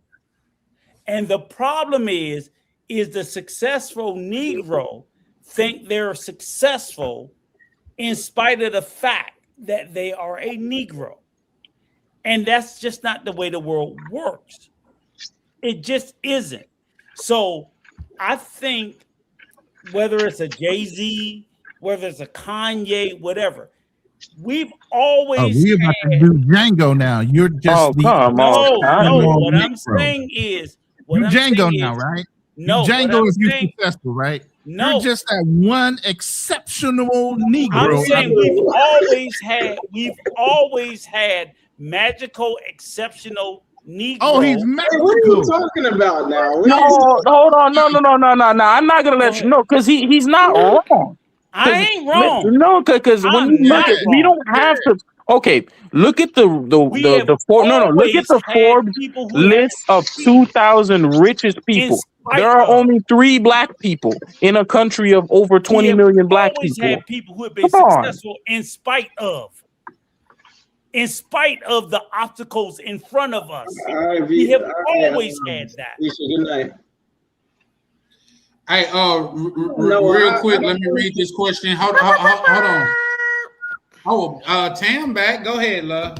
Yeah, I came back.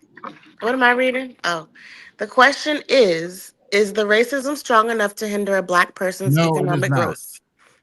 Dang, can I get the question out? I've been waiting for that one. Thank you, Tam. Hell no, it ain't. Shout out to Uncle Rico. I'm on 020 side. I'm sorry. I'm on 020 side. I ain't never had a fucking issue in every company I ever worked with. It's never been a racism thing. I've always had fucking smart enough knowledge of understanding rules. I read rules. I understand rules. Even when I went in the military, I never let anybody bully me because of fucking rank. I knew what my SOPs were. I knew what they could and could not tell me. If I sign a contract, I need to identify the T's and fucking C's. I'm not dumb. Okay. And if you go in blind, that's what you get. Okay. You get bullshit back. I've never been that guy. And not just that, to build off of I never let somebody hire me at will. Even when I was in at will states, you fucking signed a contract with my ass if you wanted my knowledge. Hey, but to even add to what brother Ronan is saying, like Miguel. Right, Miguel. Here's the thing: we gotta do. We also have to make take decision. We also have to take responsibility for our choices. You know what I mean? Just because everybody's going that way don't necessarily mean that's the way that you need to go, as well as there's a difference between contributing factors and goddamn it, what's the other one? Goddamn it, determining factors. I could go into a bank and the person that's writing that loan may be racist, but it's just a contributing factor. You know why? Because there's thousands of banks out there. It's not a determining factor. I can always go to another bank. So and this is just where I have a problem. To where black people supposed to, a lot of black people feel like there's not supposed to be no obstacles. That's not realistic, bro. Life come with obstacles. I don't even care if you white, black, or purple. Life is going to have obstacles. They may not be the same obstacles, but they're going to be obstacles. And to be honest, if being rich was easy, everybody would do it. It's called a barrier to entry. So it's either you're going to work to get over that barrier to get to the next side, or you're not. Life is full of winners and losers. Decide. And here's the biggest thing. What is our society based around? Money. I don't know any business owner that doesn't want to make money. If you're an asset versus a liability, if they know you're coming in with a gangbuster way of increasing their earning potential in that business, you're fucking hired. It doesn't, excuse my French, you're hired. Doesn't matter whether you got a degree, you don't got a degree. If you come in asking the right questions, you come in commanding the room, you come in exactly the way they want you to come in. It don't matter what your skin tone is. They're going to ignore everything else because they want what you got. You only have to be exceptional. Yeah. That one exceptional Negro out of 50. There you go. Shout out to Rainier Cool back up, and shout where's out Miguel to on here? my good brother Miguel. Why How y'all Miguel on brothers here? doing? Why can't he be on here, Tam? Because he's supposed to be in some deep, intense fellowship right now. He is. I didn't even realize I Brotherhood. was on Misha's channel. Then I was like, wait a minute, I think Chan is hosting. My bad, I was drinking a little bit.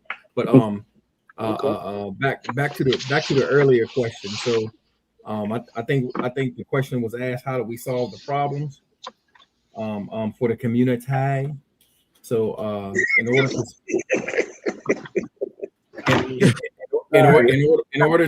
to solve the problems for the community, we need to bring back a strong family structure.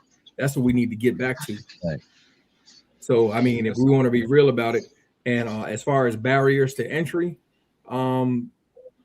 it's like if Somalis can come over here and run it up to the tune of billions and billions and billions of dollars, function, whatever you call them, functional Black America, foundational Black, whatever. Negroes don't have nothing to say. Two pennies. I mean, let's be 100. Like, let's be 100. And I'm not. The problem that we have, and I'm saying we as a community that we have, is we want somebody to give us something. Oh, nah. Come on. Bro, you had your chance. You had your chance. No. You had your chance. Let me finish. You had your chance. So let me finish. So Negroes want somebody to give us something. So you always hear Negroes talking about, oh, well, this and that, and the 40 acres and the mule and reparations and all. Bro, ain't nobody giving you nothing. What I always say is, you have got to learn the game that you're playing. Just like the Somalis did. Learn the game that you're playing and run it up. That's a fact. Run it up. Exploit it. You want your reparations? Because I'm here to tell you, there is nothing blocking us. The only thing that's blocking us is the mentality. The overall mentality is messed up. Negroes sitting up here, oh well, this person, the big white boogeyman stopping us from doing, bro, it's money. I'm telling you, it's money out there to go and get. And you know why we don't go get it? Because we want a handout. For the most part, we want a handout. You got Negroes, excuse me, my bad. You got Negroes still out here talking about reparations and what they gonna do. And when the reparations is right there. If you look, it's right there. So I don't want to hear nothing about when you. I'm about to go there. I'm about to go down this tunnel. You got these Somalis. These Negroes is inbred. The average IQ of these, the average IQ They are below. They are retarded. I don't even know retard. I don't even know if you can say that. No, you can't say that. You can't say that. Because Just say slow. They slow. I don't know what's exceptional, but They on the these short these big light bulb heads, these big. They don't have 4 heads, bro. They got 6 heads. Like they didn't push way to the bro. These inbred, bro. Okay. I'm trying to tell you, if they can do it, if they can do it, there is no reason that the black people Not a who one. are here cannot do it. But you know what the problem is? The problem is just like old Krusty said earlier. No, was it old Krusty or somebody said it wasn't until they said, look, they got fed up with they got sick and tired of being sick and tired, and they actually got into real estate and doing some other stuff and stopped with that woe is me attitude and went and got it. And I said that was OTO. Yeah, I said it earlier. Faith without works is dead. Is dead. Words, don't talk about it, be about it. Go do it. I agree. I would agree with that wholeheartedly. Hold on, let me say this right fast. But here's the thing, and this is where the difference come in. We don't see Somalians and Mexicans, because Mexican people came up too. They ran the bag on the trucking company. Y'all remember? They can't even read and spell English, but they got 1,000 trucks out there on the road. They finessing too. But what we don't see is Mexican and Somalian people on this internet talking about Mexican and Somalian people.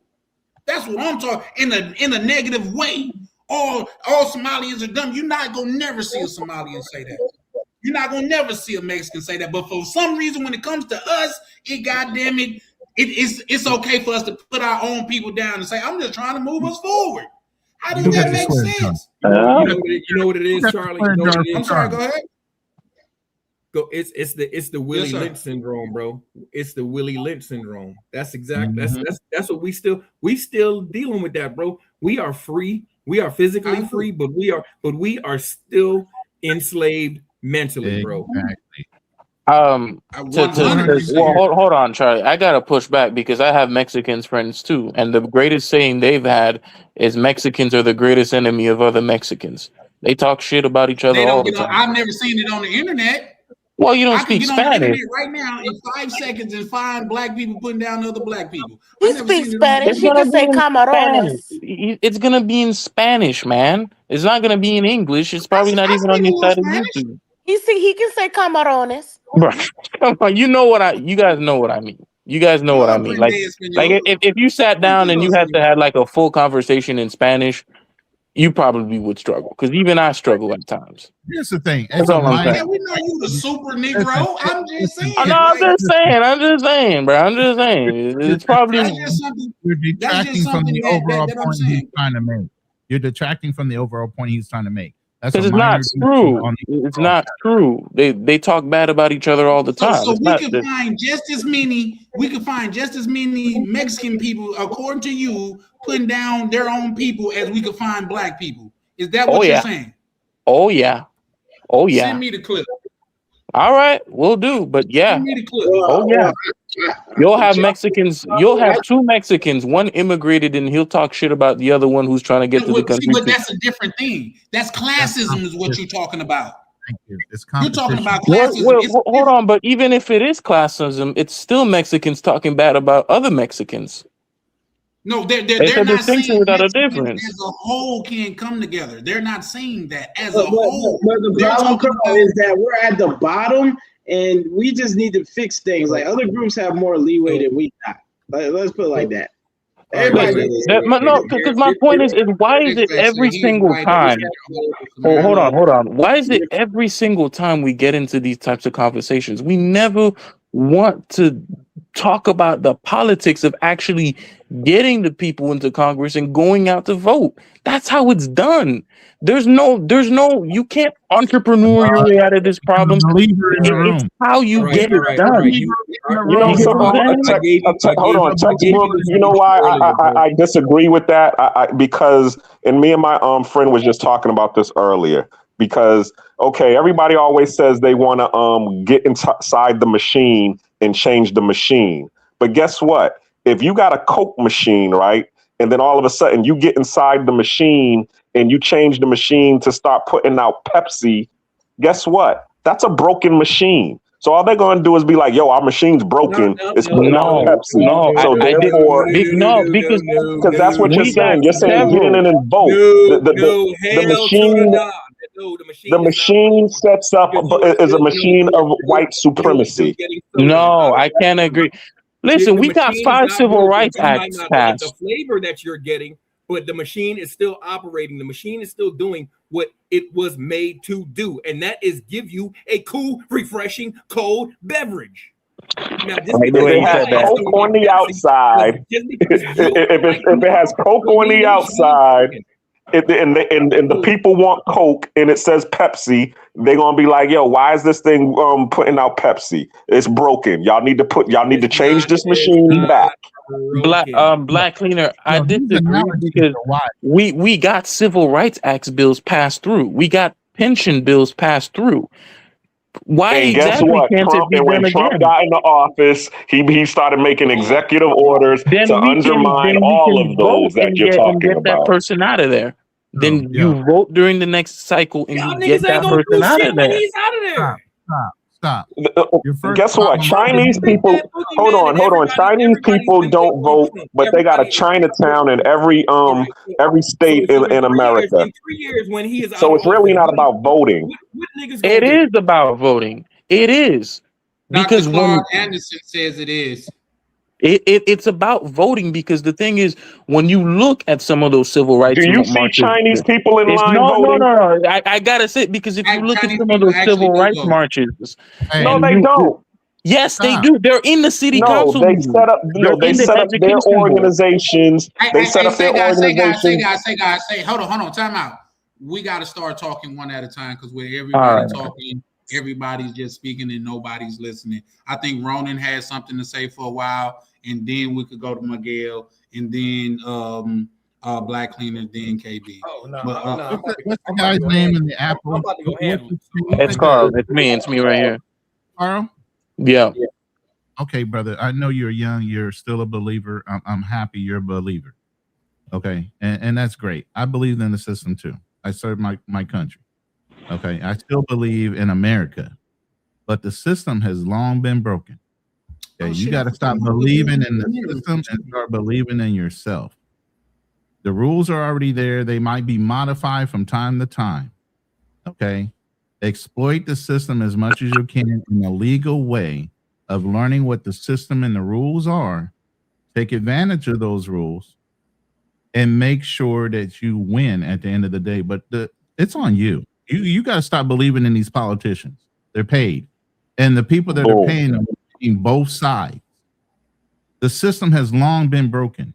The point is, understand the rules of the system and start using them to your individual advantage. Nobody's going to come help you or save you, especially as a man. The system was built around helping women. You're a young man. You need to understand how the system works for your benefit as a man. That is a fact. Oh shit. This electric stuff and all that, forget about it. That's the game they get you to believe in. That's why they started the electoral college, because the popular vote don't fucking matter anymore. Excuse my French. Popular vote don't matter anymore. It's the electoral college that elects the president. And can that be fixed? Yeah, we just started learning about gerrymandering and moving the bar when it comes to what specific counties work in each individual state. Do you understand? Gerrymandering is how people get elected.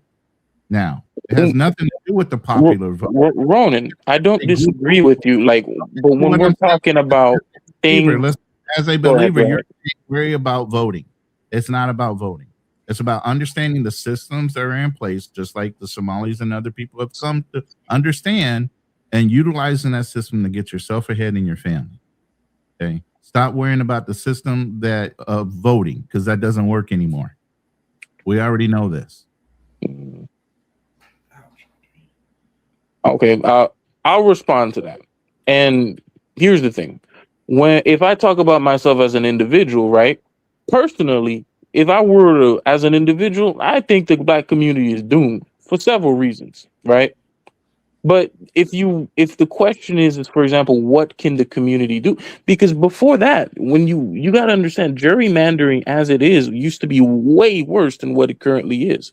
It really was the case, say 60 years ago, that if you were black, you could not be elected to the House of Representatives. And through politics, we managed, not we, but those people back then, they managed to do the work in order to actually change that. And we have what we have here today. I'm not saying that it's completely fair or that it's even completely blacks good. were House of Representatives for like a long time in Congress, by the way. So I don't What'd you know. say? I didn't hear you. What'd you say? I'm What I saying like mean by blacks were eligible to be House of Representatives. Black men were for a while. No. So okay, what I mean, I'm talking when we Hold on, talk about jury. Go ahead. let me clear Yeah, something. go ahead, maybe What clarify. I mean by gerrymandering is redistricting. I'm aware. So Down and let me. redistrict an area so that the black people's vote is overwhelmed by the white people in that district based on population. Yeah. When there's certain key areas by population, that district should have counted more for the electoral college. That's So the gerrymandering that I'm talking about, the redistricting of the power of the black vote. So to clarify what he's saying a little bit more, so let's say that you have a big district, right? And you have a district of 10 million black people and 20 million white people, and it's 5 districts. With gerrymandering, you can cut up the district in such a way where blacks are actually the minority in every single district, even if it's a neighborhood that is 100% black. So you can have one neighborhood and you cut the neighborhood in half. So one part is one part of a district and the other part is another part of a district. And it's Right. supposed to serve to dilute the black vote such So that you're looking at it too, you're making it Exactly. difficult. What I'm saying is, and T-Mac just said it exactly the way I'm saying it. If you stop worrying about the belief in the system as far as voting and believe in improving yourselves, working the system to your family's benefit and your own benefit, stop worrying about the overall politics because you can't control that. That's something that's outside of your realm of control. One vote is no longer going to count because even with your one popular vote, the electoral college can change that around. So that's a system you cannot control. What you can control is yourself, what you do And with your knowledge, resources. your resources, and how you gain and how you utilize the system that is in place. We are so worried about the politics of things when the people that are benefiting are the ones paying the politicians, and they're paying both sides. I gotta tell you, I fundamentally disagree. Because You can't.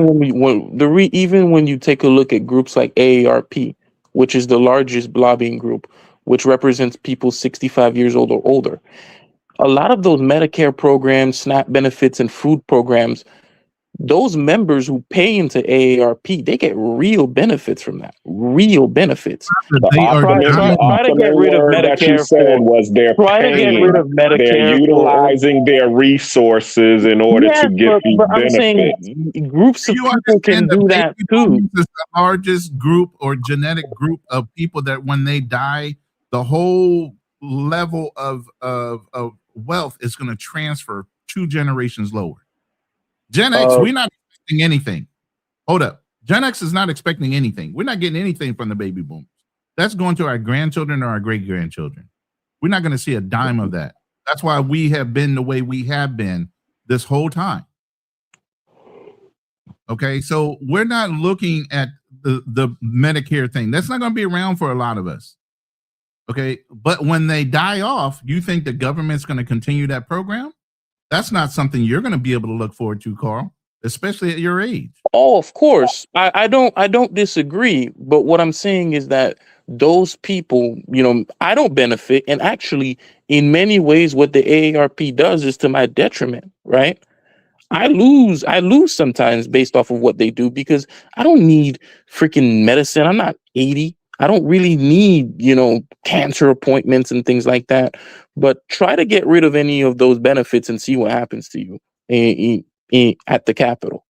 It's the same way where if you can have something like that where you can actually create a party where you can get some of those things done through the politics. And listen, I'm not saying you have to go and you got to put on your hat and be righteous all the time and march and protest on the street. All you got to do is just show up and just vote. You're just a believer. Show I up swear and to vote. God, he's a believer. Y'all hear this? Y'all seeing this? You're hearing him, and everybody says, "Man, you're gonna learn. You're just young right now."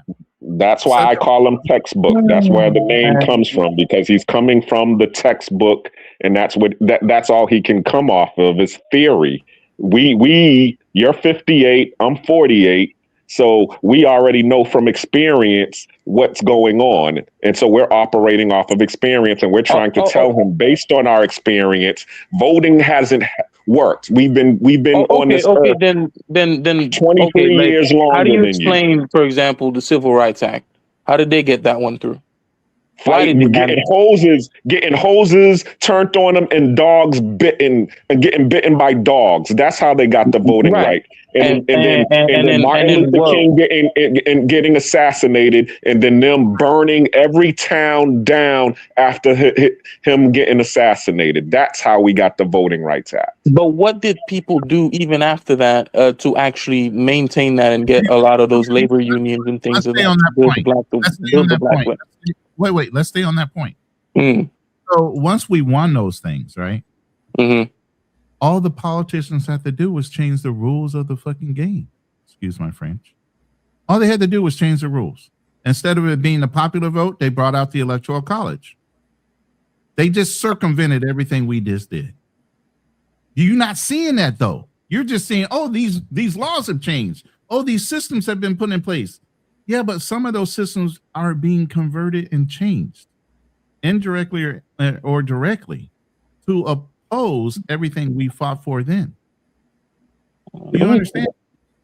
But the Electoral College was created in 1787. It predates the Civil Rights Act.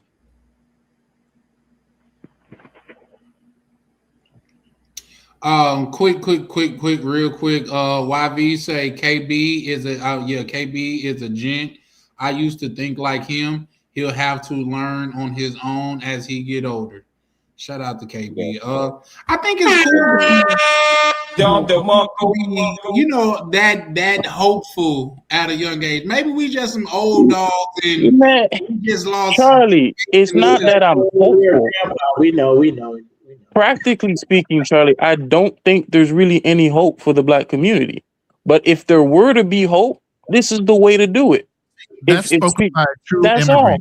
That's a true immigrant. That's the way to do it, because there's no, because people seem to think that like you're gonna be able to entrepreneur your way and do this and do. FBA in this country, you already know you had to fight like a dog to get anything you have here. That's spoken like a true immigrant that came in expecting an entitlement of certain things in our. Yes, your family has been entitled all this time that they got here, and that's the reason they got here is because of all the struggle all the FBAs had to do in order to set the system up for y'all to take advantage of it. So as an FBA, we already know we had grassroots had to fight out of everything we had to get into. But some of the people that come in and some of the older guys or some of the younger guys don't understand that you're gonna have to fight to get everything you got. You know what we say about I think we kind of missed the plot. Because what we were talking about specifically, and I said, if the Black community, if there is any hope in that of rebuilding the Black community or increasing Black wealth, because I honestly think in about one generation, Black wealth will be absolutely zeroed out. That's just a fact. If there is going to be any systemic change that people want to see by bloodshed, no, I'm not. Listen, I'm not just speaking out of my mouth. If you guys want, you can go to the U.S. Census data right there, and you can compare the Black wealth and its composition compared to white wealth. Who is putting out the $500 billion that the motivation behind the information? History. The history is written by what? The ones that are winning. No, come on now. People's population accurate. But yet and still, black people as a whole have over $3 trillion worth of spending ability, but we're gonna dissipate somehow. No. Spending is different from wealth and really? asset. You got to have the money to spend in order for it not to be effective. No, because an asset is anything like property or anything that entitles you to some kind of revenue or future cash flow or something like that. The majority of the black assets and wealth is held up in either housing or pension funds. And when those people die, it's either that they might have to liquidate those assets to pay off debt, like their housing, or what they're going to end up having to do is when they die anyways, the pension's gone. So all of that wealth, what you're going to find is that it's just going to dissipate.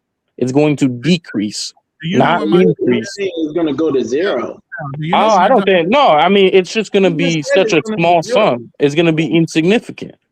It's never going to go to zero.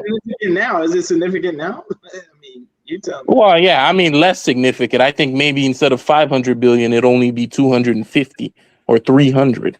It's pretty significant. I don't think so. When black people's incomes have increased, their education is increasing, things are increasing on black people. Black people do their best work when they're gun to head, to be honest.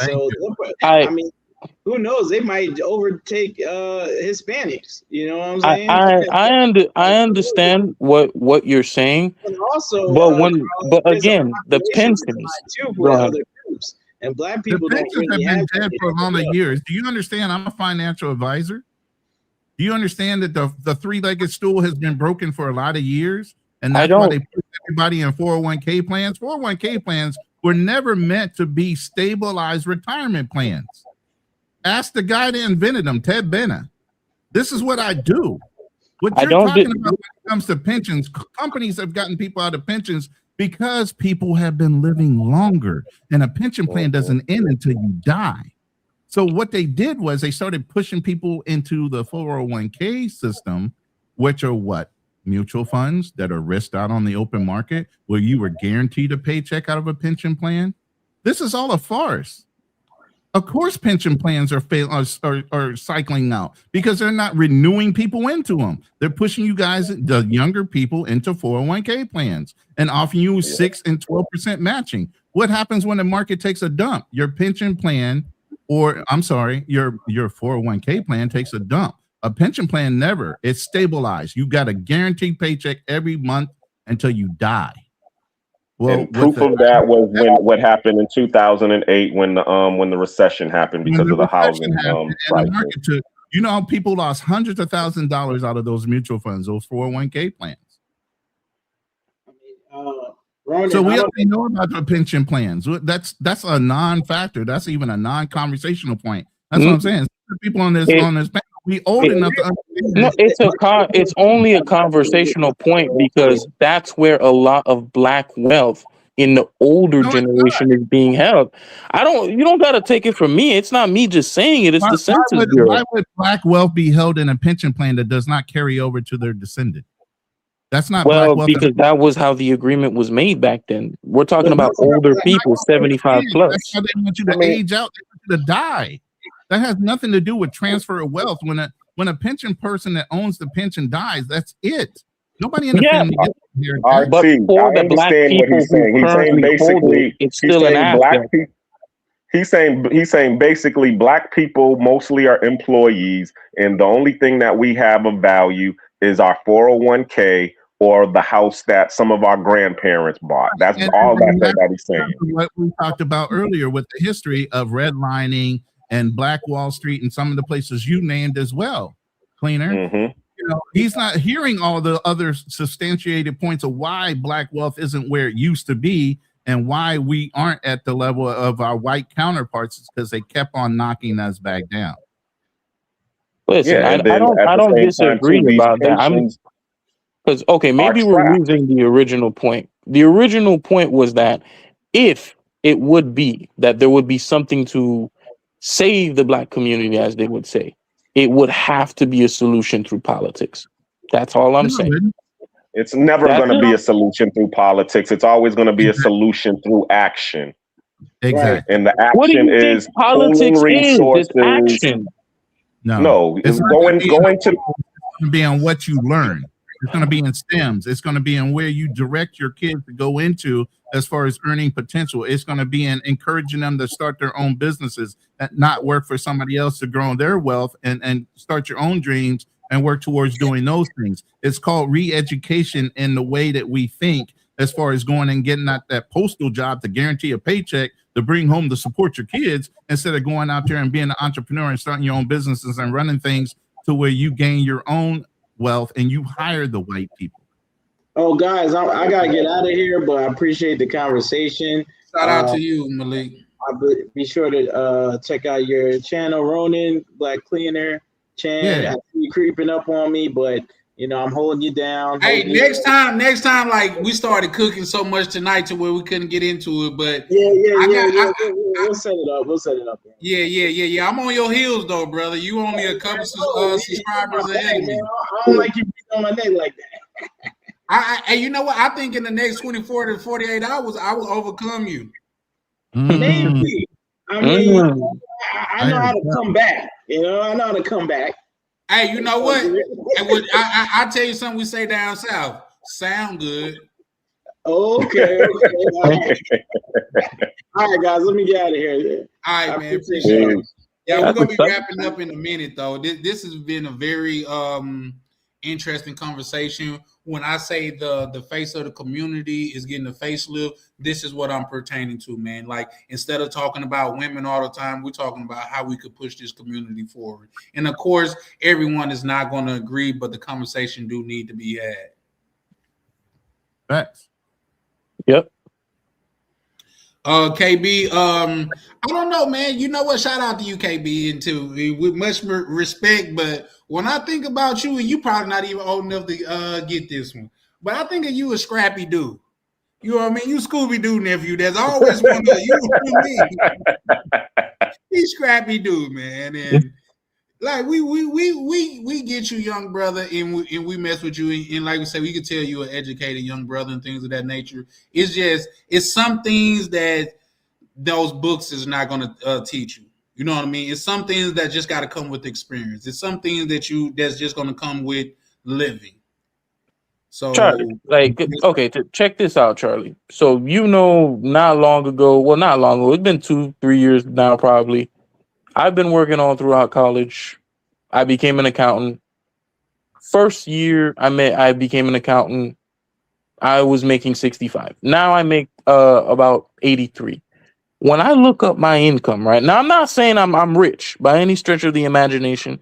I don't know how well I'm doing. You chart earlier on this right. So like we were talking about that, and I'm like, listen, when you look at my income and you put 23 years old, black, and at my income, I'm 98 percentile. I put my same income, right? And I put 23 white, same income, 75th percentile. If I compare it amongst all white people, 68th percentile.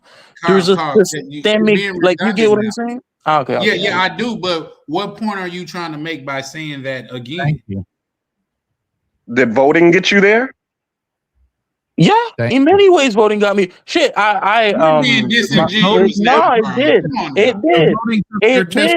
did. Maybe it wasn't. No, because maybe it wasn't my effort, but I got Pell Grant.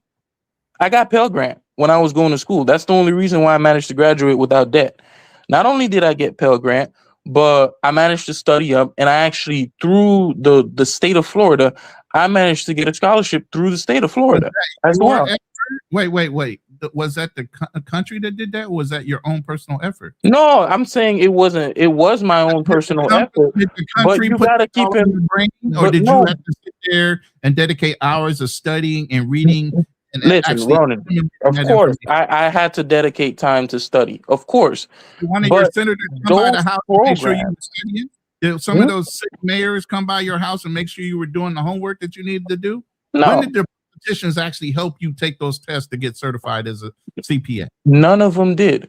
But the government didn't also have to give me Pell Grant. It didn't also have to give me a scholarship either. That was already in place. The government it was in place because by other people. It was in place because people came in and they did the politics that was necessary in order to get that set up. Pell Grant and these types of things aren't for poor people. Was that done during your time of being on this No, earth? it wasn't. It wasn't done during my time. Of course not. Okay, so the system was already there. What have they done for you lately? What you mean? Aside from allowing me to graduate without debt from college, that's a big thing. That system is already in place. They didn't allow you the specific politicians that are in office right now did not help you do anything. They old as shit. A lot of them did, believe it or not. You know, Joe Biden was still in office. Joe Biden didn't help you study. Well, he didn't help.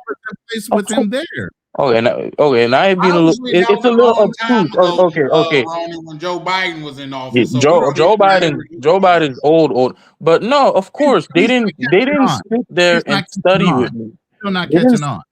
No, he's not. No, here's the thing. I am catching on. I get what you're trying to say. This is the most dangerous thing, in my opinion. He is catching on. He know full well what you're saying, but I think, and this is with love, KB.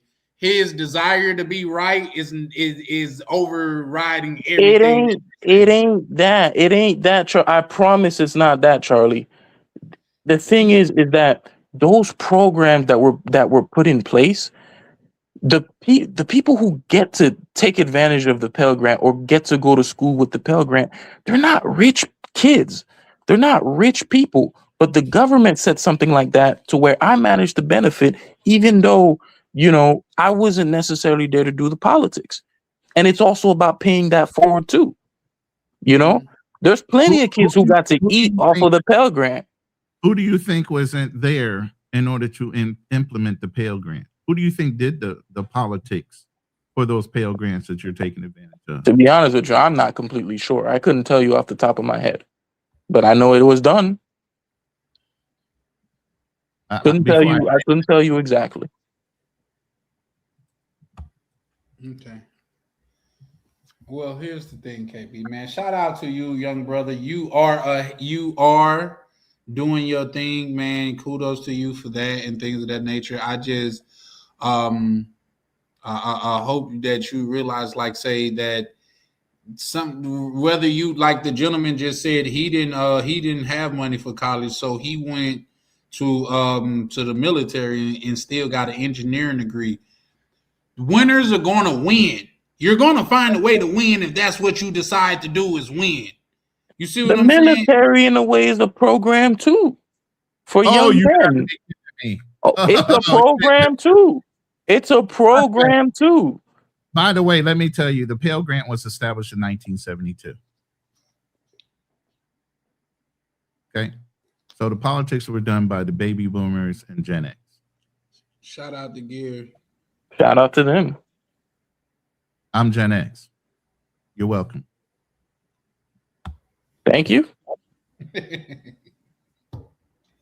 Nah, for sure. Oh, that's what I'm saying. You these systems have already been there, and the politics has already been done. You're getting to take advantage of a system that's already been in place. These current politicians aren't doing anything for you specifically, so that you got your CPA. That was already there. I'm in the process. Well, still, they're not doing anything for you. The system was already established way before them. So I'm asking you now, what are the recent politicians doing for your benefit? Recent? Yes. Let me think. Damn, don't think too long. Oh no, I'm not thinking too long. One of the programs that they actually brought here was the first one that I can remember was something that Carvalho did in Miami-Dade County. So they provided a lot of funding for laptops and things like that, and school programs as well. Another thing that they did is at Piker High School too. What year was that? That was like 2020. It was very recent. So the program initially started around 2018, and they kind of got it on wheels off around 2019, and they managed to get that funding through from Miami-Dade. How often is that funding refilled? How often? I think it was like a one-time thing, but it was a pretty significant grant. It was. Keep in mind, like you're talking about like a school like Booker T, getting $5 million. It's not a That's small sum. nothing in the bucket of what that was a cause and effect for. That politician probably ran that up so he can get the numbers for the vote. $5 million is a drop in the bucket for a lot of these politicians. We just looked at Omar's increase of her income. She went from barely reporting any kind of taxation to over $30 million as a senator. 36,000% increase in her income for being a senator. That's just one. We know about Nancy Pelosi and her husband and the way they trade and make a huge increase in their income. Legally. True. Okay, so $5 million ain't jack compared to what they're getting in the benefit of doing that in the public eye of opinion. Yeah. But it's still getting done. You just got the benefit from it. Nobody else got the benefit from it. What do you mean? From the Miami-Dade County program? Once that program was over, nobody else got the benefit from it. It wasn't an annual program. It was a one-time deal, and most likely it was right around a voting year that it got done. Most likely. For the public eye. And so it's not a program that's repeated, so nobody else got the benefit from it from that year on. This is what I'm trying to tell you about the system that you believe so wholeheartedly into. And even with the known fraud that's going on in Somalia and Minnesota by the Somalians, do you know how many politicians are fighting against the full-blown investigation, the ouster of the governor, and so many other people? You know why? Because the Somalis are sitting there threatening, if you don't fight for us, we won't get you reelected. They're buying their votes. They're sending in all kind of money because they own these politicians. They know how to work the system better than we do. And that's a problem. Because it's illegal? No, I'm not talking about committing fraud. I'm talking about actually holding those politicians to task. Community like we've done before.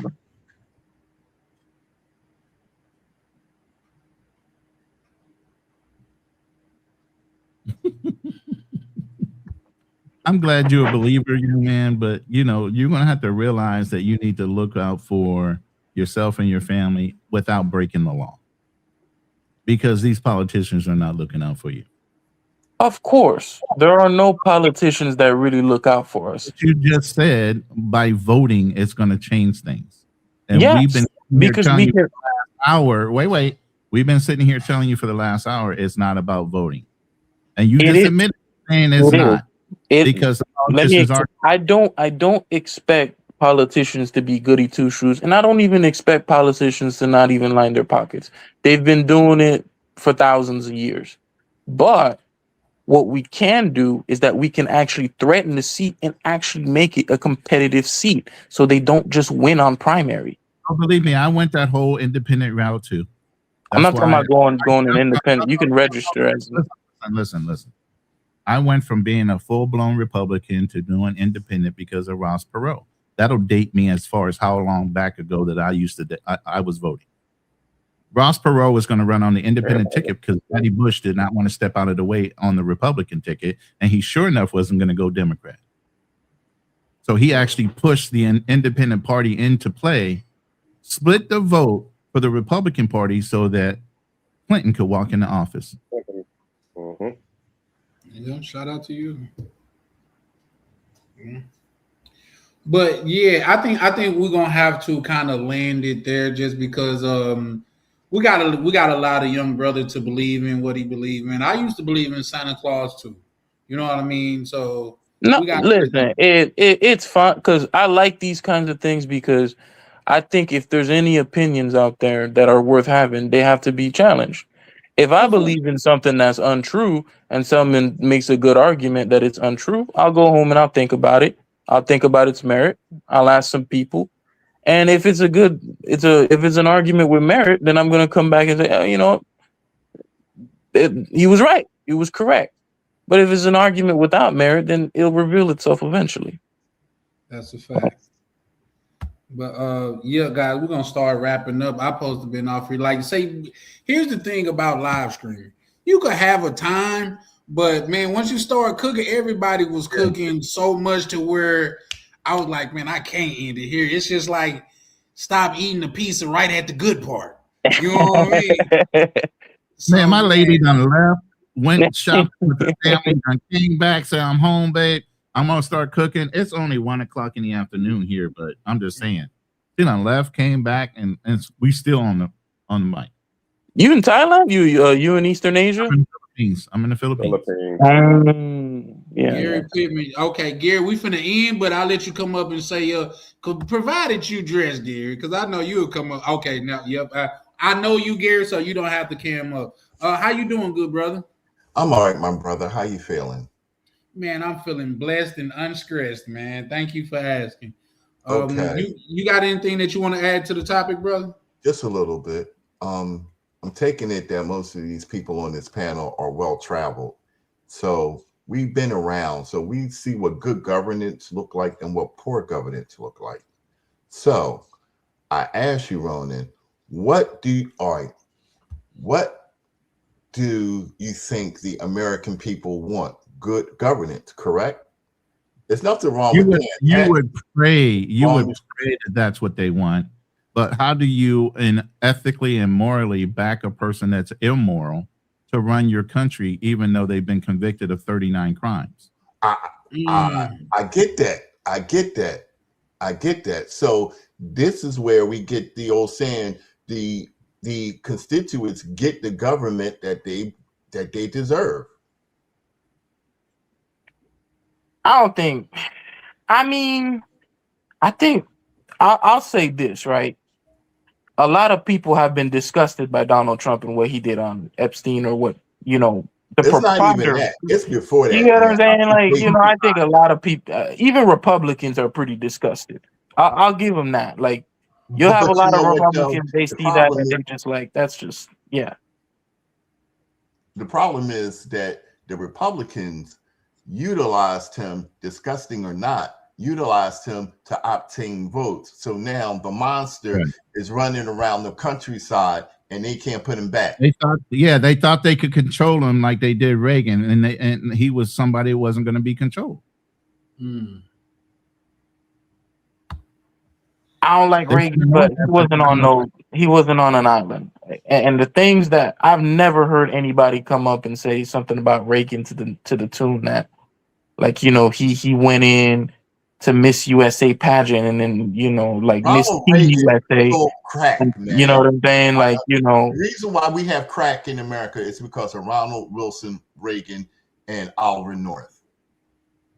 Yeah, that's true. That's true. So, and then before he I'm did in part that, of that. Ali had to he got rid of all of, because you couldn't go in New York or Philadelphia without seeing a black business. He got rid of the small business loans for black independent business people. That's why you see a lot of these Asian and Dominican stores in the neighborhood, because the loans went to them and they did not back black citizens.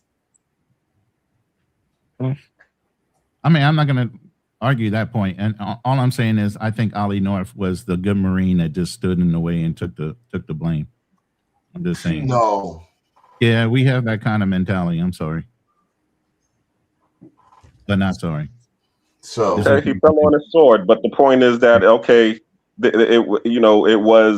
it came from downhill. Shit runs runs downhill, so it came from the top.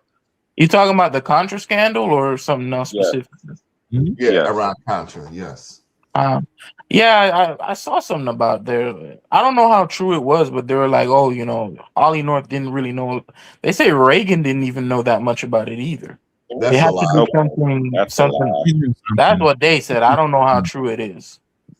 That's a lie.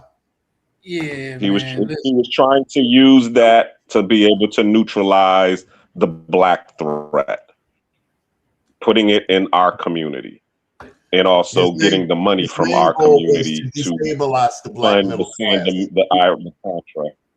Here's the thing. Exactly. I got a quick story right fast that I want to share with KB. Me and my ex-girl, we had got into it one time about like who's voting and who voting for and stuff like that. And she was more mad because I don't care who she vote. It was just like I want to see the person out because they speaking what I want to hear. But I told her, baby, ain't no sense of us fighting. She was like, why? I said, no matter who win, they not gonna come to our door and say, listen, y'all, we made it. Come on, you ain't gotta work. You feel me? So no matter who's in office or who doing what, we're gonna have to still get out here and get ours, man. That's always been the case, Charles. Exactly. That's always been the case. You know, I mean, what I go ahead. Go ahead, Black. No, I was just saying to piggyback on what Charlie was saying. I realized that too because somebody told me a long time ago.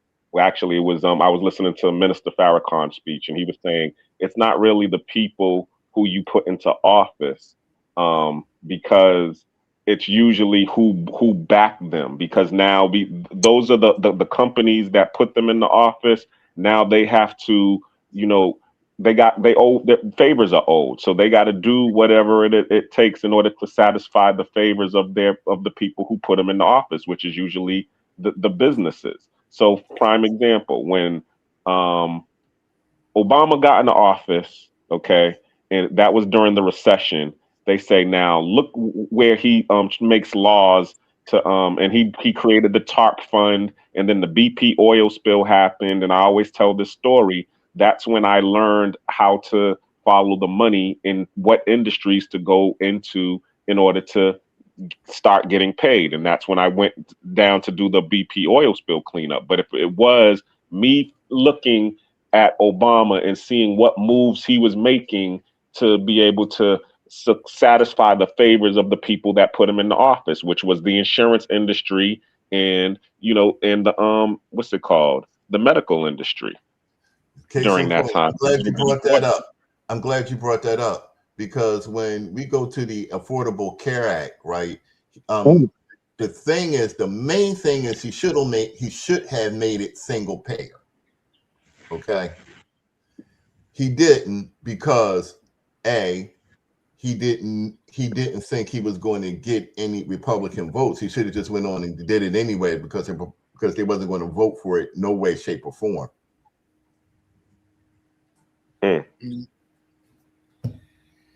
Yeah, for sure. I feel you, Gary. But at the same time, like I say, man, I think as far as our community and things of our nature, our problems are more within. We got to clean house before we clean the street. You know what I mean? Like we gotta yes, sir. Charles, when you say that, Mitt Romney. Okay, America, right? Black people are more American than any people I know. We are more capitalist than any people I know. We will sell our brother for $14.99 if it's a profit. I don't even, me and my brother into it, and I wouldn't sell it. That's you. I mean, that's you. I know some real capitalists in our community. Yeah, I know. I also know some black dudes that told on their mother to stay out of jail. So yeah.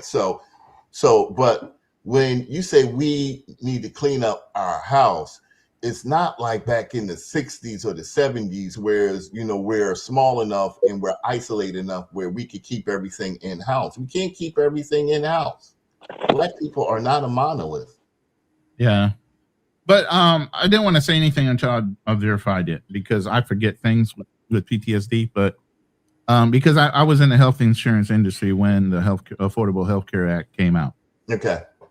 All right. And one of the biggest things that people have a misnomer of, even though they call it Obamacare, it was actually implemented 2 years earlier by Mitt Romney in Massachusetts.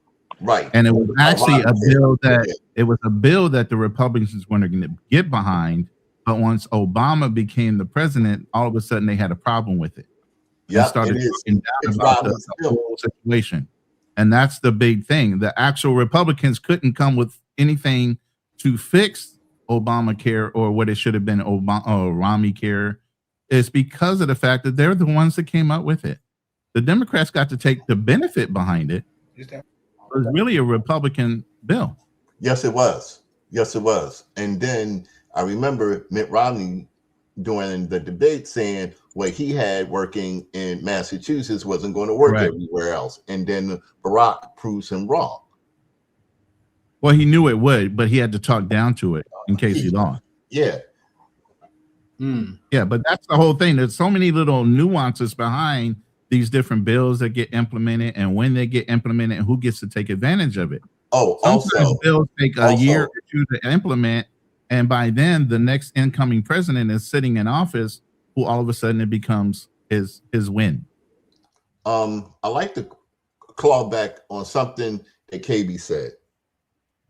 And when I went to college, just like you, bro, I got Pell Grants, I got Stafford loans, but also the Black business community and the Latino business community paid for 2 of my semesters.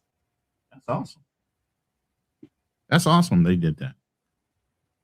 So, yeah, there are other grants and things that you can get out on the city level besides for just the Pell Grant. You can get other opportunities within the a lot of local those community. grants have gone away. That's why the Black business community and the Hispanic business community had to step in, because after the Stafford loan and the Pell Grants, there weren't a lot of things left for people that are working or lower class. So they stepped in. Yep. But again, and the biggest thing, Gary, what can you say would be the biggest contributing factor for the Black community going forward when it comes to where we should focus our efforts? Again, we're not a monolith, but here's what I've seen in my lowly 55 plus years on this planet. Black people in America, we made a silent deal. And I think this must have happened during the 60s or 70s, where it's though they're like, okay, y'all not going to hire us, okay? You don't want us on your job sites, okay? So we'll work for the government. That was the silent, nod we had. We'll work for the government, and because the government is fair, the government got unions, and you're not going to turn me away because you have to have a certain amount of me on this site. That's what we made.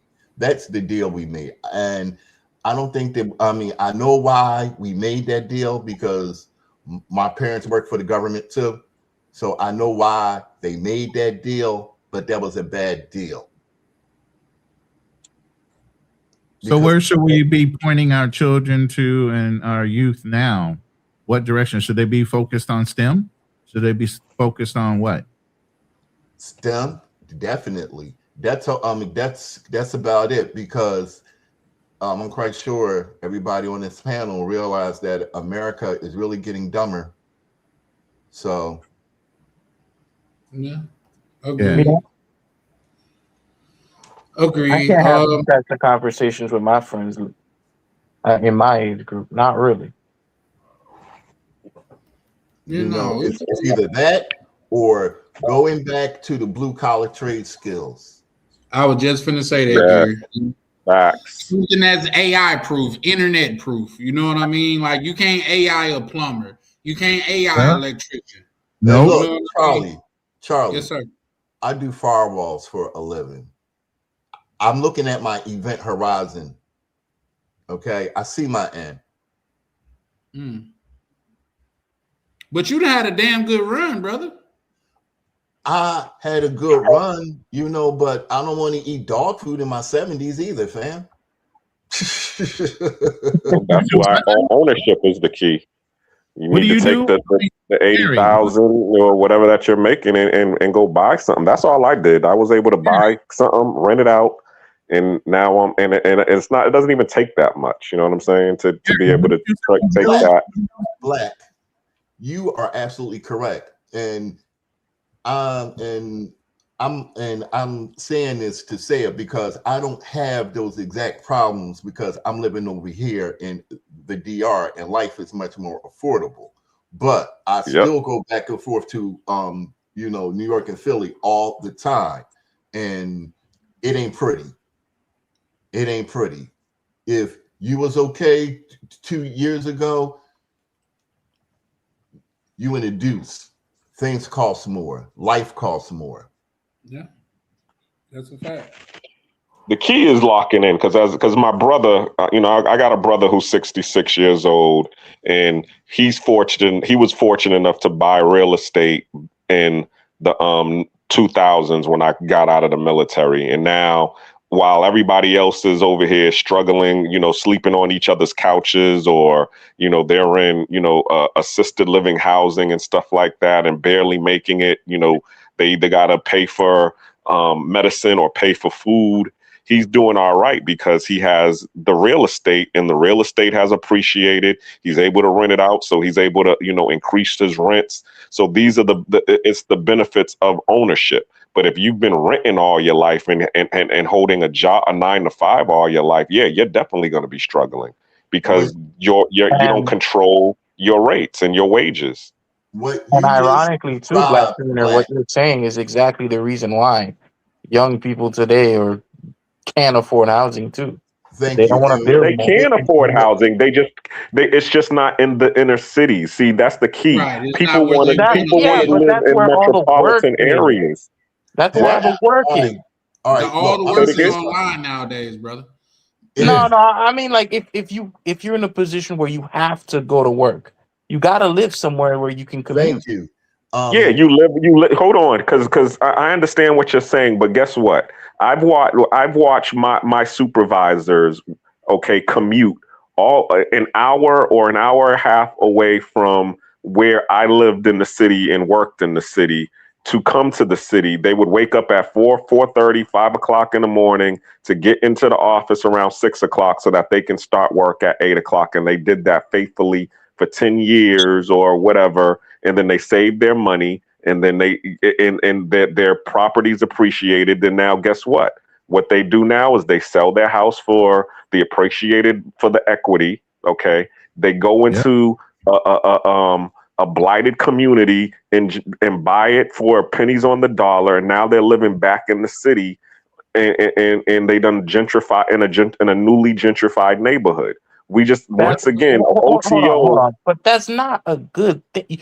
Okay, when you say, for example, that they had to come in 2 hours early and drive into the city, waste 4 hours daily just to go to work, like they're doing it because they have no other possibility of affording rent because these cities they don't want to build new housing. First of all, there's a lot of housing in the market. A lot of it's been withheld or is put into a conglomerate where they're controlling it right now. But that's beside the point. What I'm trying to say is I lived in Redlands, California. I had to drive every day back and forth from Redlands to Camp Pendleton. This has been going on for a lot of years. It's dumb. If you don't want to live in a city, you're more of a rural or a suburb person. Why would you want a house in a city? And if it becomes an issue, you just spend the night in a hotel, you bunk somewhere, and you drive back maybe a day or two afterwards. You work around things to make yourself. People want so many things conveniently. They don't want to have to. Oh, come on. Having fair housing? Come on. Like having, like what you mean? Like that's not normal. People didn't used to commute 2 hours. That is they did. Now, but come on, bro. Nah, man. How can you say it was normal and you wasn't even alive then? I understand that, but like, come on, commuting 4 hours every single day just so you get like at that point, you might as well just get a new job because the time spent in itself is just so much. That's 4 hours. KB, hold on. KB, listen, I've worked mostly remote and in the city most of my life, so maybe. Yeah. KB, let me ask you this. Would you believe it's a brother in the community right now that does that to this day? I believe it. I believe it. Hey, Pepper, are you in the comments? Because Pepper do that right now, damn near every day. And he's still on the West Coast. Say something? Go ahead, Gary. I have 2 houses in Philadelphia. Okay. Mm-hmm. I rented one of my houses to New Yorkers. Okay. These 2 people, she makes $95,000 a year. He makes $105,000. They can't afford housing in New York. They commute from Philadelphia all the way up to New York. Did they catch the train? That is not good. Right. That is, I mean, that's if you make over $200,000 and still can't live in New York, it's a problem with that. By the way, they coming down here jacking up the prices for all of Philadelphia, so they can't afford it either. Yeah. So Yeah, man, I that's feel a you. problem. You're right, KB. But also, too, what you have to understand this also, a lot of the commuters that was doing it, as I said, these were my supervisors. They were white. They owned their property. So this was only for a time limit. And guess what? Because they had a plan, and they implemented their plan. They know that they wasn't going to be doing this until they died. They knew that they was going to be doing it for about 4 or 5 years. After 4 or 5 years, the property value is going to increase. They could take the equity out, and now they can afford to buy something in the city. And that's what they did. They took the equity, they bought something in the city, they fixed it up. It looks as nice as what they had in the suburbs, and now they don't gotta commute anymore. And matter of fact, they rent their house out to the people who can't afford to live in the city anymore. And now they're in they're in the city. The people who can't afford to live in the city are now living in their house and commuting. You see how I'm saying? The cycle continues. That's a fact. So you just got to understand the what it plan do, and bro? implement the plan. Yoga, you there? Yeah, I'm here, fellas. Can y'all hear me? Yep, loud and clear. How you doing? Oh, remarkable. How's everybody doing? I like that. Remarkable. Yeah, that's me in real life. Well, I see what y'all got on the screen out there about facelift. Is it a new image? Yes. When the hot meets the cold air up in the air, miles above the ground, they call it a thunderstorm, and it produces when that hot air hits that cold air, it produces thunder and rain and lightning, and we get a new growth, new life from that. And that's what has happened. Brothers have been out here traveling, and we've been hot, and that cold air came in with a lot of these dusties and busties, and guys literally just got out of jail, and they say, "Hey, I can get a passport. I can get cleared for the passport, and let me get out here and see, can I get some money online and all that?" And boom, it has caused a thunderstorm and lightning, and here's the new growth, and the new growth is gonna bear fruits and seeds to nourish the young brothers that's gonna be getting out there traveling, and make sure they got all their vitamins and minerals for this next leg of exploring and expeditions that we're gonna be taking. So I'm glad that the shakeup is here, so we can paint the new picture and we can dictate and write the narrative, which we're doing now, and that's why I clicked on the panel, land the plane there.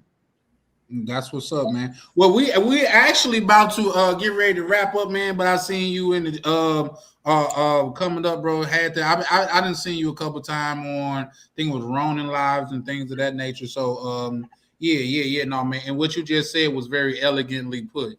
It put me in the mind of I'm in Minnesota right now, and I really don't mess with the cold. But it's some people out here that do, and I heard one gentleman elegantly put it. So he's like, when the winter come, it's like a reset for everything. You know what I mean? It's script everything bare, and when the snow leave, it's just like a new beginning, a new birth, and things of that nature. So yeah. Not only do I agree with what you said, man, I thoroughly dig it. Anybody want to add to that? Yeah, I haven't seen Yoga in a minute because I remember when we was all on BMT's panel chopping it up. So it's great to see that you're still out in the YouTube streets.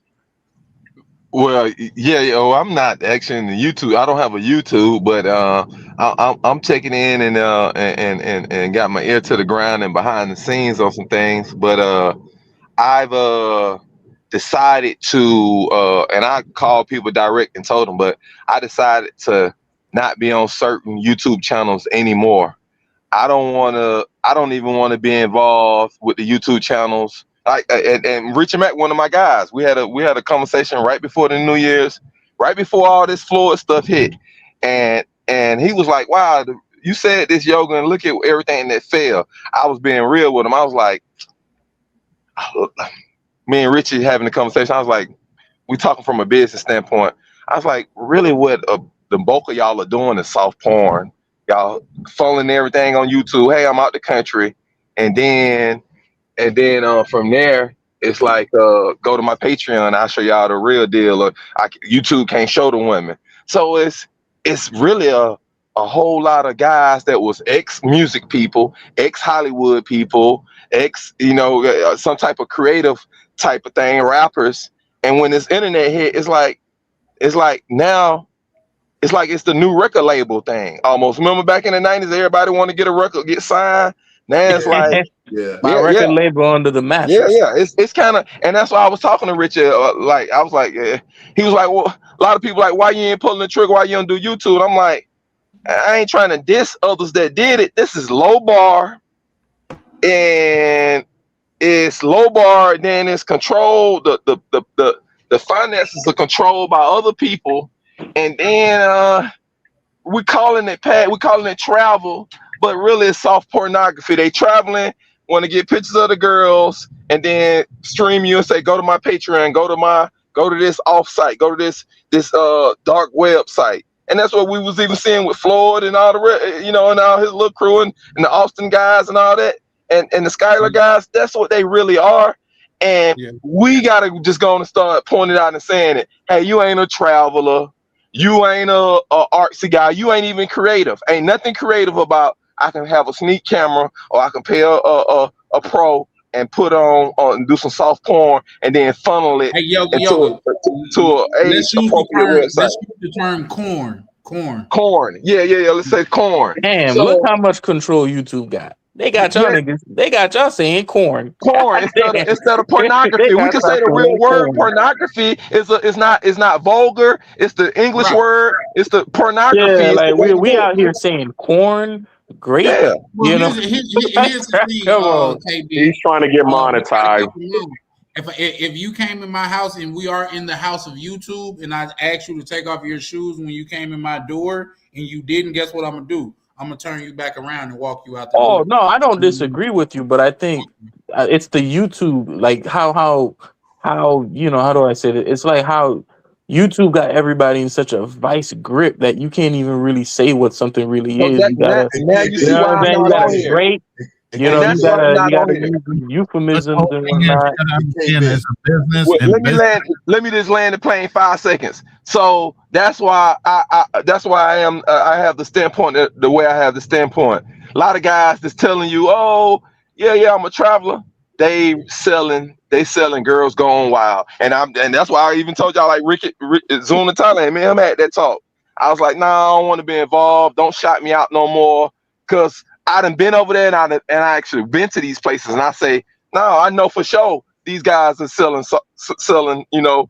soft corn. That's what it's all about. Hey, come on, let me show you this, and then come to my Patreon. That's so whack to me, and that's so against what I'm traveling the world for. I'm not traveling the world to get you to pay a paywall to see some cheeks. When I grew up in America, going to the convenience store and they had the Black Tails and the Playboy magazines right there. I want to get away from that. And what I think is, and this last thing I'm gonna say, a lot of guys are grifters, and what I mean is grifters, not grifters on the movement. They're low level frauds, and what I mean by that is, hey, I'm a traveler. Come on, change your life. And hey, all I really got to show you is, hey, you can see the new girls over here on my Patreon. That's what I mean. The whole thing is a big play. It's a big play to look at naked women, and then it's so that's why with the BMT thing, Passport Bros, y'all never saw me with an app. I never got on the Passport Bro app and stuff, and BMT kind of had a problem with that. And that's what I was basically saying. Hey, I don't want to get on an app and these guys are sharing naked pictures of girls with each other. That goes back into corn. So because I'm so brash and so direct about it, a lot of people don't like that. BMT, oh, you bad for business. You're going to mess up the app situation. No, Yoga, don't come back on the panel. Same with Zoom. Same with a lot of people. When I start telling them like, hey man, y'all really peddling corn to the younger generation of teens and early 20-year-old guys. And I'm gonna land the plane there, and that's real facts. That's what they actually doing. Go ahead. Yo, hold on, yoga. Because I was on the panel that day when Jay Yes, sir. Rillo came on BNT's page, and you was one of the first people to warn everybody about that whole incident, and you was actually, reprimanding Jay Rillo. I remember being there when you did that, and I definitely commend you. But now, as you see, fast forward, where it has landed. What's your opinion about that? Being one of the first to be like, yo, you were bad for business with what you're out here promoting, Jay Rillo, and now seeing it come to fruition. Oh, it is what it is. It just show you who really about money. They ain't about no brotherhood. If I'm just being honest, if BMT can make money off of it, if Joe Barber World can make money off of it, Zona Thailand, if they'd have been in the game enough. Now you see what their end results can be. This is what I'm getting on to. I'm getting on to these cats. Hey, they out there talking about they trying to make a movement and change men. They've been doing it for 5+ years. Now we see that that's just a grift. They in it to make personal money. Let's be honest. They in it to make personal money. And on a side note, and this is not for them, this is just for making money off YouTube, period. If YouTube can take something from you so easily, it was never yours anyway, y'all. Skylar, I feel bad for Skylar. Lost 10 years, man. I used to watch his videos 2 years ago. Man, that man lost 10 years of his life. Just gone. What do you mean? How did he That lose gotta 10? be devastating. Devastating. How did he lose 10 years of his life? You know, he's been doing YouTube like for 10 years, 10+ years. Yeah, he'll be all right. He had a Discord. YouTube is just a funnel. So if you was once again, ownership. That's what I keep on trying to stress to people. Ownership. He had something else outside of YouTube that he could funnel all of his people. So all of the riders, all of the real ones who really supported him, they're on his Discord. They're on his website. So, okay, they shut that down. All right, well, fine. That funnel is gone. But he already got the people who was already paying. I mean, he can always as well as he already said he's a multimillionaire. So he is a multimillionaire. So who said this? Who said this?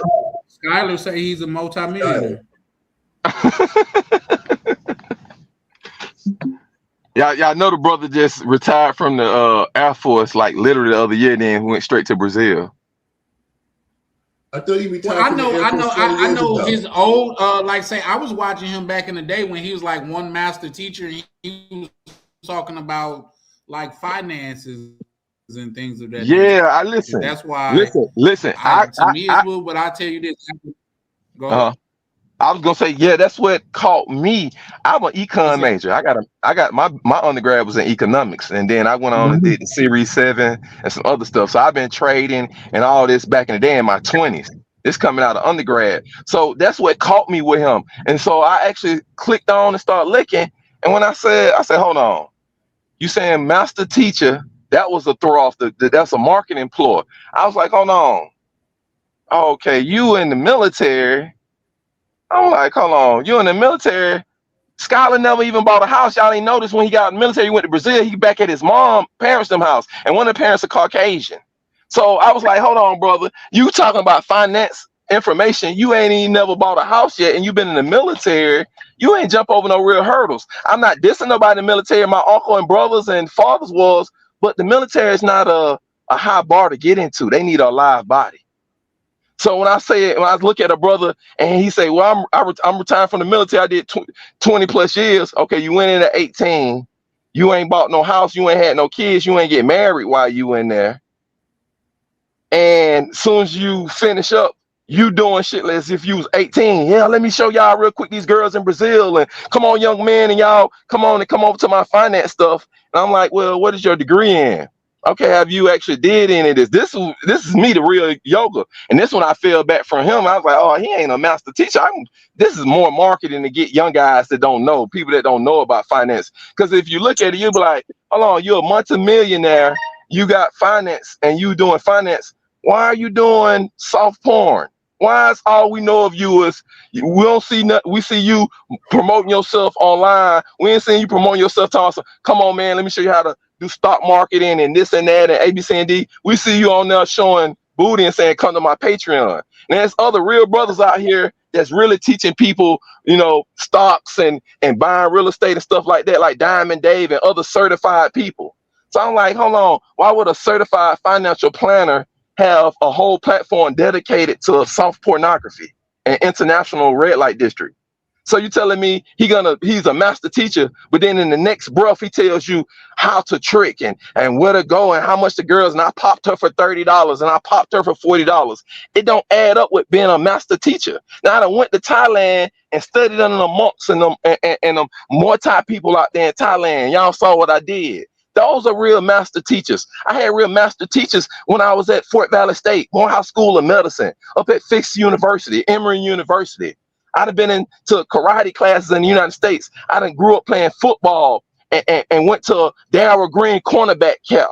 That's a master teacher when you can put other brothers and put them in powerful positions. So Skyler's calling himself master teacher, but he teaching the young guys how to trick. Come on over here, let me show you the cheeks and pay this $30 and I can show you how to keep your money low while you tricking. Come on, fellas. That ain't master teacher, and it's time for us to call it out. So if we're going to give it a new face, we got to call it these guys out that they bullshitting, but present it like they stand up. What master teacher is going to troll about kids being raped? We saw that thing with Floyd, then he going to come out. That's one word we definitely got to stand for. Great. Okay, great. with kids being touched. When Floyd touched those kids, y'all saw Skylar DeRozan do what? Come out, oh, I'm leaving, it's hot for me. If he trolling or not, why troll when kids have been touched? We wouldn't do that because I'm a father. Something's up with the Skylar guy. He done went 20 years in the military and had no kids, ain't got married, and then when he get out, he act like he's 17 or 18 and like he ain't never seen women, doing YouTubes and Patreon showing cheeks. Like he young, like he Austin them age. Austin them started this, they was 21. Skylar acting like he 21, like he they age, but he been in the military 20 plus years. And you wanna troll and make a joke about kids being touched in the red light district. See, he ain't a father. And then when he did it, you got a peep game. He back at his mother's house doing the trolling. That's some white kid. I'm being honest with y'all. That's how white boys roll. Young black men ain't never gonna sit there and joke and troll after somebody actually been arrested and for touching kids. That's what white kids do. White kids do that kind of type of comedy relief and stuff. So y'all got to peep game. Skylar calling himself master teacher, and then he trolling about kids being touched. And I had the conversation with Richard Mack. Hey, what's going on with your boy Skylar? Call him and tell him, hey. And Richard told me, Zoom told me, oh, he just trolling Yoga to get attention. And then that's when I told Richard Mack. So Richard, so you cool with y'all playing YouTube games to get clicks, but real kids been touched. This ain't a trolling matter. Grown men don't use this situation to try to build up their YouTube pages. And that ain't a master teacher. See, Yoga being real and talking to y'all. Skylar is mixed, and nothing wrong with that, but Skylar is mixed, and Skylar ain't been in no real struggles in life. He went directly to the military. Which branch did he go to? Any guys been in the military? Air Force. Air Force ain't doing no work. I ain't dissing them, but I'm just telling the truth. Unless you a fighter, unless you flying them airplanes, that's the easiest ones. And now we see why Skylar went to there. You ain't got to jump out no airplane and no parachute. You ain't got to be on the front line with no gun. And if you ain't flying the plane, you doing supplement work. See, so we got a peak game. A master teacher ain't nobody just went and got a regular 9 to 5, and then all they did after they got the 9 to 5 is just kept going to the job every day. That don't make you a master teacher just because you got perfect attendance at school. No, you got to do something. You got to get on the team. You got to play ball, football. You got to be in a debate team, the chess team. You got to help with after school stuff. You just can't have perfect attendance and then say you're a master teacher. I'm gonna land the plane there. Tell me what y'all think. I mean, you're Anybody 100% want to chime in on that? No, he's 100% right when it comes to that. You know, there's a lot of people that like to perpetrate. They've done certain things while they're in the military, and he's right. The Air Force is one of the easiest. We call it corporate corporate America. You know, as a Marine especially. You know, I could never get into the Air Force after I served in the Marine Corps. They consider me crazy. Yeah. You know, so there are certain things about certain military branches. I mean, I'm not going to take that away from him. He did 20 years or something.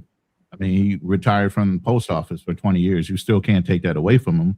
But at the end of the day, his actions demonstrate, you know, the lack of. He's not a master teacher. His actions basically demonstrate the lack of morality and some of the things that he showed. I mean, I'm sitting in the Philippines right now. I'm not sitting there putting this kind of content out. I'm either contributing to the community or trying to teach people how to do certain things. Hold on, You know, hold on. I got a question. I got a question. So, did he really do that whole trolling thing? I don't think I saw the video. Did he really do that? Why he say, my bad, Ronan. Go ahead. My apologies. No, he said something about I'm leaving to Brazil or something like that. He put out a thumbnail that made it seem like it was hot. The area was hot, and he needed to go. Oh, and then I think and then he was like, "Oh no, you know, Brazil's a good place." He was essentially He spent the block, and he went right back because he's supposed to be throwing a yacht party on January 31st.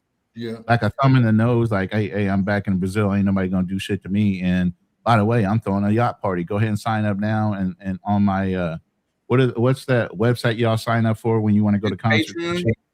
No, it's something else. Some other Bright or whatever. Bright or something. He did have his own page made, I heard, but it is what it is. Like I say, it is what it is. Like say, it's gonna be more brothers that get their channel took.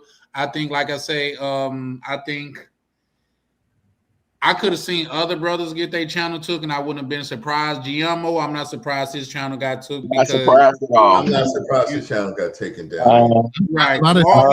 Yeah, I know what you're talking. Giammo was a clown since I've seen him from day one. I think I saw. Yeah, I think I saw one video about him going to Bogota, and he was talking about, oh, you know, Bogota is not really a passport, bro, destination. It's not set up like Medellin. I'm like, what's that supposed to mean? Oh, you're gonna need to know Spanish, you know, so it's not really set up. I'm like, well, it's a Spanish-speaking country. What do you mean? Like, you're just gonna walk around without ever learning Spanish, and you're not gonna go to Bogota just because, you know, you know, it's not as easy as Medellin. Like, what is it that you mean? So I knew he was lame from day one. I'm like, bro, you could look at his beard and you could tell he was lame. Oh, I'm glad you said the beard. That's what I was about to say. Yeah, man. Hey, hold on. This point something out, fellas. Y'all, if y'all notice, Giammo, look at his thumbnail. It's a picture from when he was like 16 years old. But if you notice, he almost 40 years old. He got a full beard and a mustache. He shaves like that on purpose to try to make himself look like he a teenager. And you got to watch these guys. Miko Worldwide did the same thing. Y'all remember Miko Worldwide, right? And what happened with him? How they arrested him in Colombia for touching the kids, and he was in DR and all that. And he was on the run in Atlanta for touching kids. He did the same thing. Had the little dookie braids hanging from his head, like crisscross, like a little boy braid style, and cut his mustache and his beard. Giammo does the same thing. He does the same thing. Giammo, I'm just more because I'm like, as an adult. He's trying to look young, and I don't like when they do that. The thing is like, as an adult, when my beard kind of looks patchy, like, man, shit, I gotta cut that shit. You know, I gotta do something with it. But him, he just walk around like it's whatever. Like, he doesn't look in the mirror and he thinks, man, I should do something about that. So it's like, you know, you look at a person and it's like, is he just not self-aware? I'm on beard side. Let me say this: when you growing it in, it's gonna be a patchy face. He has a permanent patch, bruh. Yeah, I've never seen a video. When you're growing it in, it's gonna be a patchy face. You know what I mean? So yeah, because I'm trying to grow mine in now, and some people can't grow beards. You got to shave for several years before you can actually grow a competent beard. It just ain't gonna grow in on your first time. Yeah, some brothers never get it like me. But that's why I say with the passport bros, you're right, because it's like I see the problem with the passport bro, and the reason why it's doomed in many ways is it's kind of like, okay, so you leave the country, right? You say these things about the country, granted, right? Like, you may say you don't like the women here, you don't like this, you don't like that, But when you go overseas, I think you should make a genuine effort to assimilate. Try to learn the language. Don't just come in and say, "Oh, it's not as easy as like Medellin, where everything is catered to me. I gotta actually learn Spanish and do the work." They're And not you trying just to. They're not trying to adjust to the exactly. country, brother. They're there to get footage for a pornography website, and Yep. they ain't saying that, and they saying everything else. I'm just being real. I'm just being real. Andre from Love Crossing Borders. No, he went there for the real thing. Richie Mack, yep, pornography. Jamo, pornography. I'm just being real with y'all guys. Yep. Yep. KBS Travel, pornography. Hold on, let's keep going. Queese in the Streets, V Swells, the good. It's all about showing the girls. It's about the pornography. That's what it is, and they just using the cover of I'm traveling. Yeah. Check it out, brothers. If we was in our 20s, if we would have came out with these smartphones and this internet would have came out just 15 years before it did, while we was all in our 20s, cats would have been trying the same thing. Go up in the Magic City, go up in the strip club with the sneak glasses on and get pictures of the girl, and then try to put it on the Facebook and the social media to get money. It'll be the same thing. So they're not creative. They're not creative. It's a big rush to see who's gonna. They have a thirst, and they have a thirst, and they want to sell their thirst, and they feel like everybody else, and that's what's gonna sell. And it's basically have shown me who was kind of lame back in the States. I'm just being real. Once I actually met Richie Mack in real life, I'm like, okay, Richie Mack is 5 feet tall. No wonder he like that. Okay, he ain't getting played. And I'm just being honest. I played basketball in high school. Not saying that I'm tall. I'm not tall. I'm only 6'1". But I'm just showing you Hey, confidence. I'm only 6'1". Yeah, confidence and tall, bro. swag. I'm just showing who lack confidence and swag after I get out here and start traveling and see them in another country, and I can say, oh man, no, you shouldn't be out here. You're the last person to be out here talking about you having problems online with American women, and that's the reason why you got to go across seas. That's a lie too. A lot of them saying, "Oh, the American woman ain't this and ain't that," and what they doing is they're looking for other disgruntled men or other young men that feel like that they're not winning. Hold on, And that's the hook that they use to get you onto the thing. And that's what you hear Skyler and all of them talking. Like all the women are bad in the USA. Well, Austin, if all of the women are bad, you talking about your mother. She got blonde hair. She showed her body. She wearing tight clothes. She got her cleavage out, and she a single mom. But see, we act like it's something different. And then it's like, oh, I give these people respect since they got numbers. Man, they can click and make these numbers on this YouTube, and they can take the numbers away. They got all type of apps that make it seem like you got thousands of people watching, and then it look like you have none watching. So it's like it's damn near like a facade world, built on a facade world. It's like, yo, I'm really making money out here. I'm really making moves. And it's like, are you really making moves? Are you doing something in the real world? Or is this just something on the internet where it's numbers? Well, let's see you do some real world shit, and nothing happens in the real world. Not one. Listen, all them. I'm just showing y'all something. All them subscribers Richard Mack got. How many people came to the Zoom Thailand, the Zoom Fest? About 6 people. And he got 100,000 subscribers, but only 6 people show up in real life. To be fair, there are people with like 1 million TikToks, like legitimate 1 million, and they might throw an event and no one shows up. That's not super uncommon with like. Hold on, brother. Hold on, real quick, brother. You stopped me and said. You stopped me and you threw an air burger. You said, hold on, just to balance it off. And what you said didn't balance nothing. You threw an air burger. You actually confirmed what I was saying. That's what I'm saying. All these people with all these numbers on TikTok, that ain't nothing. It ain't nothing in real life because they can't get nobody to show up in real life. So you kind of sounded kind of off even saying that, even interjecting saying that. And with the way you interjected, I thought you was going to come with something real. You came with confirming what I said. Yes, that's what I said. All these people with 1 million followers online, because it takes no effort to listen for free. It takes no effort to click a button with your phone when it's already right there in your pocket. So this is false. This is a false hype that we think that we really making some concrete moves, and we're not.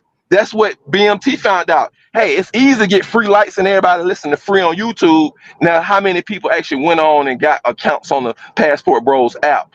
See, because that takes extra effort. You see, I mean, yeah, so you're right. that's what I'm showing y'all. Like, let's not get overhyped with it. It's a lot of people that are homeless that sit back and watch us online. People at work, people don't got nothing going on in life. A lot of kids are watching this stuff, and then we think that these are real numbers. And then why you can't make no real moves in the real world? And then think about it. Who wants people to show up in the real world if all I've been showing you is soft pornography online? What type of guys are gonna show up if I do a real event in the real life? Floyd type of guys, Giammo type guys. You see?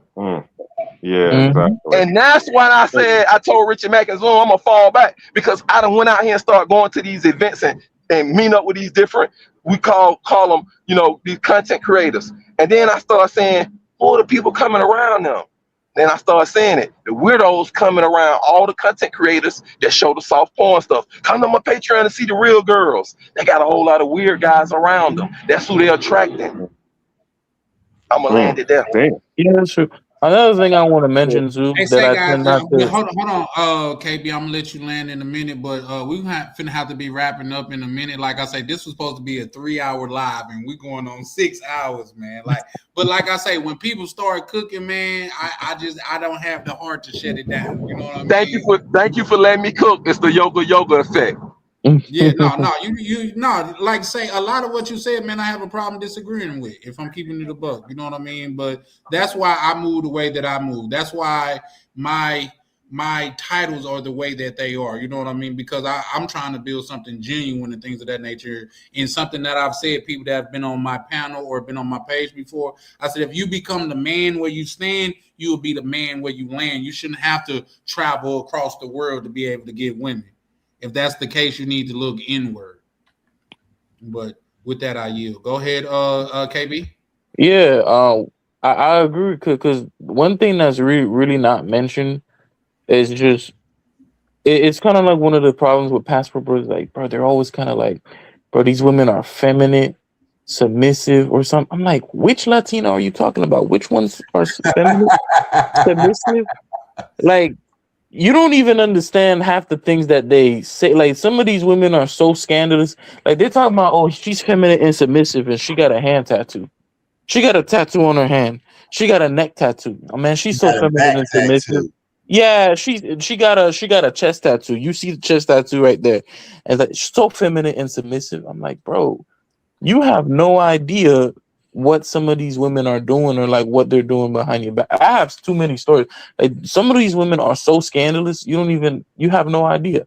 And you coming in and you thinking like these women are just submissive, feminine. Nah, you can't trust them. You really can't.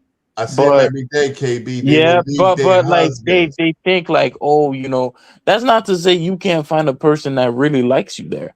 Because there are taxi drivers with 3-4 families there. No doubt. But it's like, it's like people, I don't understand why they seem to think like they're somehow feminine or submissive. It's like the only thing I could think of, they don't speak the language. That's because they haven't had it, KB. I watch these women over here. They have families. They boyfriends or their husbands or motor coaches drivers. They drop them off at the resorts to separate pesos from these jokers all the time. Mm-hmm, mm-hmm. What's funny is I've encountered situations. This is how scandalous some of them are. I've messed with a chick, right? And she was like, oh, I got a friend. She brings the friends over. We do our thing because like her friend was interested in me at the same time. Next week, she's putting, because I have her on WhatsApp. Next week, she's on WhatsApp talking about how this is my forever man. It's another dude from the barrio. Last week, she was busting out. This week, she's saying how she met the love of her life. Bro, not even the guys there can trust these women. And you thinking you're gonna come over there and like with no language skills and you're just gonna understand, bro? I can't even. That's the lies that they're selling, though. That's the lies that they're. Yeah, I think that's the important part. But but I'm masculine because I fix my own brakes. Wow, you're back on. Yeah. Tomorrow's a paid holiday for me, baby. Oh yeah, Yeah, I Martin just Luther noticed King there Day. was a lady on the panel, and I was asking her was she there the whole time. You know, there's a thing about being overseas. You forget about holidays. Like I forgot it was all MLK Day. Yeah, yeah. Since we're already a day ahead, it's actually MLK Day for me already. Yeah. Oh, okay. They asked me to work, but I told them no. So I had a 4-day weekend. You say you fix your own brakes? Yeah, because I wasn't about to pay $900. So I had What a type of car? mechanic. What car do you have? What type of car do you It have, don't man? matter the type of car. The fact of the matter is they tried to charge me $900 and I Hold on, wasn't about to pay that. hold on, ma'am. That was I don't know, a little rough for some reason. I'm saying, ma'am, to show you that I'm of kin. You know, that I'm coming in a humble way. So I was asking because I'm handy and I do stuff like that. So I was impressed. So the reason why, you don't have to tell what type of car you got. Do you know what type of brakes you're gonna be changing? When you doing the pads or the shoes or the caliber? That's what I was gonna get into. I was impressed that you said that you know how to change brakes. So I was gonna get into the technical part of it and see that you know how to did you know Oh, she about already brakes? changed the brakes. She already You did already it. changed them. Yeah. Tam got man hands, you know. Don't ask me how I know. She got those big old man Well, hands. hold on, I hold Nah, on, really bro, I hold saw on, it myself. don't. You see what she hold did. on, hold No, on. Well, don't tell you really, that, bro. I'm gonna be She honest. took the nuts on the brake. She took that shit out with her bare Hold hands. on, Look I'm No, at gonna her be I hands. honest. didn't. Yes, No, she I Hold did. on, didn't. hold The Yes, on. she did. She mechanic got did them that. chairs. She got them Listen. shake I'm gonna be hands, bro. honest. I'm be honest. I don't care about her doing the breaks and none of that no more because I've just showed her humbleness and she was low key kind of disrespectful in it. And I was like, ma'am. So I'm not gonna even speak to her no more because she was just kind of brash with me and she didn't have to be. I was just like, well, what kind of car you had that you fixed the brakes on? Well, the car don't matter. You Da, da, da, da. you She was think that I'm brash because she was you've argumentative never and I had was an called. Oh, come interaction with She on, was a me. little man. It's argumentative and all I in was good calling fun, her. man. She ain't mean it that way, man. I know she didn't, but that's what she actually did. I don't Wait, know what she excuse mean. I'm me. talking about what she did. I said, Excuse me. ma'am. I said, excuse You've me, man. What never. type of car do you have? She said, oh, it don't matter what type of car I got. And da da da da. So Yeah, I just because don't you've want. never had an I interaction I with me just. before. I just don't want any type of negative interaction with no There's no sisters. negative here. I came to build with the brothers, and so I'm gonna excuse myself. Peace out, brothers. Y'all have a good one. And I'm gonna listen from the chat. It's yoga. Peace. What? Hold on, What Yoga. was Don't leave that? yet. Appreciate you pulling up, y'all. Why? I ain't. Why You did he scared even them have to go off. there, bro? We was just. Because that's the type of people that I happen to expose. I mean, Why all would of y'all, you? all of y'all have had interactions with me, and clearly, And clearly. But clearly anyway, what? no, KB, I didn't do that part of the brakes. The only thing that I did was I bought the rotors and the brake pad set. And then he Nah, helped you me. got like you probably snatched that shit straight off, huh? No, With them he giant hands, showed huh? me how to do You one of just them, took them off, and then I had to bang, do the other one. straight like that, huh? And you rip that shit off. He's like, no, I Nah, got I this, didn't do bro. that part. I didn't do You Okay, that guys. part. probably grabbed the Like I mechanic say, by his neck too. we Say, about sit 8 your ass minutes down, man. from 6 hours, guys. Like I say, my goal was a 3 hour live, man. So we gotta be wrapping up, man. Just because I gotta get better at shutting my shit down. But like I say, man, you brothers pull up, man. And then I'm not gonna even lie, bro. We had a panel full of big dogs, in my opinion, on here tonight. So I wouldn't dare. I think that was the first time. Like I say, I have had some good brothers pull up, like Ronan before, and show pull up and show love. But Ronan, he bring Uh his oh. people. So I had the pleasure of meeting OTO through Ronan. So you know what I mean, good brothers like that, to where once they start cooking, man, I feel like I would be doing a misjustice, disjustice, whichever one, to to end it. Then you know what I mean, especially when brothers is dropping real gems, tangible gems, things that we could actually apply in the real world, man. So there's that. Oh, by the way, Charlie, I have a suggestion too, because I've been thinking about this too. I think maybe you should start a second channel because I think these conversations are important and there's a community for it. But if you can, because not all topics are going to be related to the travel space, like the Minnesota incident. So if you Yeah. started like another channel, I think a lot of people would be really interested. and seeing something like that, especially, you know, Black people who may not necessarily be into the travel space or passport growing or something like that. I Well, think you you know, have I like toyed with that idea yeah. because I'm really into financing things of that nature, but I figured out a Mhm. way out on brainstorming to how I could tie the two together, like how I Mhm. use my credit cards to travel for free and things of that nature. Mhm. That fall under finance as well as travel. You know what I mean? Yeah. How I Yeah. use my credit cards to get into these lounges or like benefits that come with credit cards. How did I get the American Express Platinum card? Things like that. You know what I mean? So, but I have been toying with the idea of starting a new channel. Mr. Peppers. Hey, Mr. Peppers, the brother that I was talking about. Mr. Pepper, if it's too much, you don't have to. You know, it's never a thing. But do you mind sharing how long it takes for you to commute to work? Too long. Well, I am currently doing that right now. It takes me an hour and a half to get to work without traffic. Probably This hate that shit, morning, don't you? there was traffic. Took me 2 hours and 10 minutes. Ooh. And how long Luckily, you I work leave. not bad. I've been commuting for 8 years. 8 years. 2.5 hours in traffic really isn't that bad. Tell you the God truth. bless you, man. Hell no. I couldn't do this shit. I think you Thank need you a for private jet at this well, point. well, well, thank you for that compliment there. That's not that long. If you do Yeah. it, Yeah. you might I feel a lived little in bit different. I lived in California for 30 years. Okay. So I'm used to that kind of job. If you know anything about California traffic, especially if you're trying to go in. Go ahead. I've been working remote.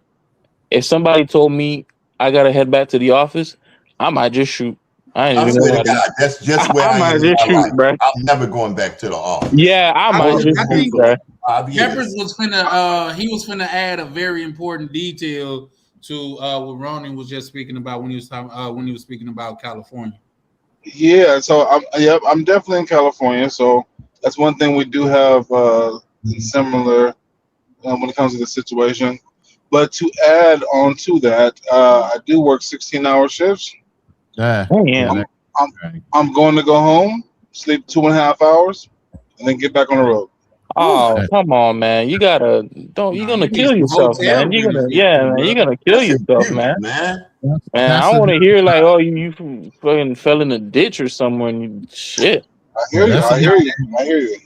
I Hey, hear Bro, you. I would be at But work grumpy than the motherfucker. They be like, "Good morning." real I'm like, quick, "Fuck I'm gonna you." go ahead and step down. I gotta go. My lady just said the food is ready and I'm getting it while it's hot. Get what I'm saying? There you go. Bye, Ronan, Ronan. man, you All right, should shout Ronan. out to you, Rolling Towers. Yeah. Shout out to you, Rolling Towers. Salute. Thank you, brothers. About Thank to you, eat Charlie. some noodles. Hey, always a Charles, pleasure. man, I'm about to break What? up out of here too, man. Appreciate you, Gary. You know you always welcome, brother. Thank you, family. For sure. You All right, too. All Gary. right, peace out. Yep. So anybody want to like drop anything before we get up out of here, guys? Like I say, once again, this is supposed to be a 3-hour live. I'm shooting for 3-hour lives. How DC could do it, I don't know. Like he really stand on 2.5 to 3 hours. I got to start chopping these up because if I chop up all my lives, that's 9 hours. I did a 10-hour live not too long ago. If I chop them joints up, bro, I could have 1,000 videos, just 10, 15 minutes a piece. What's up, Misha? You pull back up. Don't be rushing us, Charlie. It's a paid holiday for me too. I ain't got to go to work tomorrow, so I want to be on here for 3 more hours. No, ma'am. No, Hey, ma'am. Always What you fun, mean, okay? no, ma'am? What you mean, no, ma'am? No, ma'am. Respectfully, I could pull up and support you on your channel. See, here's the Man, thing. My job see, never that's stopped. why I I gotta like. work every day. That's why I like Charlie with the beverage. He Yeah, goes on I'm forever. on your ass. I like Charlie with the liquor beverage. Shit. Well, Charlie drunk. He like, let me tell you something that happened. You know, this is the problem. He always got a little rant or something. He starts rubbing on his chin and stuff when he all into it, and he'll Mm-hmm. lean back in the on that bag. chair that he got Then he'll that be rolling disappear. around the living room. Then he gonna be like, Talk I gotta about go feed someone my drinking dog. Bugal. Tam, this is where you come in at. You supposed to have my back. What's happening, Tam? I don't want anybody else to get offended and get off the panel. Hey man. man, hey, I let me. mean, I don't know what happened there. I don't think that was you. I, Come on. I don't know Yeah, what yo, happened there, man. yo, I might have an unpopular. he a good dude. At least I didn't I see might him. have. He's a genuine dude. It's just that to know Tam is to love Tam. He Okay, was very I hear you. offended. Anyway, what I happened, Peppers? I might have, but as a listener, I was listening to the that conversation specifically, and I am not gonna lie to you, Tam. I freak. You my homie. So it I came ride off with you. wrong, You but know it what I mean? wasn't my intention. There Yeah, you go. I will I take agree that. to I what take you that. just said, Tam. Okay. Well, that I, wasn't I my take that. intention, so I apologize. yeah, That it wasn't my wasn't Tam's. intention. Yoga, I don't yoga. think that was her intentions. Yeah. No. But I Right. So, mean, so Tam. yoga, one. yoga. So yoga. I don't know you from a can of paint. I heard of your name before, and then this is the first time I heard you cooking. You know what I mean? And I mess with Tam. Tam's my homegirl. Yeah, I was like, dang. I was like, dang, you I shooting didn't me? mean it like that. I promise I didn't. I promise I didn't. Tam, you work at the DMV? You've ever worked at the DMV? No. Oh, She man, you hey, sound she like that snapped. DMV lady. She snapped like I walked up to her and be like, hey, can you search for my mail before you get to my? No. This is what I this is what I deal with. This is what I deal with. Hey, do I I'm need to about put to a go on my stamp lunch on break. this? Do I need to put a stamp on this for Facts. you to take it? Yeah, that's crazy. That's what I deal with. That's wild. What I'm gonna say, hey, Misha, I need y'all to support me in my sobriety, man. I've been not drinking for a reason. Like I say, I done warded off like say, no drinking, no smoking, and no women. You know what I mean? I Can, feel can, like can, can I be honest with you though? I'm not the friend for that. So you may want to ask somebody else to support you on that. I am not the I'll friend for that. support you. I can't support you on the last one, but I'll support you on the first two. I know my good brother Rainier will support me though. I know he will. You know what I mean? Because I it's don't know no, about that. it's real. Well, not If you until Misha gets her $28. Exactly. He just got home. He's actually in a shower, and I'm about to ransack his pants. That's the only way I probably get the $28 back. I don't give a fuck. he like, Just what's like yours Smokey and is his. Debo. Yep. But yeah, nah, like I Charlie, I say, don't want you to end alive. I don't work tomorrow. yeah, listen, I could pull up Ain't over no there where listen. you at. I could pull up over there where you at and support you, but Look, this is Charlie. So here's the thing. And then he started talking again. So here's the thing. Let's because call like a say when spade a people spade. go So here's the into it, thing. and especially when they be cooking, like say, I don't know, like the panel tonight, it was off the chain. It It was. was. Yeah, it was. Thank It you. was like, yeah, for sure, man. Oh yeah, It y'all was. was cooking for sure. It was a dope panel and everything. Like say, OTO, good, very knowledgeable brother, pulled up and Okay, but said his his fake piece. sleeping was getting me. I couldn't stop Yeah, they laughing. did KB dirty. Everybody did Man, they could KB do me dirty. there, man. He started fake snoring Prime, and everything. Prime Then did I not water don't like know jumped that. off why. his Like, head. listen, I don't know why people don't take this stuff serious. Like, y'all understand how serious, like, the politicians and the important people take this stuff. Like, bro, Okay, okay. motherfuckers died for civil rights, and we just like, damn, just like that. Wow. KB, I hear you, man. I hear you, man. And I rock with what you're saying. It's what they just trying to say, man, is that you're dealing with people that's been around this earth 40, 50, 60 years, and they also had those hopes too. But it's more than just having hopes. You got to be active, Yeah, that's a and fact. not just going to the polls and voting. You got to be out there in the streets. Yeah. Hence my sobriety. You got to be the change that you want to see. You just got to. You feel me? You feel me? And that's why you left that Bugall bottle alone. See, listen, Charlie, let me I was tell you sick of something. people breaking in my house. Go ahead. Cause you see, you'll stop drinking. Like, cause they say you're drinking, it can actually affect your estrogen. So Oh my your God. dick don't work, and you're gonna get titties. So that should be motivation enough, right? Oh my God. It's Well, here's the true. thing. That's why I stopped drinking. I'm like, bro, this shit But gonna give here's me the thing, that. I'm Charlie like, be nah. drinking mimosas. Well, yeah, I kind Right. of That's like super lightweight. Right, yeah. but the thing here, if you put some like Brugal on the rocks with a little splash of cranberry Just juice, the splash though. You gotta just a little splash. splash. See, well, You here's the drink thing. Let me tell y'all mimosas? something. And I'm Cleaner, pretty sure I yeah. told Why y'all this you before. never see him with his mimosa? Yeah, I drink a lot of mimosas. Yeah, for sure. Damn. The very Like I first was just live gonna I go was on, into that. Charlie had a I was just mimosa. gonna go into that. Why I drink mimosas and wine and things of that nature is because, like, say, throughout the week, I have to wake up early. The mimosa, champagne, and wine don't give you the same next morning effect. Like, say, if I'm drinking some hard liquor, I literally gotta reset the next day. Like, That means so, you're getting old, Charlie. Mm. well, everybody's getting old, baby. That's kind of what time will do But to we you. talking about you, not everybody else. Right, Well, because you getting there way before us. Because I feel the same way. I agree with you. That's what I'm saying. You're getting old, Charlie. well, here's the thing. Like, say, what I used to do, my old job and stuff like that, I didn't have to reset. I didn't need my wits about me. I just needed to count, like, get the money in so I could drink all night and wake up and get to the money. But now I got to literally make decisions and be Think. due diligent with my money. So it takes some focus. Responsibilities. Yeah, responsibilities, like they used to say on the railway. Responsibility. Hey, Charlie, Yes, ma'am. when's your next trip? Me and the person that watch my dogs, we are kind of Oh, at odds y'all right still now. beefing? It's not even Yeah. beefing. It's just like Okay, I'll be in Cartagena by myself. I got it. Thank y'all. Right. You Thanks for see, I letting me peep know. how ain't nobody asked me where I'm Man, going. That was kind of crazy too. no, we know where you I going. thought You we all going know to you Yeah, want that was kind of Boba you big crazy dog. going too. to vote. We know where you going. You going to vote. That's where you going. You said the vote. He's gonna vote. Yeah, he Yep. going to vote. That's his next trip. He going to vote. Yep. But Yep. Wait, I thought other people were going to Cartagena. Ryan, them, They I think Ryan them canceled. still going. Who did?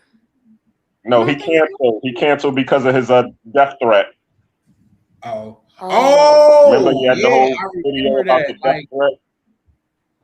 Yeah, that's no. Here's the crazy. thing. Here's the thing. And this, y'all may think I'm whatever for this, but I think Ryan should have that nigga channel took for that. Oh yeah. I need to Oh go yeah. watch that one because I Oh Yeah, haven't yeah. seen it. I haven't been because not watching it. only was it a death threat, but he was talking about how many people he have contact with. You know what I mean, Wow. in the country and stuff like that. So It's this is where credible I too. gotta if I gotta choose to be Anton Daniel, which is corporate, or Corey Holcomb, which is street, I'm choosing Anton Daniel. He should Because contact the FBI legitimately. If he thinks it's a legitimate threat, he could do that. That is something Carl would say.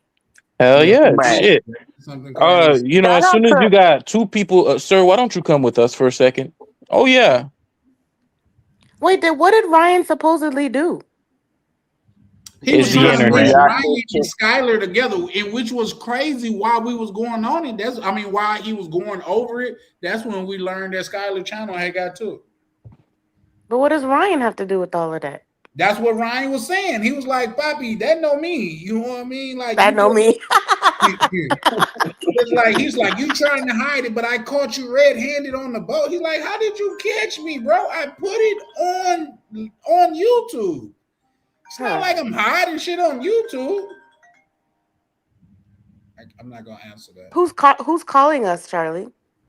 You want to answer it? Yeah. Nah, I'm just joking. It's the start of a Saw movie. I don't even He answer my own phone. Why would I answer yours? no, I ain't yeah, gonna he lie. might. I will let you answer because I don't care. Like, say I'm I an don't open I book. don't answer my own phone. My phone stays on do not disturb. So Yeah, I hate people that do that.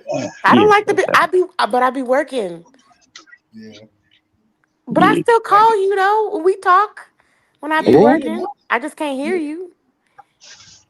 yeah, you and I, yeah, we talk. But at the same time, my nephew like, I'm just on D&D because that's what the kids call it, D&D, I guess. What Just is hit that? me twice. Like, nigga, if I gotta hit you twice, I don't want to talk to you, man. Like Well, Mm, that's mm. that's just like making you trying to feel important for nothing, man. Why? feel Called you important. once. Just text me. That works for me. Just text me. Yeah, I'm akin to Or that hit her too. up on Instagram. Oh yeah, me and Peppers be good. He didn't Ooh. respond. Okay, no, not like that. So I was sending him these little bestie posts, and he didn't like them. He said they were scary. Mm-hmm. How you doing, best friend? No, it was like it's like this dude dressed as a lady in a wig talking about, It "Hey, was bestie." That's He didn't it crazy. like was it. very iffy. Yeah, Misha, I you must have wasn't put the little responding one to to it. sleep. You said what? You must have put the little one to sleep. She rocked. Oh yeah, that's what's up. Cause I know earlier, like I gotta Now, go. now I gotta rock one more. No, I'm just kidding. Man, Oh bro my been doing some gosh. work. He deserved it. Hey, Shout out to bro. He deserved a good rocking to sleep, man. You know what I'm Charlie, saying? I I'm got a After just she get her kidding. question. $28. How Right, come I you gotta don't get live that with your Hey, first. dog? Why are You you got too asking him many. hey, about his just personal Yeah, business? like who? This is the first person I've ever met in my life that like has a dog in a separate house. Charlie, you I don't have have to answer that if dogs you in a don't want. separate house. I don't have He a has dog, dogs. one dog, He's a and breeder. you don't. yeah, I have dogs in Oh, and okay, this is now an I understand. apartment, so you can't have multiple dogs in here. So one dog is up in like the living area with my people and stuff, and the three dogs are downstairs. Okay. Reason I could bring two of them over here, but that'll leave one of them downstairs by himself. You see what I'm saying? Mm, And I don't mm, want to do that. That would seem cruel to me to have one just down there by himself while I got the other two over here. Even mm, if I bring one, I could bring one over here, but then he'll only be goddamn it with me when I'm here, which I'm not here as much unless I'm doing a live or I'm doing some work. You mm. see, and so hope that answer I your guess question. I guess that's Damn, you animal balling. cruelty over here then. What you You mean? Oh yeah, balling, Charlie. y'all got a Slow your dollar. Bartholomew in the basement. What'd you say, Black Lena? I said, you balling over there. You got two houses. Loan me $1. Nah, I don't own that house. My people own that crib. So yeah, no. But like I say, they got a whole like apartment to themselves down there. So they good. They're not cooped up or nothing. It's just that I don't want to bring them over here. Well, bring two of them over here and leave one of them over there by themselves. You know what I mean? So there's that. Look at you, Charlie. I'm a compassionate man, baby. I lead with compassion. I wouldn't know. I'm just saying. That's Mm. crazy. Everything I do with compassion. I make love with compassion. I even annihilate my enemies with compassion. Again, I wouldn't know. So That's Mm. crazy. You gonna find out soon enough. This is I'm just Oh not. nah. I'm you not. gonna find out soon enough, love. I ain't gonna All find out right. nothing. So it's getting late. It's about 2 I a.m. knew I'm Carl gonna was head gonna off. do that. Oh, Remember, bro. Carl is our son. He's our Got the son. old people out here. All right, yo, you guys have a good night. All right, Peace out, textbook. KB. But Carl is yeah, our I gotta. son. All right, bro. I think you out too, Peppers. Oh, He I thought he lost the said. Oh no, signal real I'm quick, still you sticking know. around. Hey, when we Oh, pulling up on I thought you said Yar, but you when we said pulling Yar. up on Go ahead. when we pulling up on what's that dude name? Honcho. Man, I'm trying to get on that. Yeah, what's good? You know what? Huncho ain't pulled back up. Yeah, what happened to him? I don't know. Our last live that I he don't was know. on, it was cool. And Berlin and Avery. What happened to all them? Well, We ain't I gonna get switched into to all that, Avery. but Say Well, that you know, I again. I don't be on that much anymore. Did something Yeah, happen? Are they okay? Everywhere I'm trying to be. yeah, I just Oh, Avery got in the Avery in deep. the DR right now. I forgot. Yeah. yeah. His redemption tour is Yeah. going well. Um, Hey, uh, he sent me a picture, man. I She got that nice. picture too. Yeah, shout out to Avery. You know, like I didn't have high hopes, but now, yeah, it's like watching your son tie a shoe for the first time. You know what I Oh my mean? goodness. He's not with Mount Fiji no more. He's not with Mm-mm. Mount Fiji no more. He's with Little Fiji. Wow. Yeah. Little Fiji. Bro says I don't Man, want when you to start at the bottom, man, you can only go up, baby. That's a fact. Not really. You been pushed back on that? Yeah, because some people never learn the lesson from the first one and they just keep being bottom feeders. I'm Some people, sorry. some, You gotta I feel like you gotta give your props to people when they do it in the States first and then they continue to do it somewhere else and then upgrade from there. But if you ain't doing it here, then you just I don't know. Let me keep my mouth shut. No No, I comment. feel you, but some people got to get graded on the curve, and that's where that term come from, getting graded on the curve. Oh, okay. I'm Everybody gonna keep ain't my comments to myself. Nah, because the people that set the curve be doing all the work, and the other ones are bottom feeders. Right. Yeah, where is this coming from, guys? What is happening right now? Jeez. And I'm not gonna say too much, but I thought we was giving the man a shout out. Man, I thought we was giving that man Oh, I don't know congratulations. anything about him personally. Well, yeah. Mm. I got a Hey, new no, plant. y'all cut that out now. Come on. I got a new plant, Charlie. Okay, you know what? It's because of you. I've been thinking about getting a plant for my house. Nah, you'd kill it. Nah, that's why I'm getting. They got different type of plants. They got plants that you ain't got to water every day. Then they got. Well, you're not supposed to water plants every day, so no, you Huh? don't need a plant. Well, yeah, they got these like little. I seen it in the Sky Mall. They got this little thing that you can fill up with water, and you put it in the plant, and it just give water to the plant as it needed. So And then your plant's gonna be overwatered. no, it said as is needed. I know, but it's gonna constantly let out water. That's what the little. Okay. Listen, I like plants now, and there's nothing you could do about it. No, you don't. I do like plants. You don't like plants until your house look like mine. Okay, that's a fair point. Yep, nope, not gonna do that. We gotta call her like You know, I quit Joe my Wayne other for real job. Wonders. I quit my other job and started selling plants more often now. Because Okay, I make more doing that than I don't. I still at the post office, but So you be I quit. you be in the cloning say, your baby, you plants? better not give up them good benefits. What we gonna live off of in the future? Charlie. There's your answer right there. We're What gonna you live say, off of. Peppers? I don't know. Ain't you in line to be president with your job position? Yeah, She Postmaster said General. Postmaster General. I gotta fill out some paperwork. It's due on the 22nd. There's something else I want to do in the postal service, so I need to do that. Thanks for reminding me, yeah. You're Put me welcome. on as a spouse. Charlie. But I'm just saying, like, this is a world to where we need each other. You Listen, know what I mean? listen. I was talking to my best friend yesterday. I'm gonna. How do I say this? I'm going to Don't scare me. put in some effort into this relationship. Ooh, I like Damn. that. Yeah, effort is always good, baby. He gonna eat the What you make? sandwiches. Oh no, I'm not talking about Charlie. Damn. He gonna eat the What you make? sandwiches, Tam. He better eat it all up. Yep. Yeah. But Anthony ain't you gonna know he like got to that. show up first. Anthony ain't gonna like this. Right. Who? Oh, Anthony. Spark plug. oh, brother Anthony. I mean, we He could don't make an like that. agreement where he could still get a nephew. Nah, it ain't the same. No, It I mean from definitely Charlie. Cleaner, Oh. get your eye at the camera. That's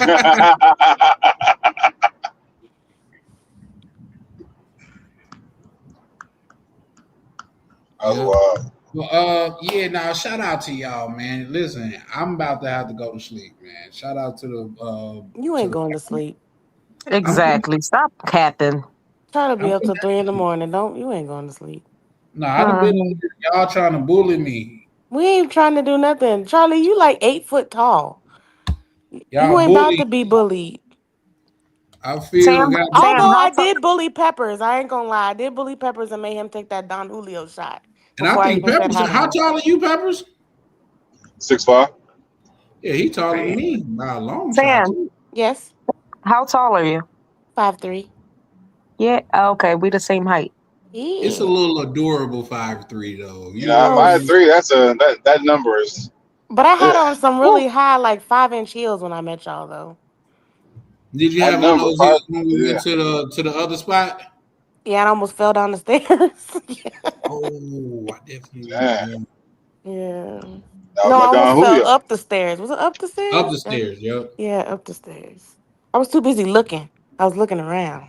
I feel like 5'3" is the perfect height. When girls, shout out to the short girls, ain't nothing wrong with them. I feel like it starts looking a little weird when they're just too short. Look like little. That's just my pet little peeve. people. Yeah, yeah. Like you was meant to be a midget, but Can we use that word, Charlie? Nah, here's the thing. Isn't that a Am I? I think we can use that word. I'm not sure. Okay. Should I I'm have just said saying. should I have said minion? Say little person. Oh, little person. Okay. Yeah, that's like a dwarf feeling tall around a little person. You know what I mean? They can reach. Charlie and Peppers, everybody gonna be little to y'all. You know what I mean? Y'all Everybody. when I first saw Charlie, I was like, dang, Charlie, you tall. And I'm in my heels and he's still looking down at me. The first one, What? yeah. What'd you say? The shortest woman I ever dated was 4'11". How did that work? That's much. Yeah. She had a ladder? It was fun. It was fun. She used a ladder? I mean, I got 2 arms. Oh. You ain't feel like you was taking advantage of her? I mean, it's a serious question because 4'11" and Hey man, shout out to no, she was everybody spicy. that's She was watching, Mexican. man. So If you haven't, she took the challenge. Go ahead. What'd you say, Peppers? I said she took on the challenge, man. She was spicy. She was Mexican, so Mexicana. she had a little spice to her. Some sazon. SpongeBob built. That boy. SpongeBob. Nah, she wasn't SpongeBob at that time.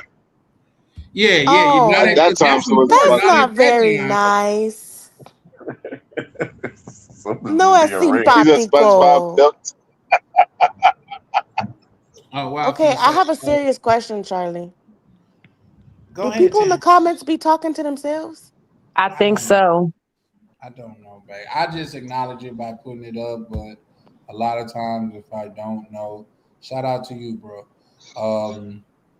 A lot of times if I don't know what they mean, sometimes I just kind of gloss over it. If they add some context, I try to acknowledge it, but like say it's a person put a Bible verse in the chat earlier. I was like, I can't block that, nigga. I'm gonna be blocking my blessing. What you know what I mean? Yeah, that's true. He said I can't block it. I'm gonna block my blessing. That's funny. You know what I mean? So I just let it rock out. So it is what it is. But, well. So guys, yeah. Anybody got any? I was gonna try to play this video again. Did y'all see the video? Which one? The video that I put some Going at the visuals beginning. in. Say that again. Cleaner, quit turning on the camera with your the eyes one at all the up beginning. in Yeah, I it. saw it. Yeah. Hey, you know what, Peppers? I started to put you in it, but the best shot that I had of you is when we was leaving mixers, bro, and you was lit like a Christmas tree. You could tell you was lit too. Oh, you gotta show me that thing. Hey, I mean, show it to me, man, and I might, you know, man, approve that message. Yeah, okay, I definitely will. Like, it's a couple brothers that I didn't show. Like, I know Prime, he don't like to be in the limelight, so I didn't show him. But Prime. Rolando in there. Tam, she also not in there as well. Wait, in I what? laugh every single time I see that part. In the video. What video? I told you I put together a video, baby. Oh, I don't need to be in it. I'm too masculine. For the song that Peppers put together for me.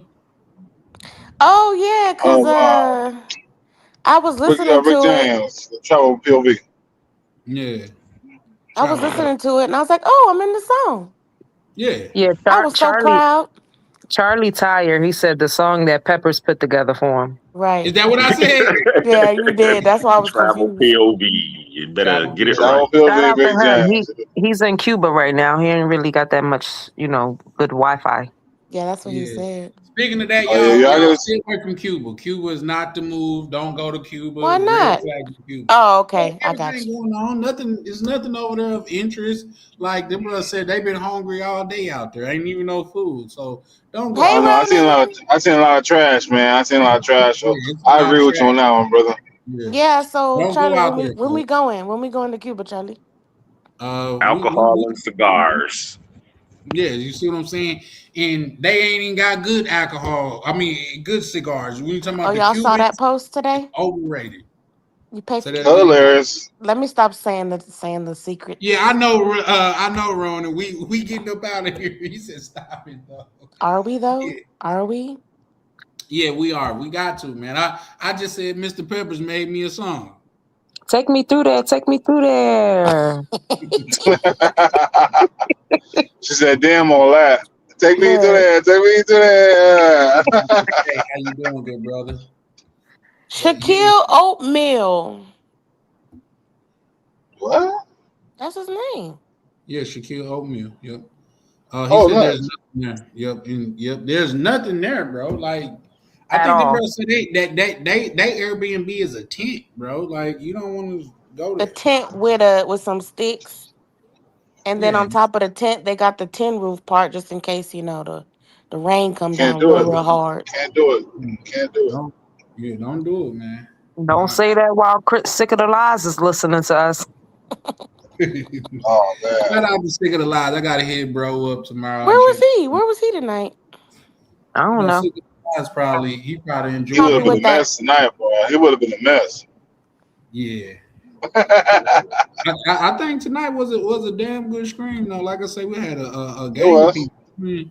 Even Yoga pulled up, man. I think that was the first time he came on. No, shout out to Yoga because he really came up and he broke that down. He broke it down in a way like, damn, I ain't even peep. So he Yeah. broke it down in a Yeah, good no. way. What he was saying about the niggas trying to look young, I never thought about it like that. So Well, I ain't just really looking at it talking from about that. I feel like you could do whatever you want to your facial hair and that's how you feel. But When I I'm just finally talking got about on, the I other heard what stuff. he was saying. I agreed with it. I agreed with everything Yoga said. Yeah, me too. Well, my bad, Yoga. I ain't mean to. He probably ain't even on here, but I ain't mean to come off like that. That wasn't my intention. So, but nah. I like the way he left though. He ain't want no arguments, no nothing. He left in a very respectful way. Instead of going back and forth, he left. because if you have He seen it walked away, before, and that's that's kind that of that go ahead. that's something like when you're in person with somebody and you could get into something that's like they say lead with your life, and that's something that you should just do is just walk away, like Yoga did. He just left. Yeah. Yeah. He ain't want no smoke. But again, it wasn't even like that. I wasn't even trying to I blow know, smoke. I know. So I hear that's why when you. he was saying all the other stuff, I was like, "What?" I'm confused. But if it came off like that to y'all too, then obviously I'm the problem, and I can admit it. So forgive me, y'all. Okay, shout out to you for that. You already That better than shows most growth. women. I'm grown. What you mean? I'm grown. I No, said I it We shows can, can I growth. listen. can I just See, say this? look at you. You did it again. I like when I hear women responding in that way. That's crazy. Well, here's my thing. Like, obviously, he didn't know me, so he doesn't know how I come off. But the fact that, like, y'all know how I talk to people, so the fact that I even came off a little brash to y'all and y'all hear me all the time, then obviously I came off the wrong way. No, yeah. So I'm wrong. Hey, and you know what? Shout out because a lot of people, a lot of women, for that matter, wouldn't even accept that responsibility. You know what I mean, or take accountability. You know what I mean? Oh no, it's just People in y'all. general. Yeah, so yeah, shout out to you for that. Like, I feel y'all need to start giving classes, And we man. listen and we don't judge. I judge a little bit, but not too much. But I feel like y'all need to start giving classes on women ideology because here's the thing: if you always want to be this, that, and the third, you cannot be that person all the time. Like say, and even so, like that's not going to make for a sustainable relationship to where you always got to be the center of everything. So that's just my opinion. Take me through there. Take me. Golly, Misha.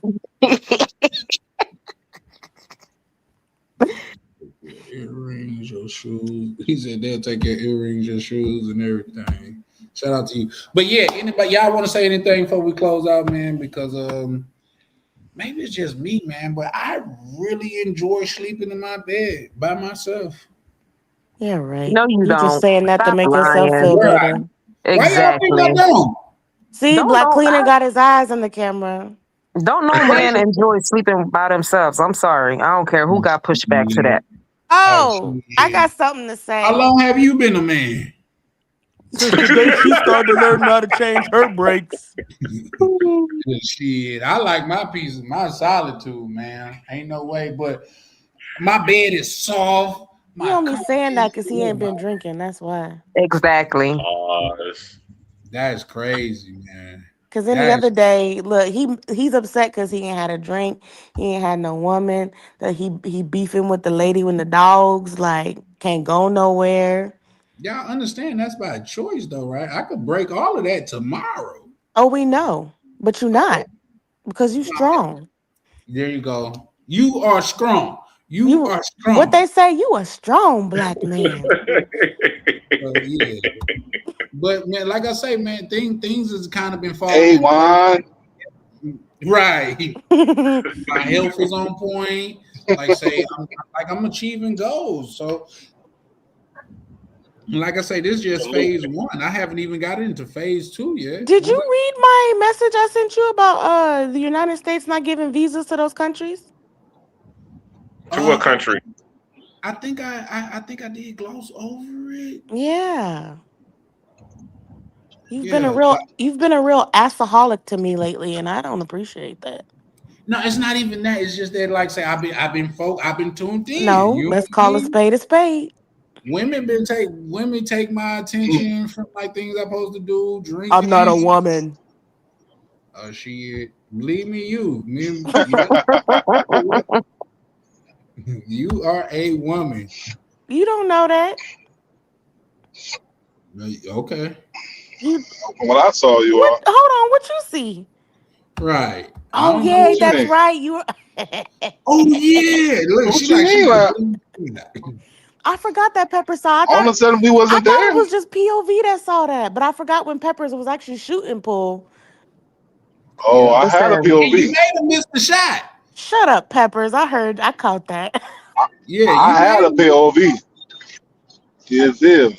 Oh my gosh. Right. But that don't make me a woman though. Nah, they do. Listen.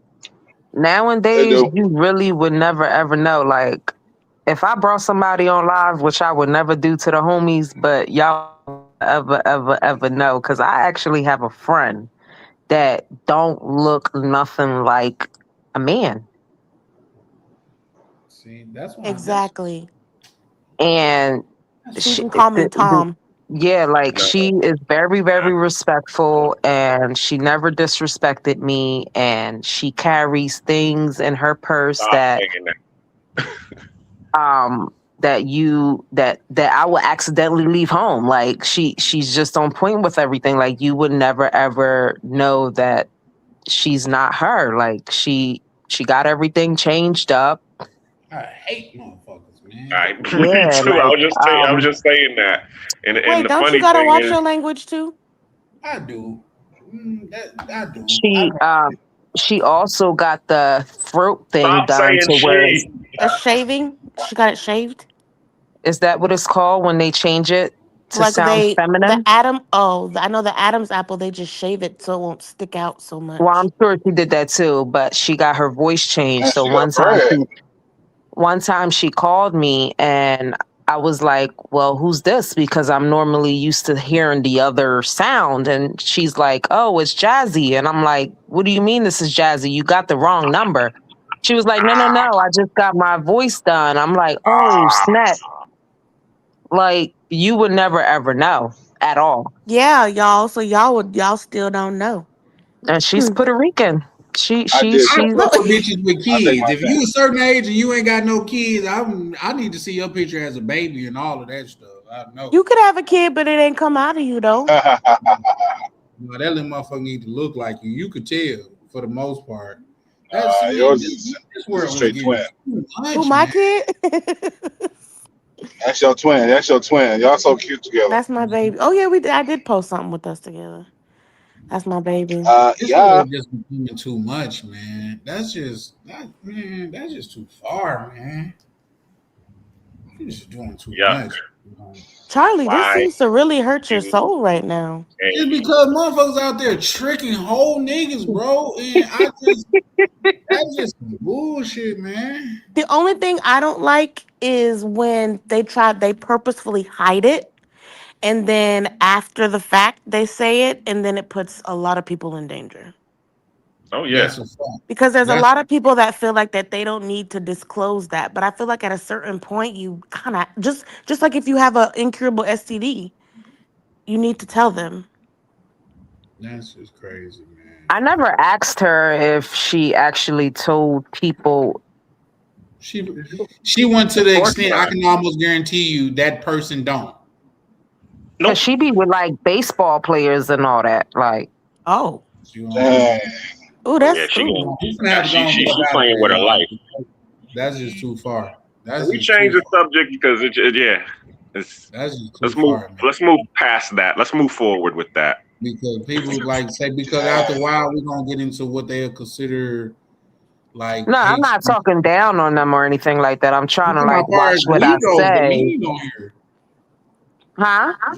I said, far as the men go on here, just because I can't express how I really feel, like you get to do what you want and shit like that. But when you involving other people unwillingly, I think there's See, an issue.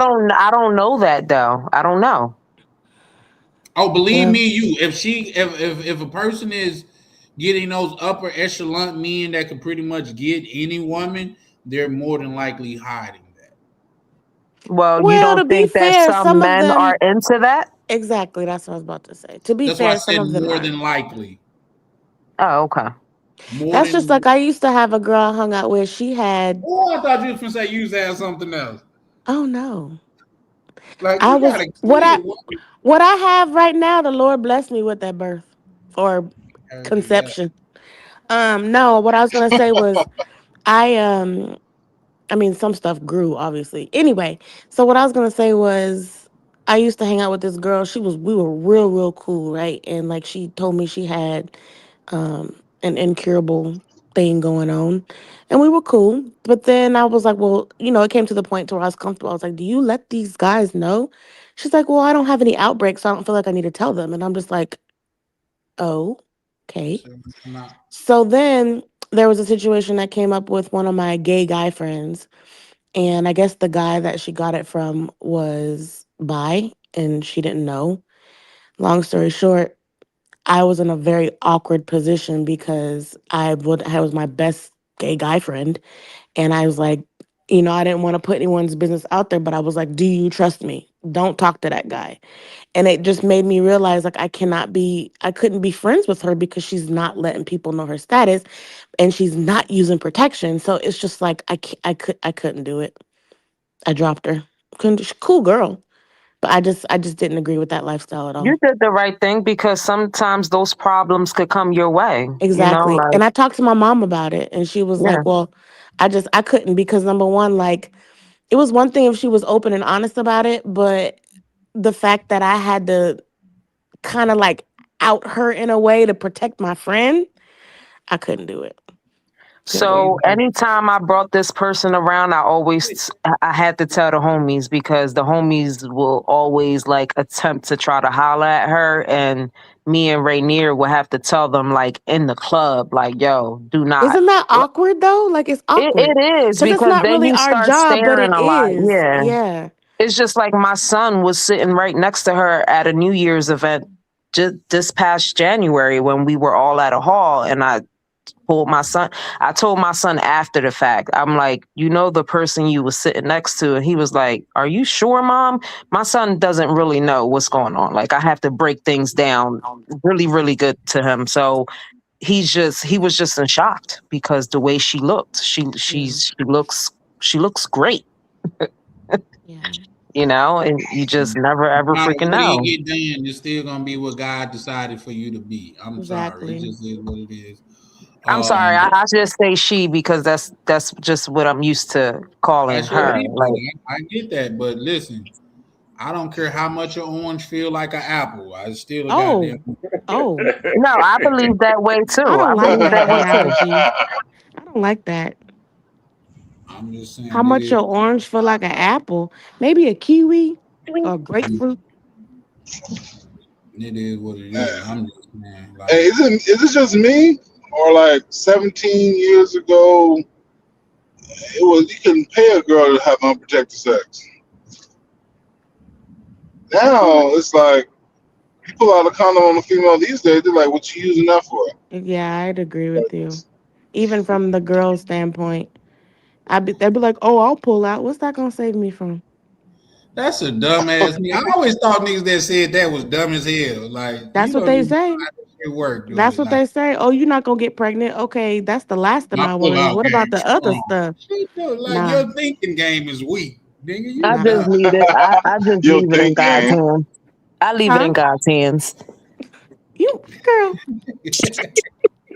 I'm too Hey, I've heard paranoid. people say they protection is this. Oh, Like, see, No, nah.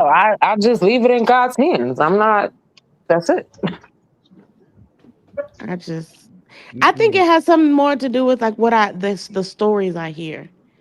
Like people are really out there reckless. And again, like I just told you the situation about the girl not letting people know her status. So you really out here smashing with no protection, talking about because you don't have an outbreak. What? yeah. I So don't I think that's how that just, works. huh? I don't think that's how that works. I just, Yeah, done that. Got the T-shirt. I mean, what oh, y'all talking about? No, not but that part. Charlie, Charlie I'm popped like, I up know so this is a fast. safe space, but god damn. No, I'm just Charlie, saying when I was in the military, you know what I'm saying? I was in Japan and I was dating this girl and I was dating her for a couple of months and I'm on my lover boy. Oh, I think she loved me. And I'm, fine. And I'm hearing all my friends on the boat and they talking about, having unprotected. And I'm like, well, shoot, I've been dating her for 6 months. Won't I try it? That was the biggest mistake of my life because 3 days later, go see ooh, the doctor. ooh, Yeah, I got burnt. ooh, So ooh. I See, had to that's go scary. You had to go through get that, the big bro. shot. And see, Huh? that's what I'm talking about. Like I've dated guys and they be like in their 40s talking about, oh, I've never been tested. I said, what do you mean? He's like, well, I don't mess with nasty people. It don't take a nasty person. It just take that one time. Mm-hmm. Yep, and there'll be stuff lingering around that you can't Yes. smell or See, see. I To do can't. something nasty. I can't. I'm too paranoid. And then never mind. I'm not gonna say that. Never mind. I ain't gonna put Yeah, my I think the one that you can't smell or see isn't that the trick one? I think it's called trick. trick is foamy and Idiot. green. Oh, Because oh, that's a parasite. That's a parasite. oh. See, I'm the one that does all the education to the people because they don't be That's why I knowing. said something. I said, wait, let me ask a question. Yeah, the trick is the one that is usually like foamy and green because it's a parasite. Gonorrhea and Yeah, but you chlamydia. can't smell it. That's what I'm saying. No, it stink. It's foul. It's a foul odor. Oh, From what okay. I heard, I've never had it, but from what I've heard, it's Oh, it's foul. It's a foul because it's a parasite eating your ew, yeah. ew, ew, ew, And then the other ones are usually just well, I only know how it shows Bacterial. up in women because I read about it. It's a But bacterial infection, but I mean, really, how it feels is you just got a cut on the inside, and because your what's that one? urine is acidic, Which huh? one's that one? Chlamydia, Oh, clap. ooh, And you get the cut on the inside, and then you got this acid going through every time you take a leak. So it's like as somebody told me a long time ago, you're sliding down a razor blade, and oh, at that the end of sounds the razor painful. blade is a pool of alcohol. Ew, damn. that sounds So that's what it feels awful. like. That sounds like death. See, in women, they said it's just like a That's not cloudy cool. discharge. Look, Charlie ready to get off. Charlie, don't be rubbing your head. Don't be You rushing gotta us. educate the masses because Yeah, they I don't be gotta go and knowing. get up out of here, y'all. That's just like I think we went from building to like No, because people need to know. They don't know these things. Don't be Obviously. rushing us. Take me through there. Take me like through there. Look, Charlie froze. yep, no, yeah, they gonna take them down through there once they get their shit. I promise you, they gonna take them through there. Hey, Charlie, when I'm in DR, I'm gonna get on your live and I'm gonna show my face. You gonna show your who? My face, not my hoo-ha, my face. Oh, okay. When you All going to right, the DR? I'm gonna In drop less than down, a y'all. month. All right, Misha, appreciate you pulling up. Good I night, gotta go Misha. get these $28. He gonna make me work for it though. So Oh. yeah. Hey. I hope it's in all ones and he throwing it at you. I hope it's in all ones. You said All what? 5-3. Let's Tim? get it. I said I hope it's in all ones and he throw it at you when you doing something He particular. better be. I'm a duct tape the phone to the ceiling. You know that duct tape the phone to the ceiling challenge? I'm gonna record that shit. Hey. Yeah. That's funny. Wait, can I show y'all something? Uh-oh. Hold Big on. screen. Yep. Wait, Bro look, I said even big. tried. Look at my ceiling. It's too oh wow. Is that a mirror? Hold on, I'm trying to show it to us again so we could. Good. Charlie trying to live the freak life. Hold on. Is Let me that a show mirror? y'all. Is that a mirror? I tried the challenge already. Hold on, I'm about to show y'all. Oh my goodness. Was that a mount? Oh wow. Cleaner, you can't even see. Yeah, they be. She's gonna put the mirror on the ceiling. That was me duct taping my phone to the ceiling like an idiot. And when I took the duct tape off, the wrong duct tape, it wasn't the one for like paint and walls, and it took off the paint on the ceiling. Damn. That's funny though. You took it through there. I took it Keeping through it there. spicy. Keeping it All right, spicy. y'all. I'm out. All love. Take care. All right. So yeah, Peace. I'm finna get ready to get up out of here too. Anybody got any last words, man? I don't know how many times you done said that. That's Listen, hilarious. y'all got an extra on top of the 3 hours. Y'all got an extra 47 minutes about of me. I sure did because I was able to get on. Episode 3, Nate's Odyssey. The Black Cleaners present Nate's Odyssey. Dropping this week. Like and subscribe, please, so I can get my Peppers, go to 50 so sleep. I can start going live. Yeah, shout out to Black Cleaner. Yeah, for sure. How far are you from 50, Black Cleaner? I'm at 37 right now. Am I following you? Yep, you are. Am I? I don't remember. I don't know. Yeah, you are. Tammy Two Fly or whatever. Yeah, I seen you. That's definitely not my name. Oh, really? I mean, well, it said Tam Fly or something like that. It's Tam. She hate Tammy. I can't. I know. I mess with. Tamara. Sorry. She said it's either Tam or Tamara. Don't you forget it. Shit. Like she must have. You know who hasn't been on here? Casanova. Yeah, I was like, I will never. Hey, what happened to Ann? Yeah, I don't know. She posts on Instagram though. Yeah, and she gonna pull up next time. I have conversed with Ann, and she said she gonna pull up next time. Shout out. Oh, so you conversed with Ann, but you left me on red? When I say converse, I mean through text. She sent me a text. Okay, and what's WhatsApp? You said what's that? A I text said is when and somebody. I said and what's WhatsApp? Oh yeah, for sure. No, I do be replying to you, baby. Did you? Yeah, I even seen the picture that you put out. I was like, damn, be sexy on the high key side. That's because I don't like showing my face. On the high key side. No, that other one you showed your face. Oh, I mean on my socials, sometimes yeah, I it's show my low-key, face, but not on here.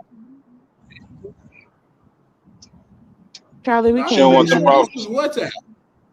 No, okay, because on here, but on WhatsApp you showed your face. on Snap I be doing all my dirty stuff though. I got a private stuff. Oh, I was about to tell him something. Oh, so I ain't a part of the private Snap though. You tell me why I'm not a part of the private snap. I think you are. I haven't. I only post on it when I'm out of the city. Yeah, shout out to Tam. Tam is some exciting, well, some photos that I love looking at. How about that? Of her plants. Like she got a lot of plants, guys. I seen that. She got a lot. We never mistake. I like plant. I told you. I make more selling plants than I did at my other job, so I quit it. What's your highest selling plant? Like what I paid for it? No, what you sell it for? It depends on how much of it I sell. Oh, okay. Oh, you selling some different type of plants. No, but when it comes legal, I'm growing it. I'm telling you. It's not legal over there? Not yet. It is in Missouri, but not here. Yeah, and then you have and a head Oklahoma and Nebraska. I mean, and Colorado. I don't know about Nebraska. So you're gonna have a head start too because you already got a green thumb. You want to come up here and get a setup, but not me because I own partake, but I know somebody that'll pay you to set them up, good and going. I could do it, yeah. Yeah, you can't pull up. Like I say, you can't move around 10 houses. I could. The only thing I just don't like the smell. That's the only thing with me. I don't like the smell. I mean, if that's that good, there's this one that actually smells decent, but I don't like that skunk stank stuff, that cheap stuff. That's what the buyers like. That skunk stank stuff. I don't like that. Nah. Cause I already got a greenhouse and everything. Shout out to you. Baby tired. Yep, I'm finna have to go to sleep. I'm gonna see if I can play this on the way out. Y'all could probably. Yeah, so on my way out, I'm gonna say we gotta continue to support each other. And we can all sit here and point the finger at each other, but we ain't got no solutions. And you part of the problem. I think the solution is we take tequila shots together. I'm with that. But one of the things I did notice when I think Prime is. I think Peppers is on to something. My bad, Peppers. Continue. No, you're right. Yeah. So I mean, what I noticed, listening to the lives when we get to certain topics, when I hear certain topics, and about who supports and who not supporting. To be honest, I ain't never seen no Jewish person on this live support nobody on this live. I ain't never seen no white person support. I never seen no Asian person. You know what I'm saying? Up here giving advice, but maybe once or two times. The majority of the people that's on this live giving advice and helping people out are your fellow, Black Americans. People. So I mean, and by that very definition, Peppers, Black people are coming together. Right. In lifetime. So, you know what I mean?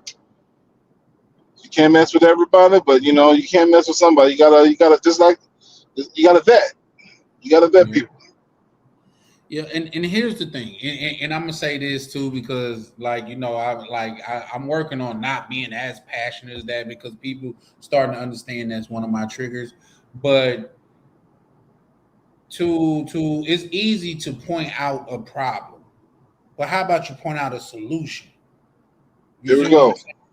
And it's always and I think that's how Black people a lot of times, or even people of color, try to separate themselves from other people of color. Oh, we could never get together, or y'all could never do that. I'm not one of y'all. They this, that, and the third. But it is what it is. They act like white people don't have trash people in their community, like Asian people don't have trash people in their community. Are we just supposed to be the super Negroes and everybody over here is above? Goddamn it! It just don't make sense to me. But my thing is, I'm not going to never be on this internet and be talking about a community that I belong to in such a negative way. That's just that's just something that I can't see myself doing. My daughter might see this in the public or things of that nature. That's why even so much so, I don't even say Black women. 97% of the time, I say Western women.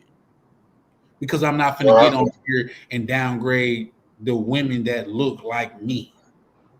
That just don't make sense. And even though people say, oh, they get on there and they get on the internet and downgrade us as men, since when men make moves off of what fucking women do? Since when has that been a thing? That's y'all fucking problem. Y'all too fucking feminine, and you gonna change what you do according to what a woman do. That doesn't compute with me. But I digress. Somebody said I gotta read this. It said I think better off living in a white neighborhood. That is crazy. That wasn't even. What it say? What it say? I think read it, Peppers. In the white neighborhood. I'm driving, but you know. Still, I thought you made it home. Well, no, I'm still driving. Here's the thing: white neighborhoods have crime too. Yeah, they be selling drugs, cocaine. Tam, what it say? It says, "I think you would be better off living in white neighborhood." Who is that? I don't know.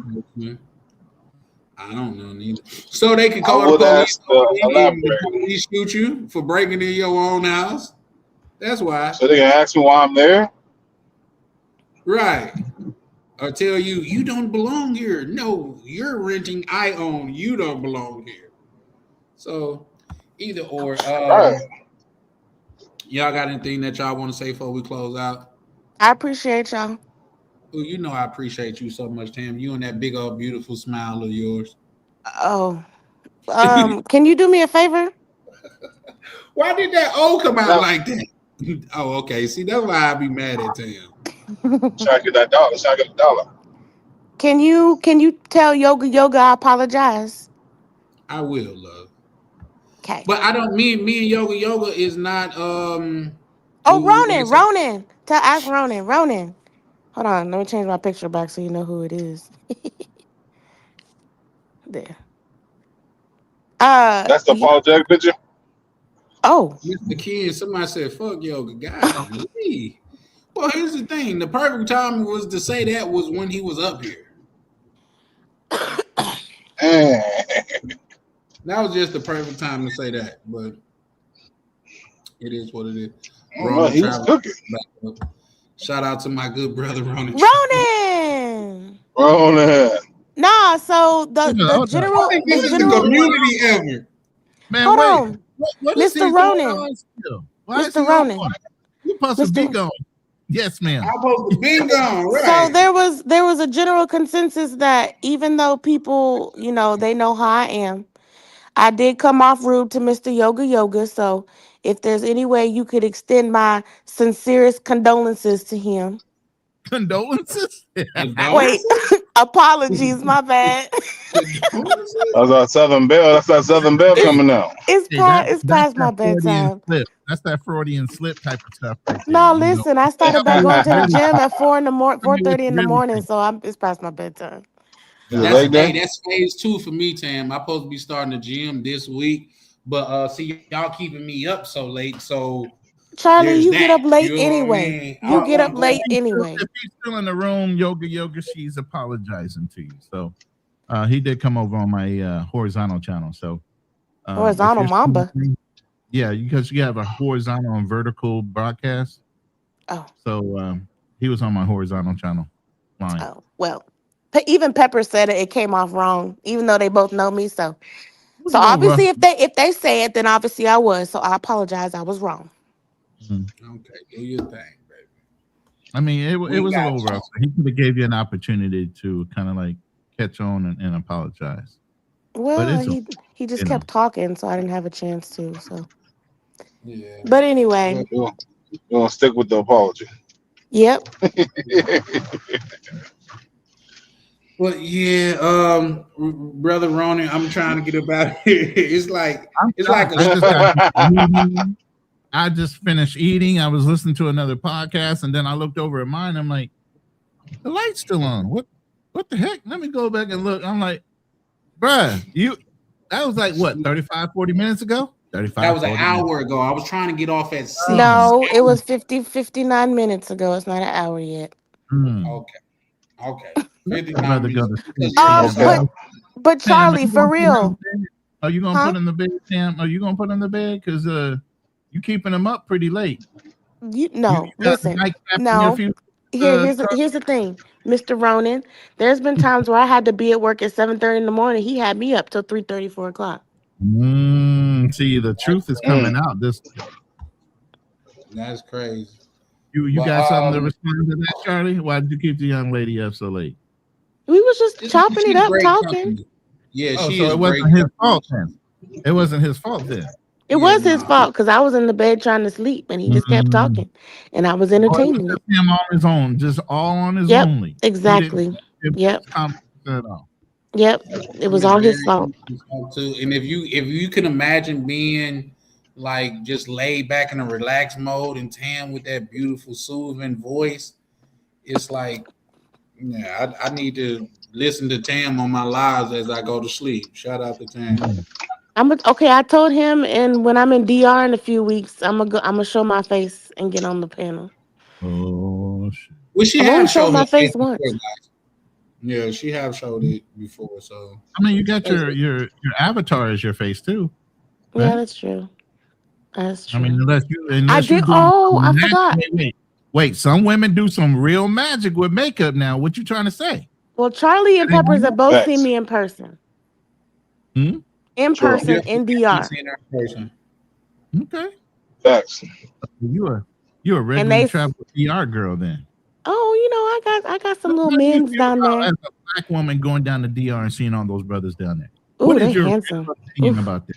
What is what? Are you mad at brothers for going down to the DR to? No, they ain't none of my business. They do what they want to do. No, that's none of my business. Look, She that on the is none of squad. my business. The way they choose to spend their money and who they choose to have in their bed has nothing to do with me. All right now. Well, I mean, some black she women on think the squad. Nah. I'm Now, appreciative. what Charlie does, Charlie be making me salty because Wow. I turned him on to this song, right? Why he post? You got to be careful about the word usage. Oh my bad. Words matter. Yes, they do. Okay, I played for him one of my favorite songs, and he posted on Snapchat him playing that song for some other girl. Oh, I wasn't playing. You did not do that to her. He did. That's she's trying to convict me for no reason. Listen, You already been convicted by everybody. Let's not bring up the sandwich, Charlie. Why another person was in the vicinity? It's not You like turned the vicinity. You was sitting on the couch with the camera behind y'all, looking. Stop it. Stop it. That still classifies vicinity. You know what I mean? The person was Charlie. close in the vicinity. Charlie. And Charlie. that song is just a good now, vibe. Charlie, I'm gonna stay with bro code, but you don't play another lady's song for a different chick, bro. That's a no. It was you done broke the pimp rule. But here's the thing. That's not even the worst part. He never came and got the food. That's crazy. She cooked for you, and you didn't. No, I didn't cook. Before we even got down there, I had promised him. That's why we have this thing about the inside joke about this sandwich. So you got a woman that really wants to feed you. I was trying to feed him two things, and he ain't one. See, I didn't even want to go there, That's but what you she just do. Tam keeps up chaos. Don't fall for that.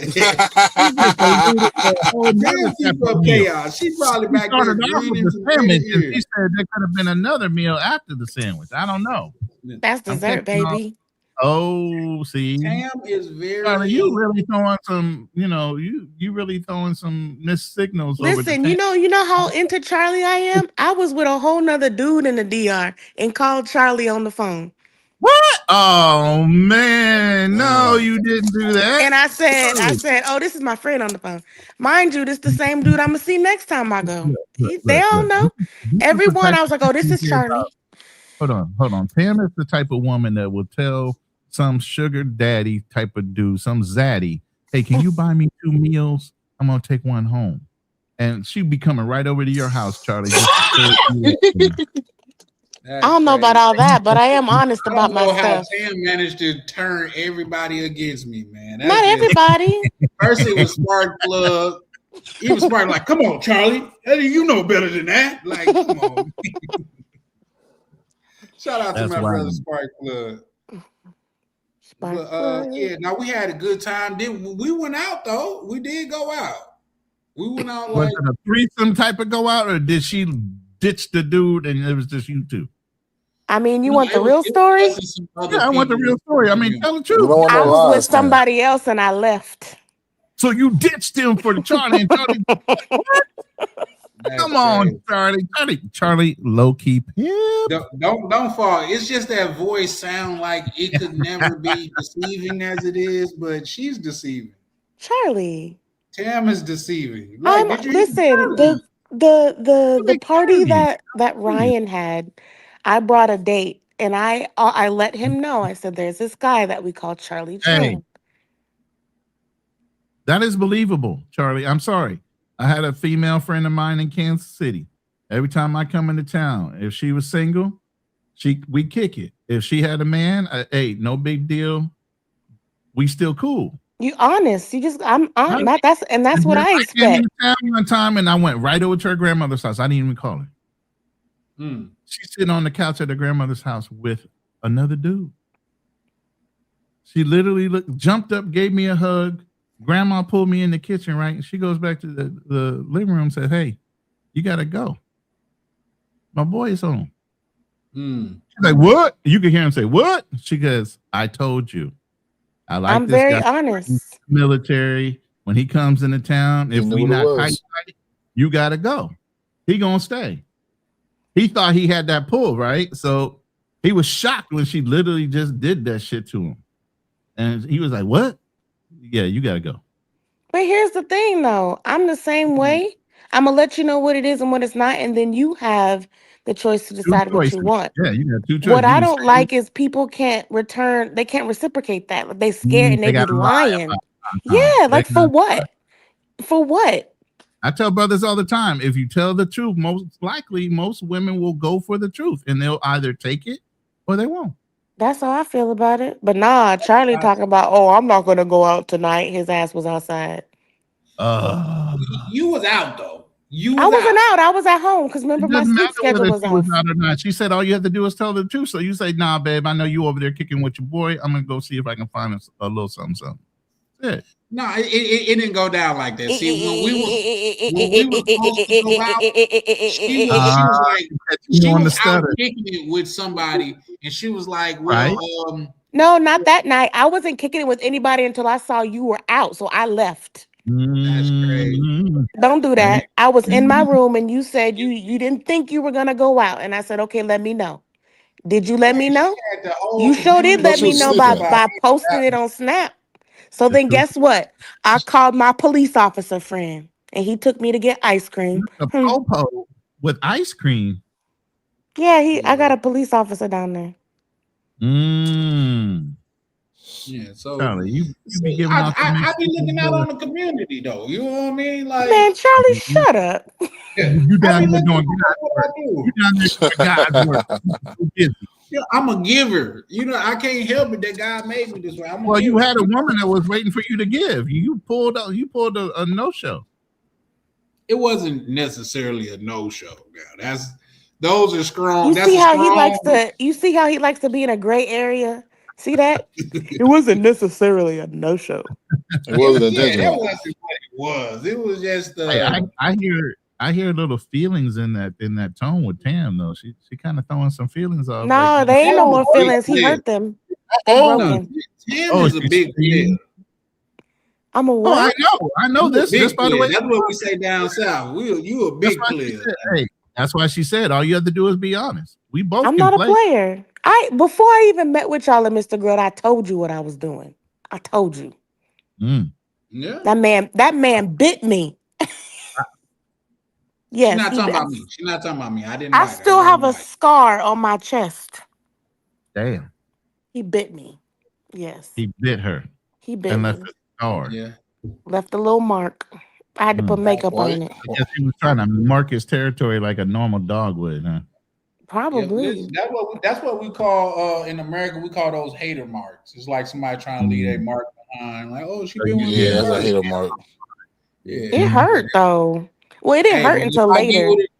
That generally means like, oh, she been with me first, but I'll be like, yeah, if she get with me last, you'll never get another shot. You know what I mean? So I'm confident. But in then what you I do. fumbled the ball, Charlie. You didn't pick it back up. He fumbled more than one time, so Pretty sure I didn't fumble. then what you call it? What you call it, Charlie? I like how you up here trying to play cool and collected. You ain't got your Brugal tonight to hide behind it, huh? He'll call you after we get off the show. You know You can't hide behind that Brugal, huh? Let's call a spade a spade. Call a spade a spade. Tam, it'd be so busy. She be doing her thing so much to where, I just like. You see how you trying to put it back on me? Look, You see that? jammed up on your ass. That's why his internet cutting out. Yeah. Oh no, I'm on Wi-Fi now. No, not you. I'm talking about Charlie. Pepper, she's throwing up too much energy for you not to pull up on the camera. You know what I'm saying? You real recognize real. You know what I'm saying? I like Peppers. Yeah. Pepper's my favorite. And here's the thing. Like I said, that's not gonna be the last time. Pepper's actually, positioning now. We friends. Guess what? You can't say it like that. And no, Peppers responds in a timely manner. I could send him something on Instagram and he gonna reply back. Cause we friends. Exactly. His own thing going to where he could, you know what I mean? But I could be in the middle of something. I could be on a business call or something like that, and I don't always Charlie. Right away. Doing your entrepreneur CEO thing. Go log into your WhatsApp and look at our thread. Oh. When's the last message I sent and did you reply? I stay logged in. Oh, damn, Peppers. Go ahead, man. He's coming strong with you. He said, I'm taking all slots. Yeah, no, my bad, baby. See? See? That was on me. Live admitting that shit. Because every time something with like passport, quote unquote, passport bros or traveling pops up, I send it to either him and Ryan so like they be knowing what people be saying. So especially when it talks on that one. She not a lot of times she just be putting on for a city, but I don't. No, I don't. Yeah, a lot of times you do, but you I don't. No, I don't. I think the last thing I sent you was when the person was like, telling me when the mechanic tell you it's gonna be $650 to get your brakes, get new brakes, and the nigga was throwing an anchor out there to. but guess what? I replied, didn't I? You didn't did. I? Okay, and you then. replied in a timely manner. You did. Okay, then. When you write, you the type of woman that like to kick a person when they. So why don't you? No, just you, because you ain't got the lesson yet. You need to be like Ronan and take notes. Wow. Hey, shout out to Ronan because he do be taking notes. I thought he was just bluffing. Ronan really do be taking notes. Y'all think no? You don't understand, but I've forgotten more than I remember. So I know if I want to make a point on a certain topic or something is being said, and look, I have very good penmanship. Okay, so if I want to remember something while somebody else is talking, I'll forget it before they get done talking. I gotta write it down. Or I'm gonna forget my point. Especially with them long-winded people on Charlie's Live. Oh my God, right. Tell me, say it again, because some of them are so long-winded. You need it's like I thought that was funny when you, the crusty man, and then the old dude were acting like y'all was asleep. Yeah, I swear, that young man. I swear, I love it. I used to be like him until the world's smartened me up. You know, it's just gonna take experience. Yeah. Yeah, and that's what I tell him. Like, say the more that he get life experience, the more that he'll understand. And like I usually say, well, our old head told me, when you from down south, they got a saying for everything. But wisdom can't be taught about. It's got to be something that be experienced. You know what I mean? So I think he got a lot of wisdom. Man. You can pull a lot of book smarts, but you got to live it too. That's a fact. That's a fact. How have you seen him? No. Seen who? He came up before. Yeah. I've never seen him.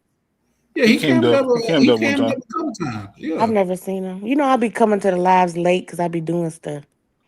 Yeah, Like what? he's a young fella, but Man, he's Pepper, a good stop. guy like myself.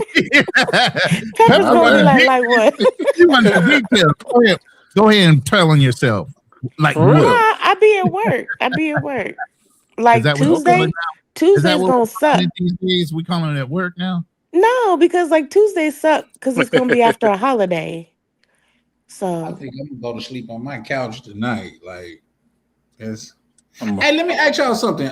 Just as far as the man go, far what Misha said. Do you guys agree? Like a man, like what she said. I said I like laying in my bed by myself. She said that's a lie because there's no man that don't like laying beside a woman all the time. I'm like, I love the company of a woman, but a lot of times I appreciate her getting up and going home.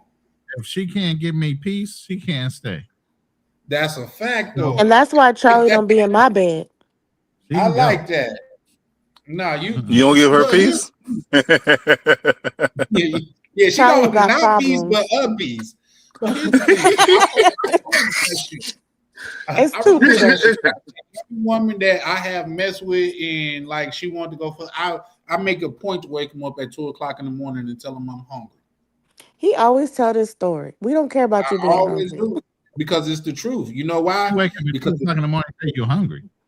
yeah, always. That's a criteria that I have. I wake him up at 2:00 in the morning and tell him I'm hungry.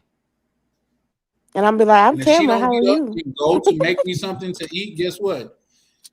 What kind of print psychological babble you got to read my mind type of shit is that? What if they 2 o'clock order you in the morning. DoorDash, I'm Charlie? hungry. It's not reading my mind. I'm telling her I want her to make me something to eat. Preferably And you know what fried I'm gonna chicken. do, Charlie? I'm gonna spread my legs. Hey. I'm gonna close them There you motherfuckers. go. I'm gonna Munch say on that. that. Munch on Okay, now that. you acting like cleaner. Right. Yeah, you can't say nothing like that. And the brother I ain't just said zoom open in. them. No, the legs of the chicken. The chicken legs. Damn that. Get some drummies in there. They unthawed. Just don't. What'd you say, Ron? Because you know when I made a spatchcock chicken and you gotta take the bone out and then spread it open. Related to food. Definitely taking the bone out. Definitely. Are you But trying to get that's the just bone like in or bone out? Huh? I said bone in or bone out?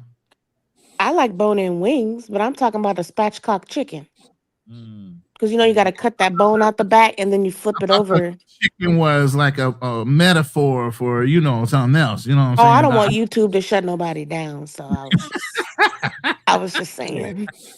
She playing, and then she playing, and then she Listen, played the play. that's why I got a wrench. I gotta be careful too. So I gotta tell on myself. definitely do got to rent. Hey, shout out to YB because he had a good zinger, but everybody was cooking so well to where I couldn't bring it up. But you said something. You said my mouth broke, and YB said you got a wrench, fix it. Oh yeah, I saw that.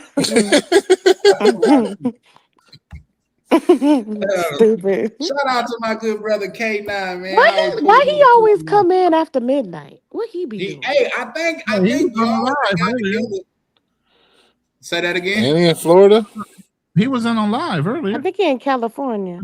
Oh, was it? I don't think K9 was on the live earlier. Well, I didn't see him, but it was at one point that like everybody that was co-screaming, like say I think they chat show up too. So it was like just do.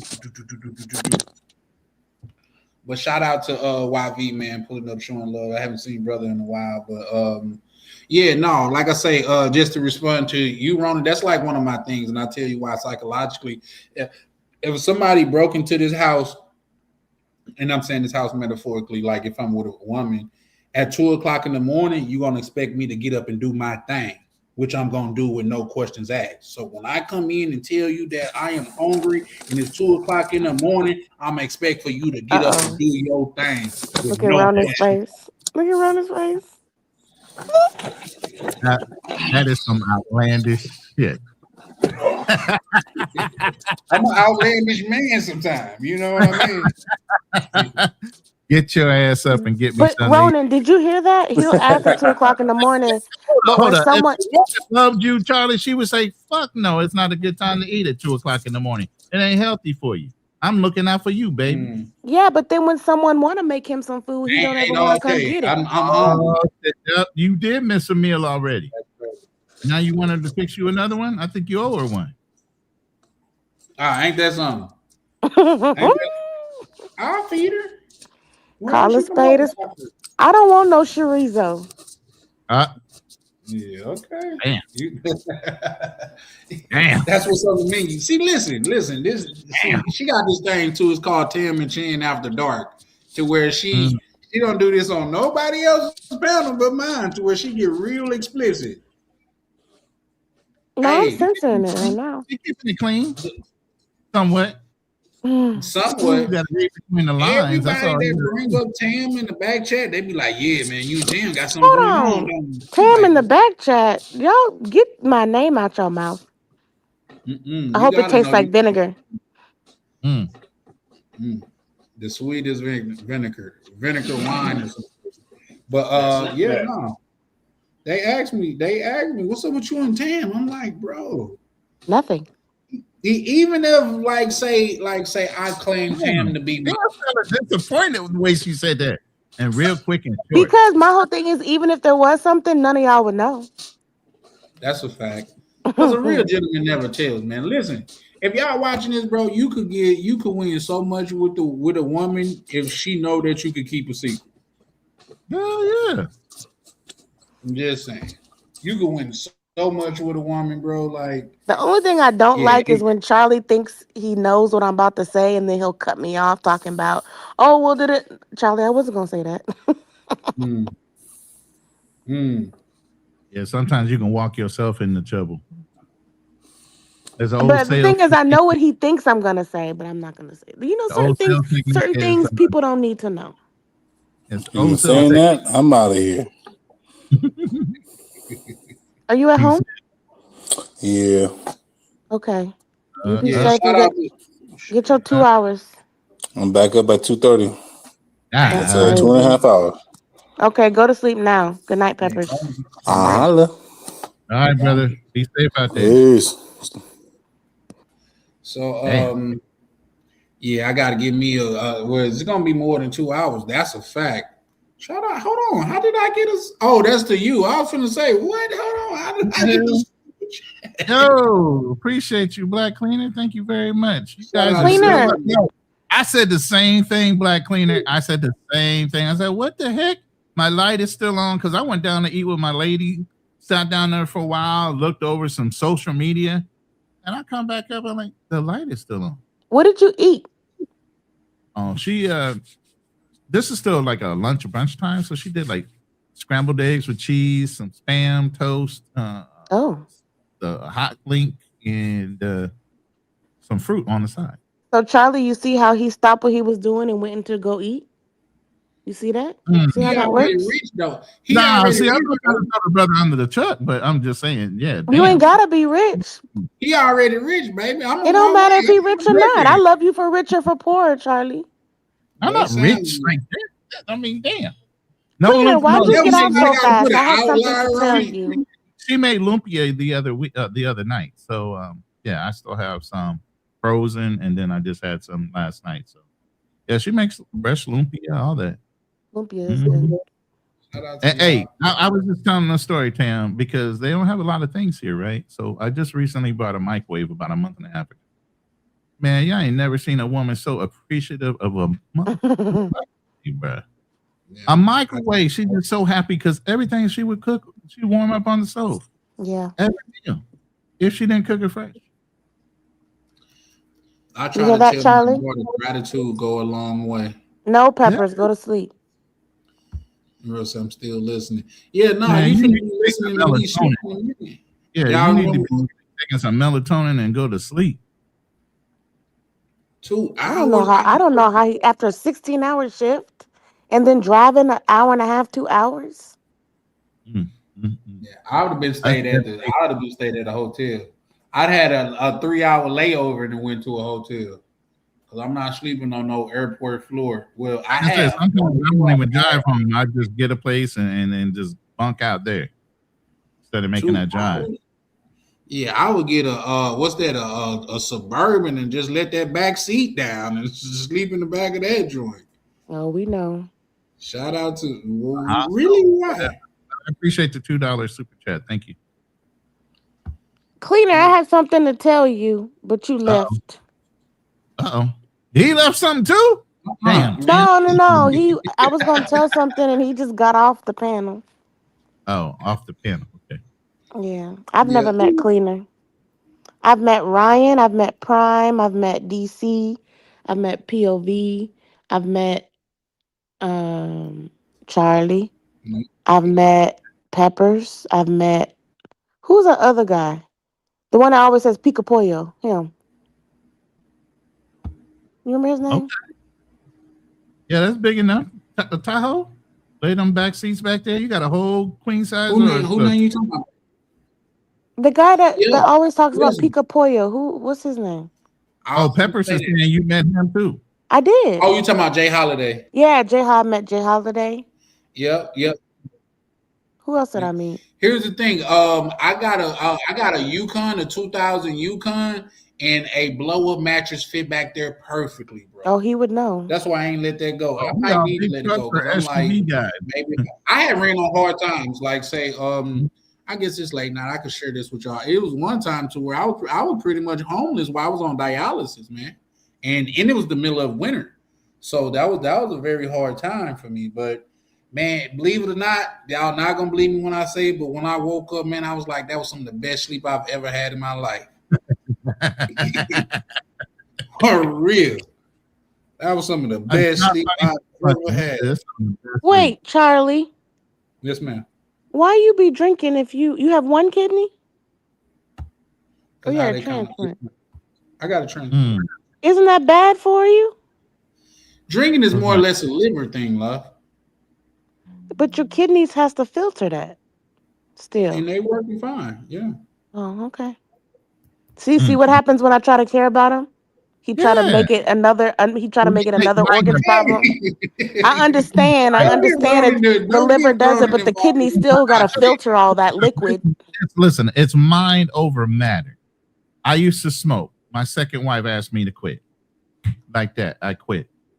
You know, and I haven't had a drink since I've been here in the Philippines since May. You know, she doesn't drink, so I don't drink. I mirror who I'm with, that energy. You get what I'm saying? So, that's why he has every vice as his. He mirrors himself. Tam be drinking. She the one put me on the Brugal. Man, I'd be sipping every now and then, but not like healthy kidneys and livers. Yeah, see, that's a fact. But listen, you only live once, you know what I mean? And while I'm here, I'm going to enjoy it. But it's something I've been dealing with for some time. So it is what it is. But as of now, shout out to like Misha and things of that nature. Like I say, since the beginning of the year, it hasn't been no women, no drinking, or no smoking. I'm locked in. Okay. And then how many times you hit in the gym? Even if it's your own personal gym and doing walking? Well, in the summer, I walk a lot, like say, because my apartment got pretty much a track around it. But that's phase 2. I've supposed been going to the gym this morning. But instead of going to the gym, get some kettlebells. Yeah. Okay. Get maybe a 25, a 40, and a 35. Or even get some of those bands, those stretch bands. Well, the kettlebells will give you a good core workout, and it's just in your house, and it only takes 15 to 30 minutes, depending on how many exercises you're doing. That's it. I got a curl bar. You know, kettlebell is real good for your core.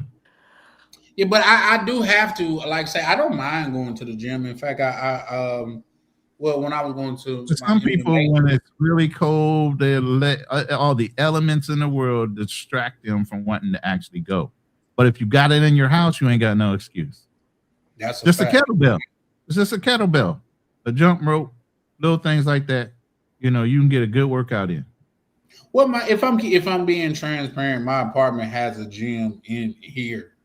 You know what I mean? So we got. But again, if it's cold outside, you ain't gonna want to step 1 foot out that door. Yeah, no, I'm saying inside my apartment building, we have a gym here. Oh, so you don't have to step outside to get to the gym? No. Outside your door. Okay, so you have a home. Okay. No excuse. Yeah, no excuse. I'm not listen. I take credit where I need to, whether it's good credit or bad credit. I take credit where it's due. But guys, listen, we are going on 8 hours in a minute. You That's going okay. on That's 8 a hours. job. I'm not going on 8 hours. You going on 8 hours. I'm not going. Yeah, well, yeah, you that's a very accurate way of putting it. It is going on 8 hours since I done started this live, and I gotta get me some sleep, man. It's -7 degrees outside, and I gotta get me some sleep. Are you invited to the barbecue, Little Chin? I don't know. If you want to hit that link real quick, we can definitely entertain you. Yeah, man. Look. Carlos Reed, bro. I'm dropping down. Every time I say I'm finna close, somebody else pull up. Carlos, bro, we gotta close out, man. In the words of Misha, don't rush us. Yeah. Hey, is that your people, Red? Carlos? Carlos Red, yeah. I'll bring him up right fast, but I think the whole travel space is playing a trick on me, man. Like every time I say, like, people like it's your turn to go. Carlos, how you doing, good brother? Oh, I'm doing good. I was one of the guys that was targeted. Targeted for what? My channel got deleted. Are you serious? I kid you not. Had to create a For new what? one. It's on the same day as the other ones got deleted. Wow. Did Yeah. they give you a reason why? I got a vague reason. Violation of community standards. But he wouldn't tell me what it was. So they didn't say which standard. They just said violation of standard. right, violation of community standards or whatever it was. Now we all know that old crusty Rico hated my guts. Why? I thought you guys both were on the court against the Passport Bros. I was never against the Passport Bros. That's why he hated me. I said grown men have every right to travel. And he didn't like that. I mean, as long as you're going overseas for the right reasons, I mean, I don't see what the problem is. So that's what. Yeah, I've been against effery overseas, but I had never been against the Passport. Okay. Well, Well, I've seen all great. types of people doing effery overseas. It has really nothing to do with Passport Bros. It has something to do with immature travelers. Yeah. But you see both men and women doing this stuff. You know, I saw it in Africa and a lot in Africa, and these weren't Passport Bros. These were part of the Back to Africa community. And there were some immature people amongst them that showed their ass. So let's stop blaming Passport Bros for everything. The problem is immature travelers. That's what the problem is. Agreed. Yes. And I don't go on that, it's the Passport Bros. I don't go on that rhetoric. I go on reality. I say exactly what's going on here based on what I can see. All right. I know they got upset. I know they're upset that people don't want to date Black American women or whatever, or American women. That's what it really is. But they need to live with that. You know, I'm strongly against Jay Rello. I'm strongly against Floyd. Actually, I was against Floyd long before people knew what he was doing. And I didn't know what he was doing. I knew he was going to embarrass us, but I didn't think he was going to do something this extreme. And I don't think anybody knew he was going to do something this extreme. No. But, how can you see that coming?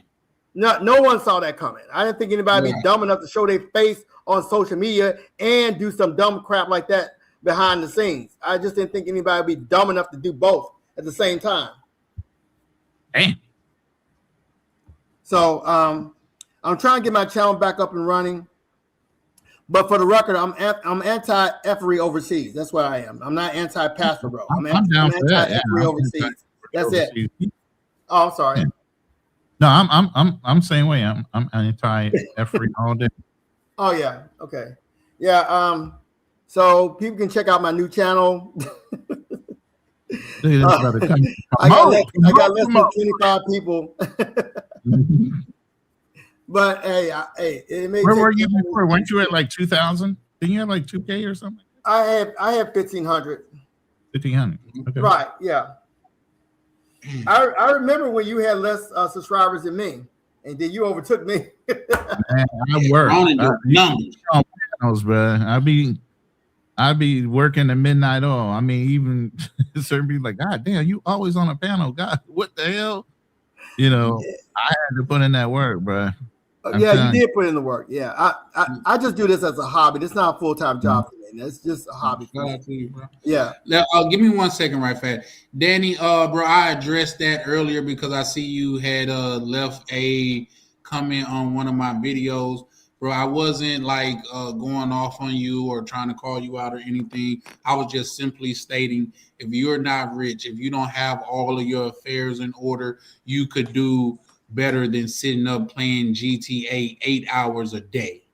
That's just my personal opinion, but you get to do what you want to do. I'm just saying, like, it's people that's out here paying GTA 5 to 8 hours a day, and they complain about women. They complain about jobs. They complain about not being able to get ahead. But You're playing that wrong. You should be semi-pro. You got your 10,000 hours in. You should be running a Twitch gaming system. At that point, you should be like live and have all kind of followers and everything else. But I get it when people want to vegetate because it's a holiday and they get on a game and just run up some hours because they ain't got to play because they work so hard.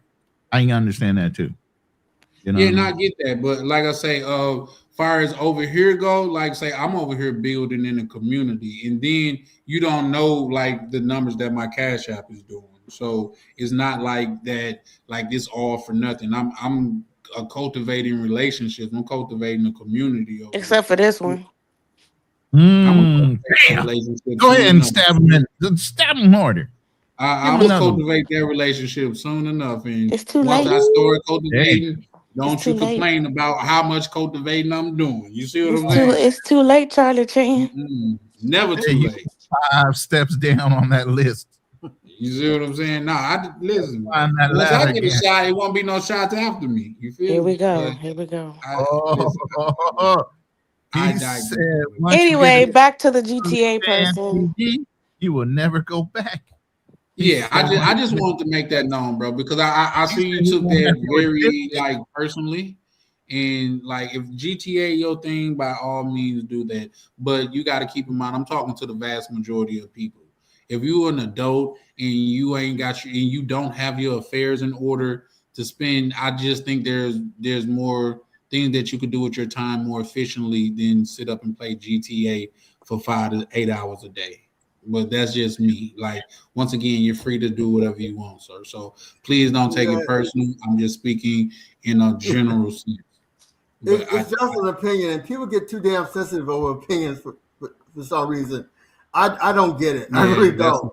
And for someone to take my channel down because they didn't like my opinion, it's really weird to me. It really is.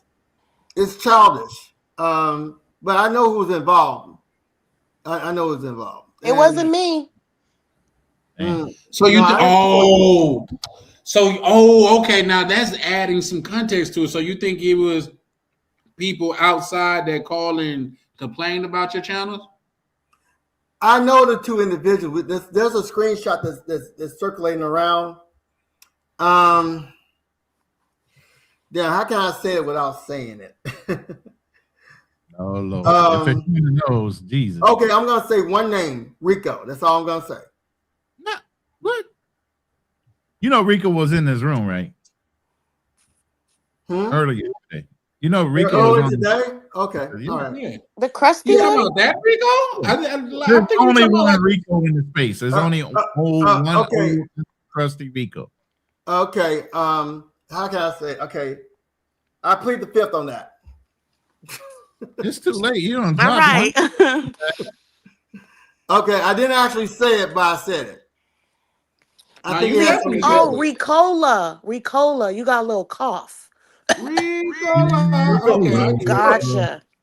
Right, yeah, because guys. Yeah, stop pulling up on me. Well, he did. Cleaner, get out the camera. I'm out of the camera. Hold on. Trying to get Can't see everything me. working. No, he gotta push buttons. He ain't got his reading glasses on. You got jokes. Okay, but yeah, Rico is strongly anti-passport, bro. He don't want anybody traveling for any reason. I don't believe that. I think y'all actually have more in common than you think you do. I think Well, he was a he likes to call anybody who screws up a passport, bro, and I don't play that game. Okay, all right.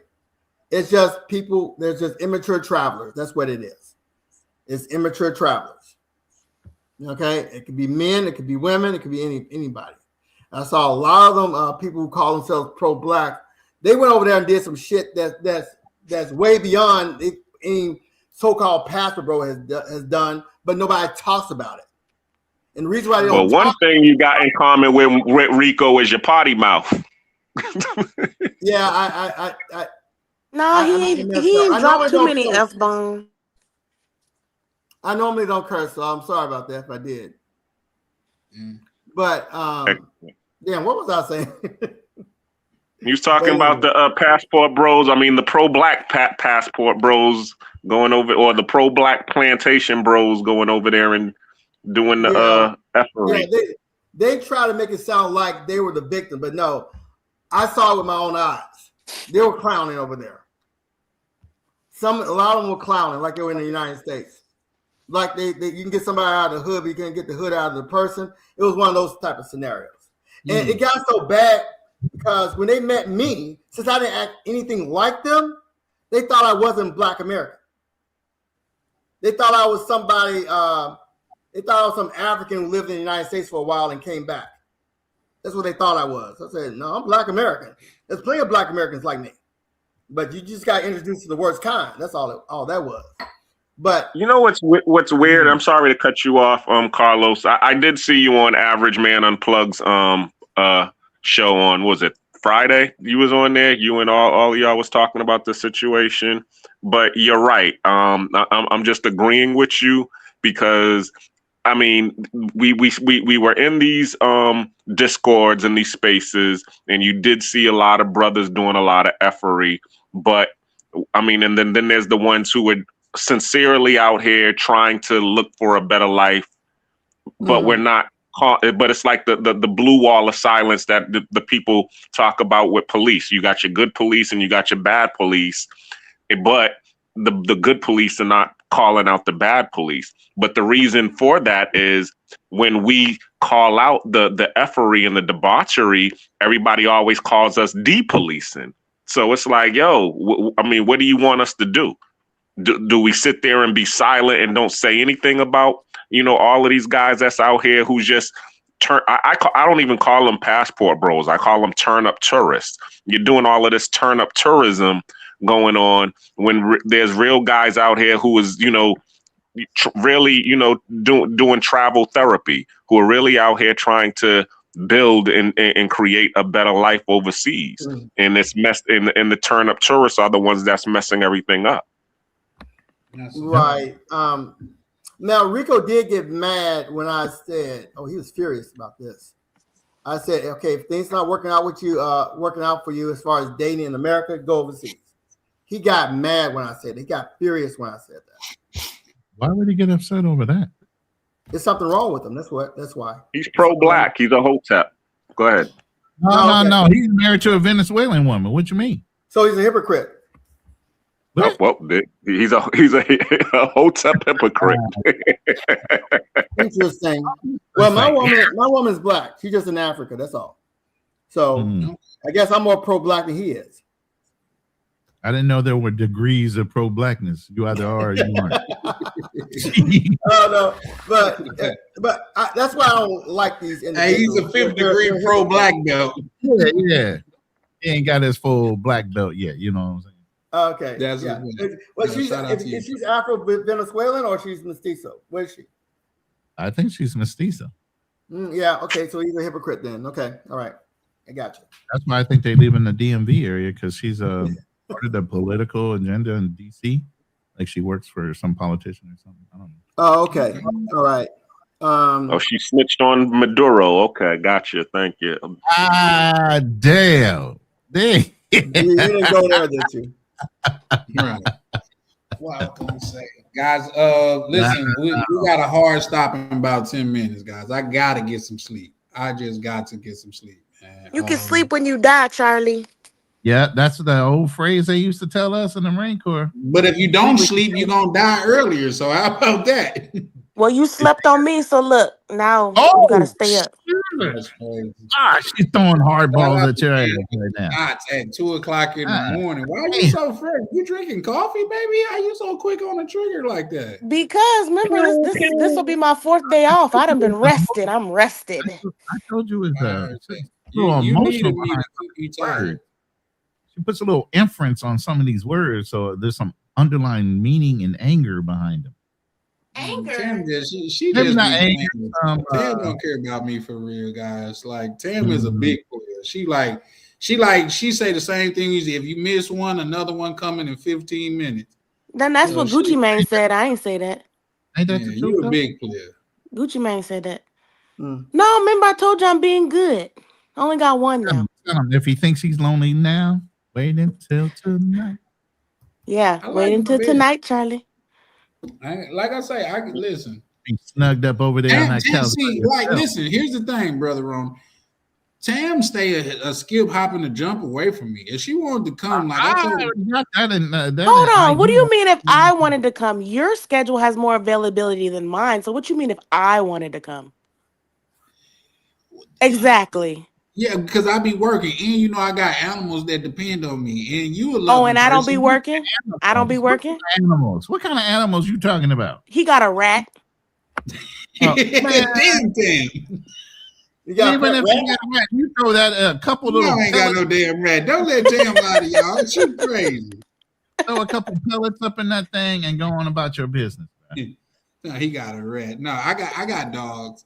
Like I said, He call them dogs because he trying to look like Big Charlie. Roo, roo. But no, they rats. Wow. She called them rats because I got micro bullies. Micro bullies. That don't even I actually sound didn't right. know what you had, Charlie. Oh, word. I showed my dogs on live. What is a micro bully? Baby pit bulls. Yeah, No, that's them ones that be fat and low to the ground and look like they can't breathe. There's a special breed. In fact, it's a man-made breed. These like say, well, of course, all dogs are man-made breed, but they wouldn't exist if man didn't breed them. They would cease to exist. Like they How can't cruel even. is it to give a bully some short ass legs though? Well, an English bulldog have short legs. Yeah, but you literally took a beautiful dog and made it made him stubby. Yeah. Made them compact. But you guys got to know all dogs are derived from wolves, so they all like bred for different Well, that's things. like the furthest thing from a wolf. So is chihuahuas. Bro said Nah, gatekeeper. chihuahuas will bite you. I think. Oh, who you talking about? Me or Ron? Like You forgot I'm a male lady. I know about dogs. yeah. See, but these dogs wouldn't chase you or nothing like that. They probably couldn't keep up. No, they definitely couldn't. Yeah, that's them. I don't know, Tam. You did that a little too good. You might have kept For running. real. What you doing? See, I can't with y'all tonight. I don't be sounding like that. I wouldn't know. I mean, I'm quiet. Hey, okay. That ain't good. What you mean? I don't feel like it could be that good to where you yelling and screaming. I'm more of a moaner. Like I'm not gonna be.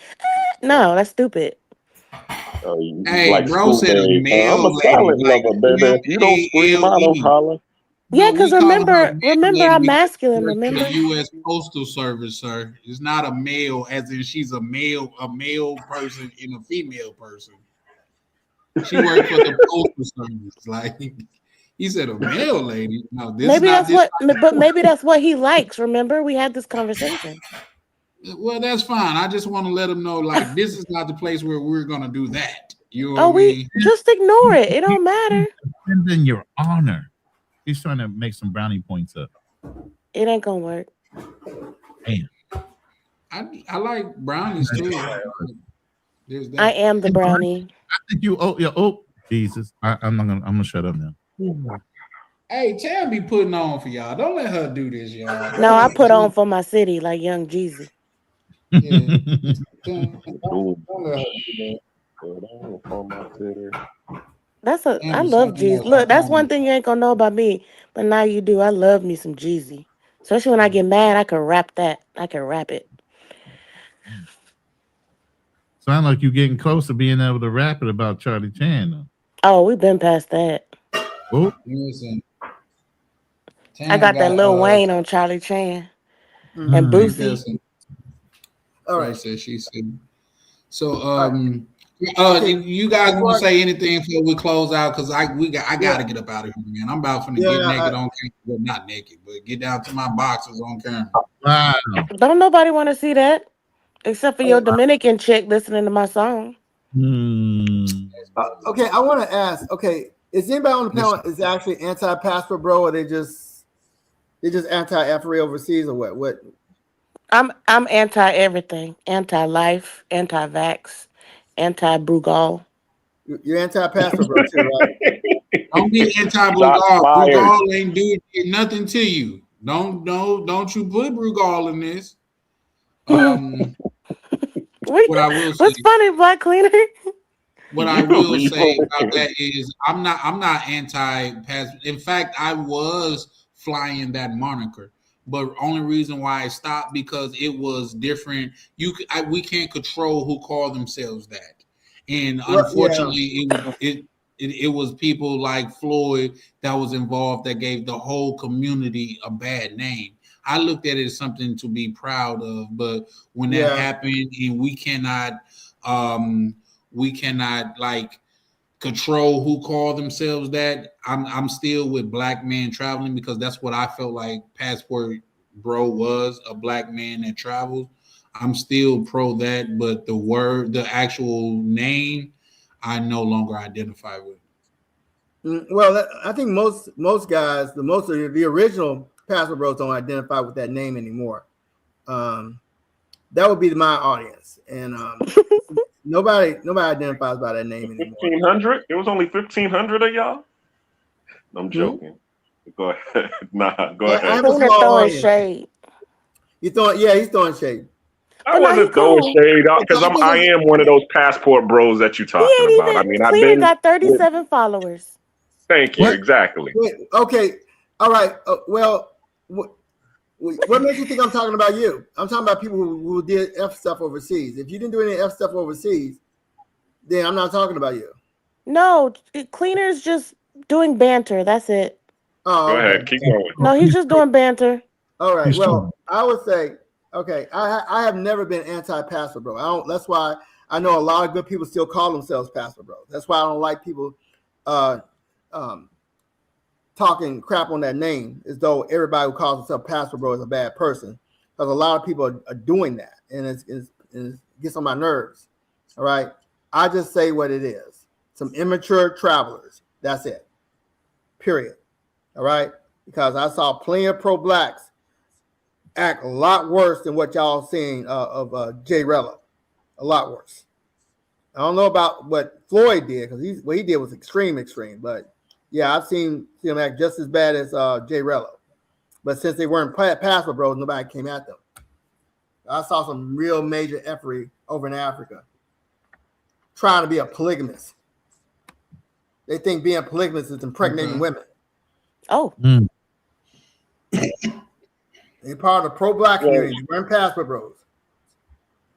Well, Yoga came up here and broke the game down, and I really like how he did it because I mean, yeah, he's been around. He's been on Ronin Travelers.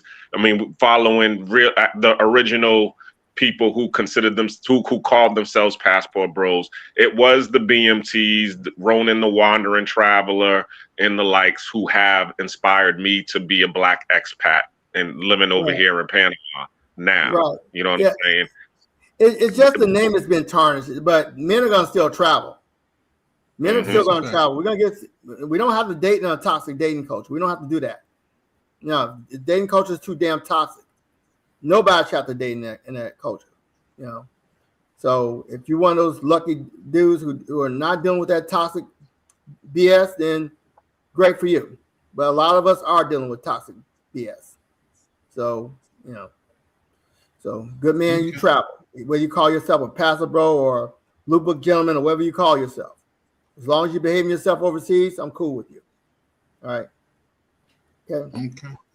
All right. Okay. So you got any closing words for you close out, Carlos? Because like I say, I gotta start closing down just because I gotta give me some sleep. That was basically my closing words right there. Brothers, as long as you behave yourself, you can travel. It's your business. You're grown. It's your life. All right. Don't let anybody shame you into not traveling. Okay, that's my message. All right. Take care, man. Shout out to you, man. Appreciate you pulling up, Carlos. All right. Thanks. Peace. Bye, Carlos. Okay. Anybody want? You're getting a lot of heavy hitters coming on your page tonight, Charlie. I mean, you had Yoga, Rico, Carlos. What's going on, man? You coming up in the world. Shout out. You got to thank Ronan. You have to send him some of that Cash App money. No, I don't need none of that. I'm good. Hey, that's just like one of us to speak for another man's pocket. Go on, send him some of that bread. No, I'm trying to help him grow. That's what I'm saying. I'm trying to help him grow. I like positive channels like this. We need a late night space type of time slot type of person like him. Yeah, this is Tam and Chan After Dark. Yeah, that's what I'm saying. So, I mean, this isn't the normal Tam and Chan After Dark. No, Tam really gets explicit. Tam is no, I don't. Tam needs you to give her some TLC, brother. No, I'm good. I'm good. Extra on the head. No. See, listen. When a woman says, listen. When a woman says, it's like a guy when he says, "How you feeling, man?" "I'm good." When a woman says, "I'm good," she's not good. I'm good. No, you're not good. Tam. I got vacation in 3 weeks. I'm good. You want him to show you some attention, give you a little princess treatment. You know you do. Do I? You do. Don't be in denial. Okay. Oh, I got fans. Oh, I know you got fans. In the comments, I got fans. Yeah, you got trolls. Those are fans.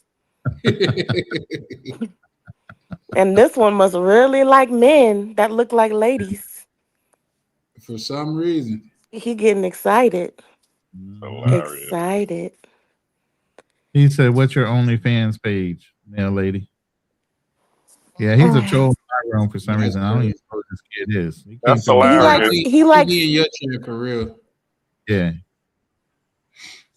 But anybody got any closing anything they want to say before they close out and things of that nature? But to allude to what Black Queen just said, man, shout out to you, Ronan, man, because I do sincerely appreciate you pulling up and not just like bringing people over and stuff like that. Now, shout out to Black Cleaner, but it has been some other well-to-do people have pulled up in the space as well. You know what I mean? But it's always a pleasure when people like you pull up, and you just don't pull up and bring people with you, but you also sharing knowledge as well. So, man, that is something that is greatly appreciated. Yeah, I appreciate you too, Ronan. I appreciate it. Like I said, when I see good channels, I support them. Because I'm not going to be here all the time.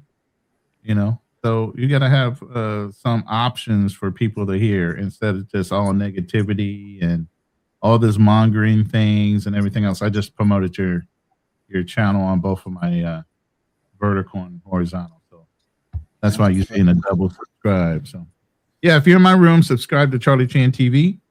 I'm on his panel. I'm not running the room. I'm on his panel. So please subscribe to Charlie Chan TV. Let's get him up to 1,000. He's put in the work. He's got the hours. He just needs the subscribers now. So run him up if you can. I'll make some fake pages. Like, share, make a comment in the comment section. Tell the brother how much you like his channel, what other subjects you like to hear him talk about, whatever it is. You must have to have no life, really bored, to be 2:39 Central Standard Time trolling on some random person's YouTube channel. Like, I mean, to tell you, he looks like one of those dudes that tweak in the middle of the night because he's high on he has to be. that white powder stuff. You know what I'm saying? He has to be. And he's looking for a male lady. That's why he was excited when I said I was one. He want to get piped. Nope, never mind. Hey, here's the thing. Never ever have I heard you say male lady and thought about a male that's a lady. Never. Well, just now I just said that because that's what he wants. But the whole thing is, you got to have that on your mind. Who else would think of that? Someone that likes something like that. I'm telling you, that's why he got excited. And he talking about you said it, but sir, you gotta got to Charlie. Let him be stupid by himself. Let him thinking because he don't think the same way when you say a male man. Let him be stupid by himself. A lion does not care about the opinion of sheep. Yeah, you can't be analytical with a troll, bro. It just makes no sense for you to argue with. It's okay, Charlie. I appreciate you though, baby. I do. I appreciate you. But you sound like my auntie, dude. I appreciate you, baby. Just go on back in. Okay, is this better? I appreciate you, baby. Like, no, auntie, he ain't gonna talk to you like that. I appreciate you, baby. Just go on back in the house. Like, all right. But yeah, man, it's been a pleasure conversing with you guys, man. It's always this is my. No, I'm not talking about you, Warrior. Not you, Warrior. But here's the problem with you. You keep trying to close out and says just push the damn button. I generally like to play a song. My song. Play the song first. Play the song. Subscribe to the Black Cleaner. Since you're letting people advertise, let Carlos advertise. I don't be trying to do it too much on your Where's page. your channel link? Where's your channel link? Drop it in the back chat. I can drop it in my room. Yeah. I didn't drop it a couple times. I left, remember, and I just came back in. So anything in the private chat is gone for me. Okay. Let me see if I still got it. And a lot of times when he dropped, for some reason, I think that's that Panama internet. When he put something in the chat, it'll like kick him off or give him problems or something. So no, that's because his eyeball be all up in the camera and it gets scared. That right there is Black Cleaner's page, and mine's is if you over here from Ronan, this is mine right here. Charlie Chan TV. So yeah, feel free to like and subscribe, man. It's thoroughly appreciated. Thanks. We try to have all provoking conversation over here, and something to where we just building a community where it's safe, free, and fun. Amen. So amen. With that being said, shout out to that. You say you won't, well, don't. But with that said, man, shout out to my good brother Ronan. What I'm gonna have to go on. Oh, he asked me to play the song. I'm gonna play the song. And, while your face is up here, I'm not gonna play the video because the video never goes. Oh, you don't change your avatar. Face? That's a different look. No, I'm looking at Tam's avatar. You walk past that. He ghosting. Hey, wow. Well, the first night we met, I was with somebody. So you said it was okay. She was with somebody. There you go. And Charlie actually took us home. Wow. I did. Oh, that was wait. That was. But he was a big dude. Waddy was a big dude. That was a sneak pimp move. He wanted to know where you were at. So he did, and he never showed back up again until that one time he picked me up. Damn. Him and his was it your cousin? Yeah, my cousin, my younger cousin. Yeah, he was the driver.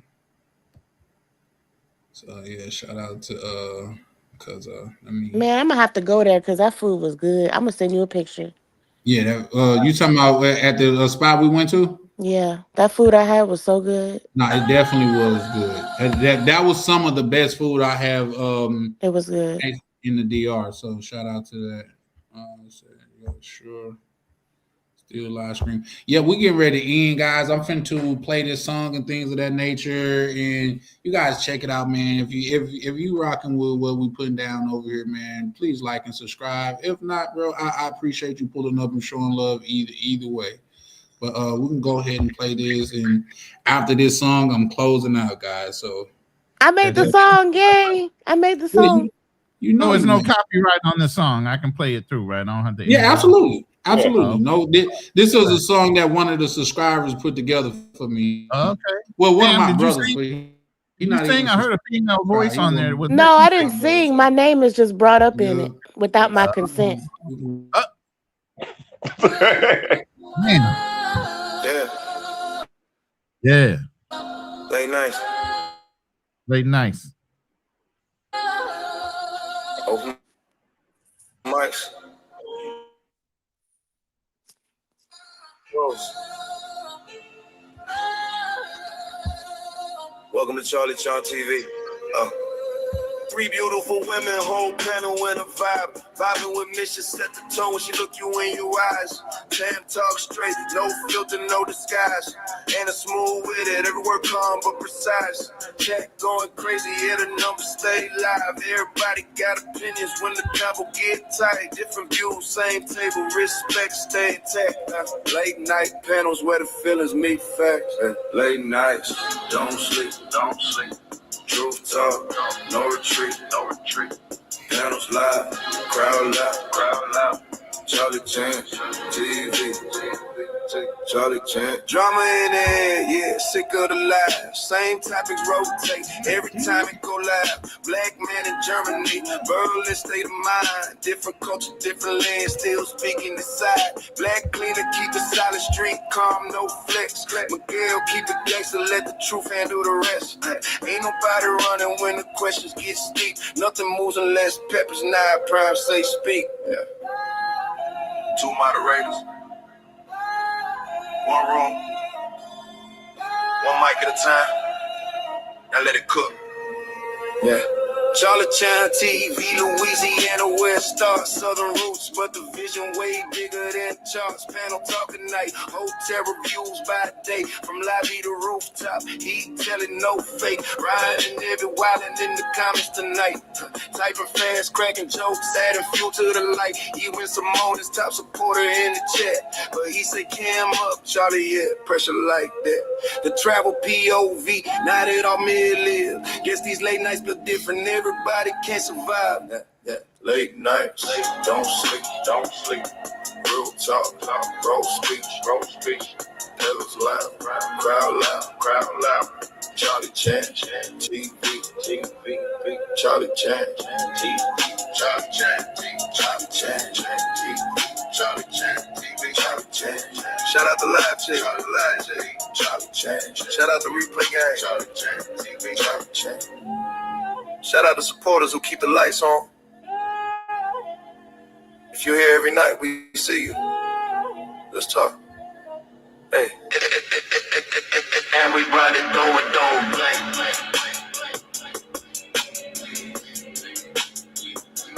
Charlie Chan.